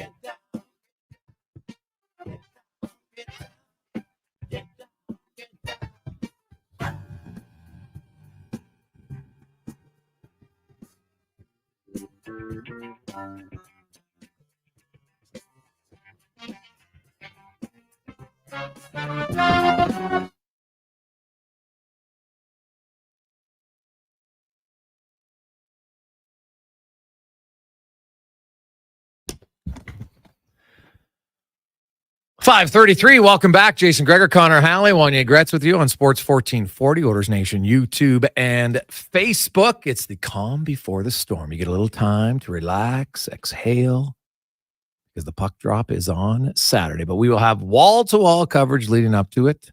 Oilers and the Panthers. Also, the Elks have moved their home opener, season opener, to 2 p.m. on Saturday. The Riverhawks have moved their game to 1 p.m. because everybody knows, hey, you don't go up against Stanley Cup in a Canadian market. It does not make sense. You just don't do it. You let your fans, hey, they love baseball, they love football, they want to watch those, but hey, they want to watch the playoffs. They want to watch the final. So you get to do both now. Let's go to our playoff report brought to you by Action Electrical, where you can take action on your savings right now with a 10-year interest-free loan. If you're looking to get solar on your residence or commercial building, they can help you out. ActionElectrical.ca. net. And there's very few guys in the industry who have as much fire and passion as our next guest from Sirius XM. Steve Koulias joins us. Steve, welcome to the show, my man. How you doing? Jason, thanks for having me. I had a good chat with Connor there in the commercial break. It does remind me of 18 years ago when I covered Oilers Canes Cup final, two of the best weeks of my life. Great series, didn't end well for the Great White North, but it was a lot of fun. I swear when Pronger scored on the penalty shot, I turned to Chad Walker, our producer, and I said, the Oilers are going to win the Cup. Now, it didn't happen. It could have happened if there wasn't a collision in the crease. But anyway, thanks for having me. Yeah, hey, no problem. Oiler fans are still a little skittish of that crease collision, so we'll try to move on from that. Hopefully there isn't one like that. But I expect, Steve, that there will be a lot more collisions in this series than we saw the last one for the Oilers. The Florida Panthers play a much more physical brand of hockey, and the Oilers, if need be, they can play it too. Give me your sense on, what you've liked about Edmonton, I guess, over their victory in Dallas. What did you see from the Oilers that really impressed you? Well, the thesis going into the series was the Stars have depth. The Stars have depth, and the Stars have great goaltending and better goaltending. That's what they have. Well, hang on a second. As we saw, this is why we play the games. It turned out that the Stars do have great depth. However, the Oilers showed that in the changes that brought in Broberg, one-game demotion of McLeod. There's Carrick in, out. Henrique got healthy. Perry in, changing up the lines, moving McLeod to the left wing position. So guess what? The Stars are a great hockey club, and Jake Gonzer is a great goalie. But in the last 3 games, he was 0-3 and allowed 9 goals, and Stuart Skinner was 3-0 and allowed 4. So any given Sunday, or in this case, I guess it was a Sunday, series starts Saturday, you never know. And I think the pause by Chris Knobloch to allow Pickard in and Skinner to settle worked. For me, it's about the Oilers' depth. And when the series was on the line, 2-0, down 2-1, to go down 3-1, the Oilers took a breath and did what they did the second Chris arrived. They played with, and more importantly, without the puck. They're here because of their team defense, 5-on-5 without the puck, and that is a feather in everyone's cap. That's what I've noticed, Jason. And really, Steve, I think there's a lot of people that still have a hard time wrapping their head around the fact that the Edmonton Oilers are a sound defensive team. I know. You know why? A, some of them are in bed after the first period. B, others just don't know. And C, they don't like the narrative, right? They don't like the narrative of something that they've gone, against for history. I'd be talking about some of the cliches, in life. So, no, in this case, things did change. Things did change from 2-9-1, one more game, obviously, for Woodcroft, and then the change. Because people didn't want to admit that they could do it, and now they've done it. And they beat a much harder opponent for what I believe than Florida beating the Rangers. The Rangers became what people are now saying in New York, the Leafs with a great goalie. You saw Zibanejad against Bennett. You saw Panarin scared to get checked. Now, Fox was hurt. That's one thing. But it was Igor, or it was a sweep, or 5 games. Dallas is better than the Rangers. And I think that when the Rangers left and Florida went, look what we did to 93, 10, and 23. The Oilers have that and then some with you-know-who and you-know-whom. How do you think that'll play out then in the finals? What are you looking for the series? Well, I'm on Edmonton radio, and I'll just say I've been biased anyway. I hope the Oilers win the Cup. Yeah. I called at the start of the year the Oilers win the Cup. At 3-9-1, remember I came to the Heritage. I was in, so I said I'm sticking that the Oilers make the playoffs. Then when they changed their style, then when they won 16 games in a row, I said on my show, if they can win 16 in a row, I'm sure they're going to do something at the deadline. Surely they can win 16 of 28, 7-7-7. So I'm sticking with it. And I knew that the Western path was harder. There were more better teams, more realistic teams. And we thought Winnipeg was better. They were out. So right now there's people talking about Florida. And some people in the East that are talking about Florida. I think they're the ones that go to bed at 9:30. I really do. Because they don't know depth. It's about players and a really good defenseman. It's far from that. Hey, could Skinner get pulled in game 1? Of course. Could there be an injury? Of course. But by the time you get to Barkov, when you rank every player in this series, What do the Oilers have? 1, 2, 3 or 1, 2, 4, 5? Like high-end wins. You know, why do we think Gretzky won and Lemieux won and Sakic won and Modano won? Because the high-end guy, they come into play. They all score big goals in their runs. That's the advantage I see the Oilers have. And Florida will not dominate Edmonton 5-on-5 the way they dominated the Rangers in my mind, gentlemen. Steve Coolius from SiriusXM joins us. That's why I always chuckle when people, they got more depth. I'm like, yeah, but they don't have the top end guys. So depth is the plight. When you don't have great elite players, everybody says, well, we got better depth because you have to convince yourself of something else. And, Edmonton's depth guys actually outscored Dallas's depth guys. I look at matchups and we know they're key. Like I'm excited for Barkov versus McDavid. Barkov, without questions, the best defensive forward. He's kind of taken the mantle from Patrice Bergeron without much argument for many people. McDavid's obviously the greatest offensive guy. Then I look at the D pair, Steve, and Florida plays their top four a lot. People asked me the question, earlier, who's better, Dallas's top four or Florida's? And I still think I would take Dallas because I'd have Heiskanen as number one out of all of those 8 defenders. If you had to take Dallas's top four or Florida's top four defense, who do you prefer? Oh, that's a really good question. The one thing about Florida is Gustav Forsling is that good. Yeah. He's that good offensively, more important defensively. There's some people believe, and I don't know if the underlying numbers or the pro scouts have said it, that he's the best defensive defenseman in the game. That's saying a lot. That's almost saying forget the Norris Trophy. If you had to have one guy on the ice, that this might be the guy. And he's got a great shot that some people don't know about. And if you go Forsling, Ekblad, Montour, and Mikkola, and you talk about a healthy Tanev,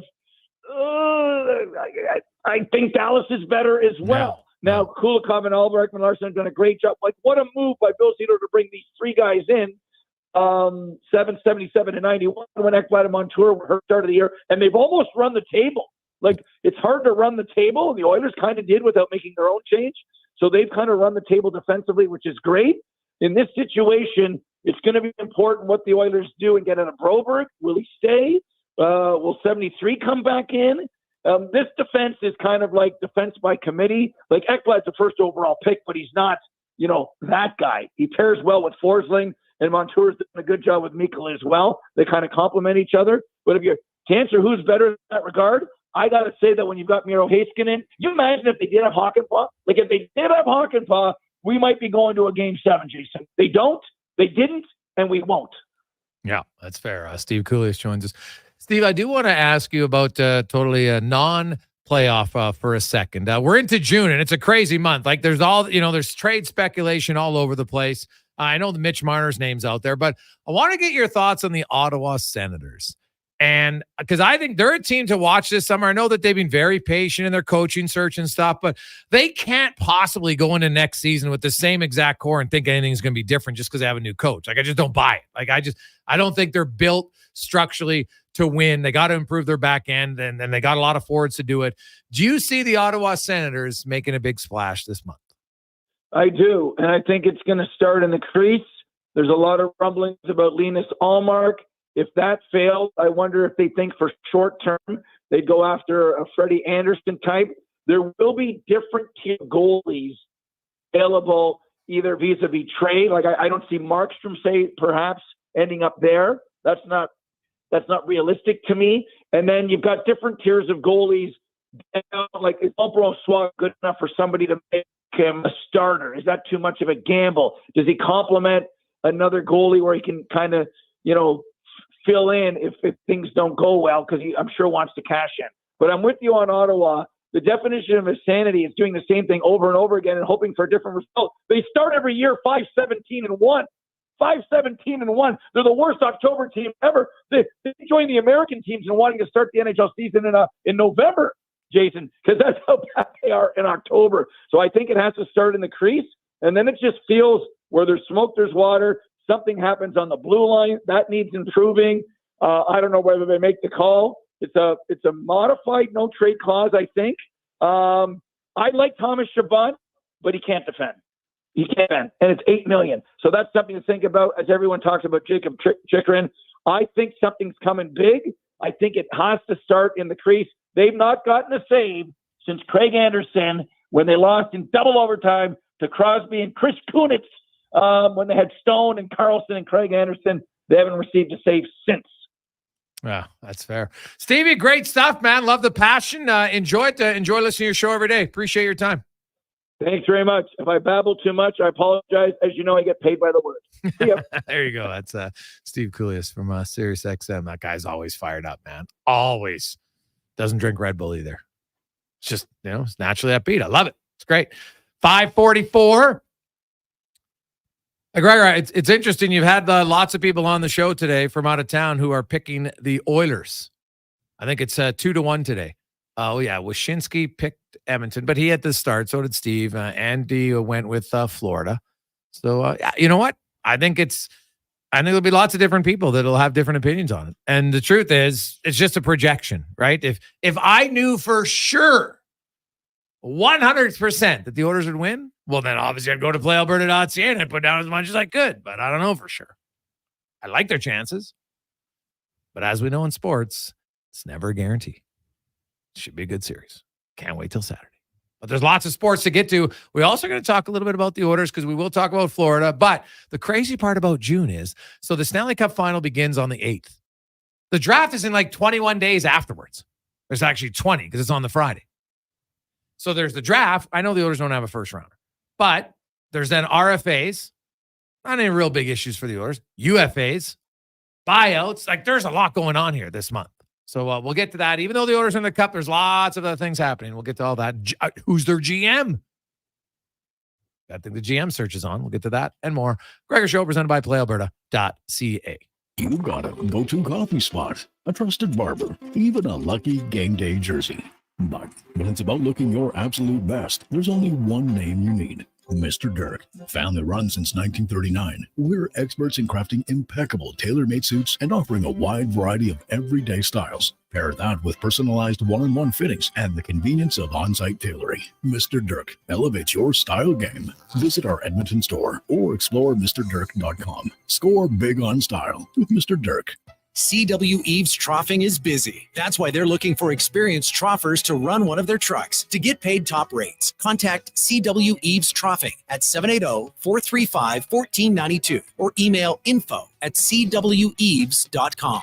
Wendy's Small Frosty is the ultimate summer refreshment. And not because it's cool and creamy and made with fresh Canadian dairy. It's also refreshingly cheap, just 99 cents until July 14th. It's a treat for you and your wallets. Taxes extra at participating Wendy's. Rev up your engines for an afternoon of fun at Cars for a Cause. Get up close and personal with hundreds of classic and collector vehicles. Enjoy live music from the Metro Nomad and check out the food trucks, ice cream vendors, and the Omen Brewing Beer Tent. Tickets are $20. Kids 12 and under get in free. All proceeds support the Parkinson Association of Alberta. June 15th at Yesterday's Auto Gallery on 51st Avenue. For more info, visit parkinsonassociation.ca.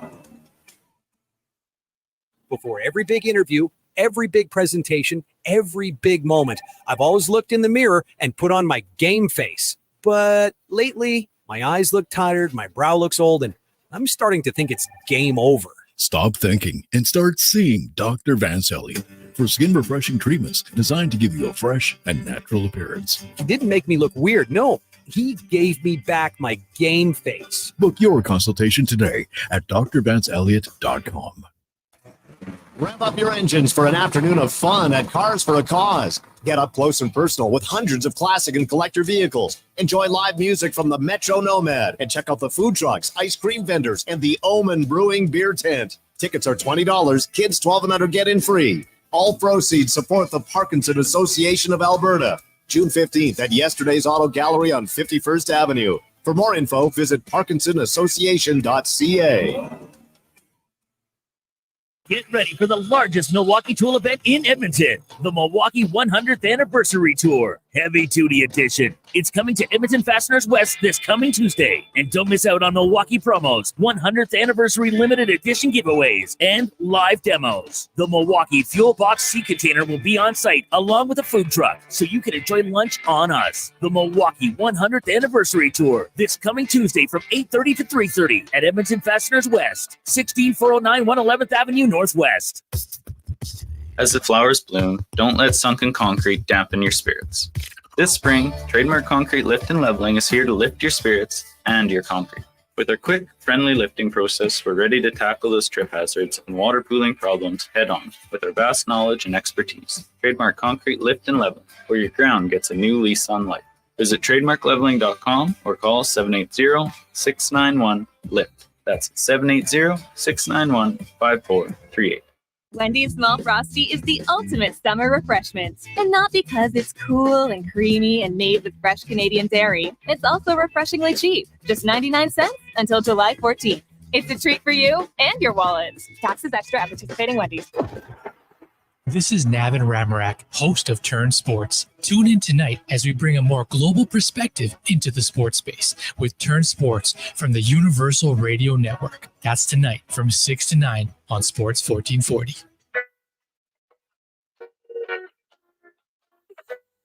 She said she too young, no.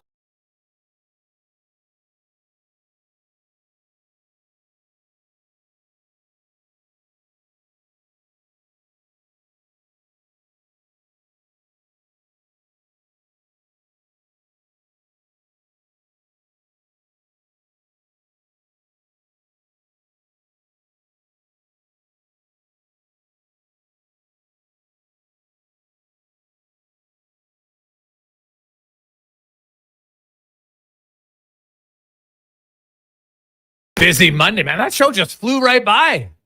4 hours. Boom. Done. It is a Gregor Show coming to you live in the EWEL studios, EWEL.ca, your local electrical distributor. And trust me, they're huge fan. Everybody there. Dave's got them all fired up in the Oilers gear. Like they're most offices now. There's at least one person every day who's dressed in some sort of Oiler attire, and in a lot of cases, multiple people. And it'll only build as like Saturday, but next Monday, right? They love it. People now, the flags are all over the place. There used to be the window flags. I see a lot more people have like the flags just, coming on the back of their trucks and stuff. So good for them. Nothing wrong with people coming together, having fun, which is good. I love fun, Gregor. That's one of my top 3 things, fun. Yeah. Who doesn't like fun? Oh, I love fun. I'm just saying I like fun. The classic Seinfeld. No, I'm just saying I like fun. Some people don't like fun. No, some people don't. All right, they're fun sponges. They try to suck it up. It's not good. No one likes the fun sponge. Especially in the Cup finals. Oh, God. Yeah, like, you know what? Some neighbor, can you quiet down over there? Like, it's not the time. It's not the time, Bob. You got to read the room. Got to know what's going on. So, you know what? It'll probably be nerve-wracking. Hey, guys. Thank you for the talk about the off-ice stuff. To me, every day, as much as I love hearing about Florida and the Oilers, it just makes me more nervous. From Daniel. Well, that's okay to be nervous. You got to accept. What do we teach our kids? It's okay to feel the emotion. Just don't let it control you. I have no idea if that's good or not, but that's what we do. Right? You can let it feel you. Right? Disappointment, excitement, nervousness. It's all good. It's good to feel. Because guess what? If you didn't feel, you'd be dead. And that wouldn't be good. Wanye? That's a heck of a close. Yeah, that's right. Well, that's true. Could always be worse, right? We're on the right side of the dirt. Darn right. You know what? Next Monday, we are going to talk, you and Connor and Declan, during the commercial break. We're into this really deep conversation. We are going to talk about this next Monday on the show. So tune in next Monday at 4:00 for a conversation that's unlike any conversation I've ever had in studio during commercial breaks. And that's saying a lot. Have yourselves a great night, everyone. Be safe. Enjoy the anticipation of the NHL Stanley Cup final, which begins on Saturday. Now, let's get to the Common Sports 1440 update, brought to you by Booster Juice. You can try the Booster Mixers, the perfect summer sippers for those warm summer days. Download the Booster Reward apps and start ordering one today. Good night. This is the Sports 1440 update. The Edmonton Elks have moved startup time of their 2024 season to Saturday afternoon to avoid overlap with the start of the Stanley Cup Finals. Originally, kickoff was set for 5. It'll now be at 2:00 when the Elks take on the Rough Riders. The Edmonton Riverhawks also bumping their game to 1:00. Major League Baseball right now, Orioles on top of the Blue Jays 2-1 heading into the 4th. Elsewhere, Phillies lead the Brewers 3-0 in the 5th, and midway through the 4th, Mets have a 3-1 lead over the Nationals. Still to come tonight, Rangers host the Tigers. The Cards are in Houston. Rockies take on the Reds. Padres up against the Angels, and the Diamondbacks hosting the San Francisco Giants. The Edmonton Riverhawks are in action tonight. They're taking on the Richfield Raptors out on the road. This one will get going at 7:35 from the soccer world. Kylian Mbappe is joining Real Madrid. He'll earn 15 million euros a season after taxes. From the NFL, the Minnesota Vikings and all-pro wide receiver Justin Jefferson agreeing to a new deal. It's 4 years, $140 million with $110 million guaranteed. And some sad news as legendary offensive lineman Larry Allen passed away. He spent the majority of his 12-year career with the Dallas Cowboys. He was vacationing with his family in Mexico. He was 52 years old. That'll do it for us here on the Jason Gregor Show. Coming up next, we've got Turn Sports from 6 to 9, followed by Fox Sports Radio. And tomorrow morning, live coverage resumes here in town. Kevin Carria's show with Brandon Douglas and Hockey Hall of Famer Grant Beer. I'm Connor Halley. This has been a Sports 1440 update. Sports 1440, a Stingray Radio.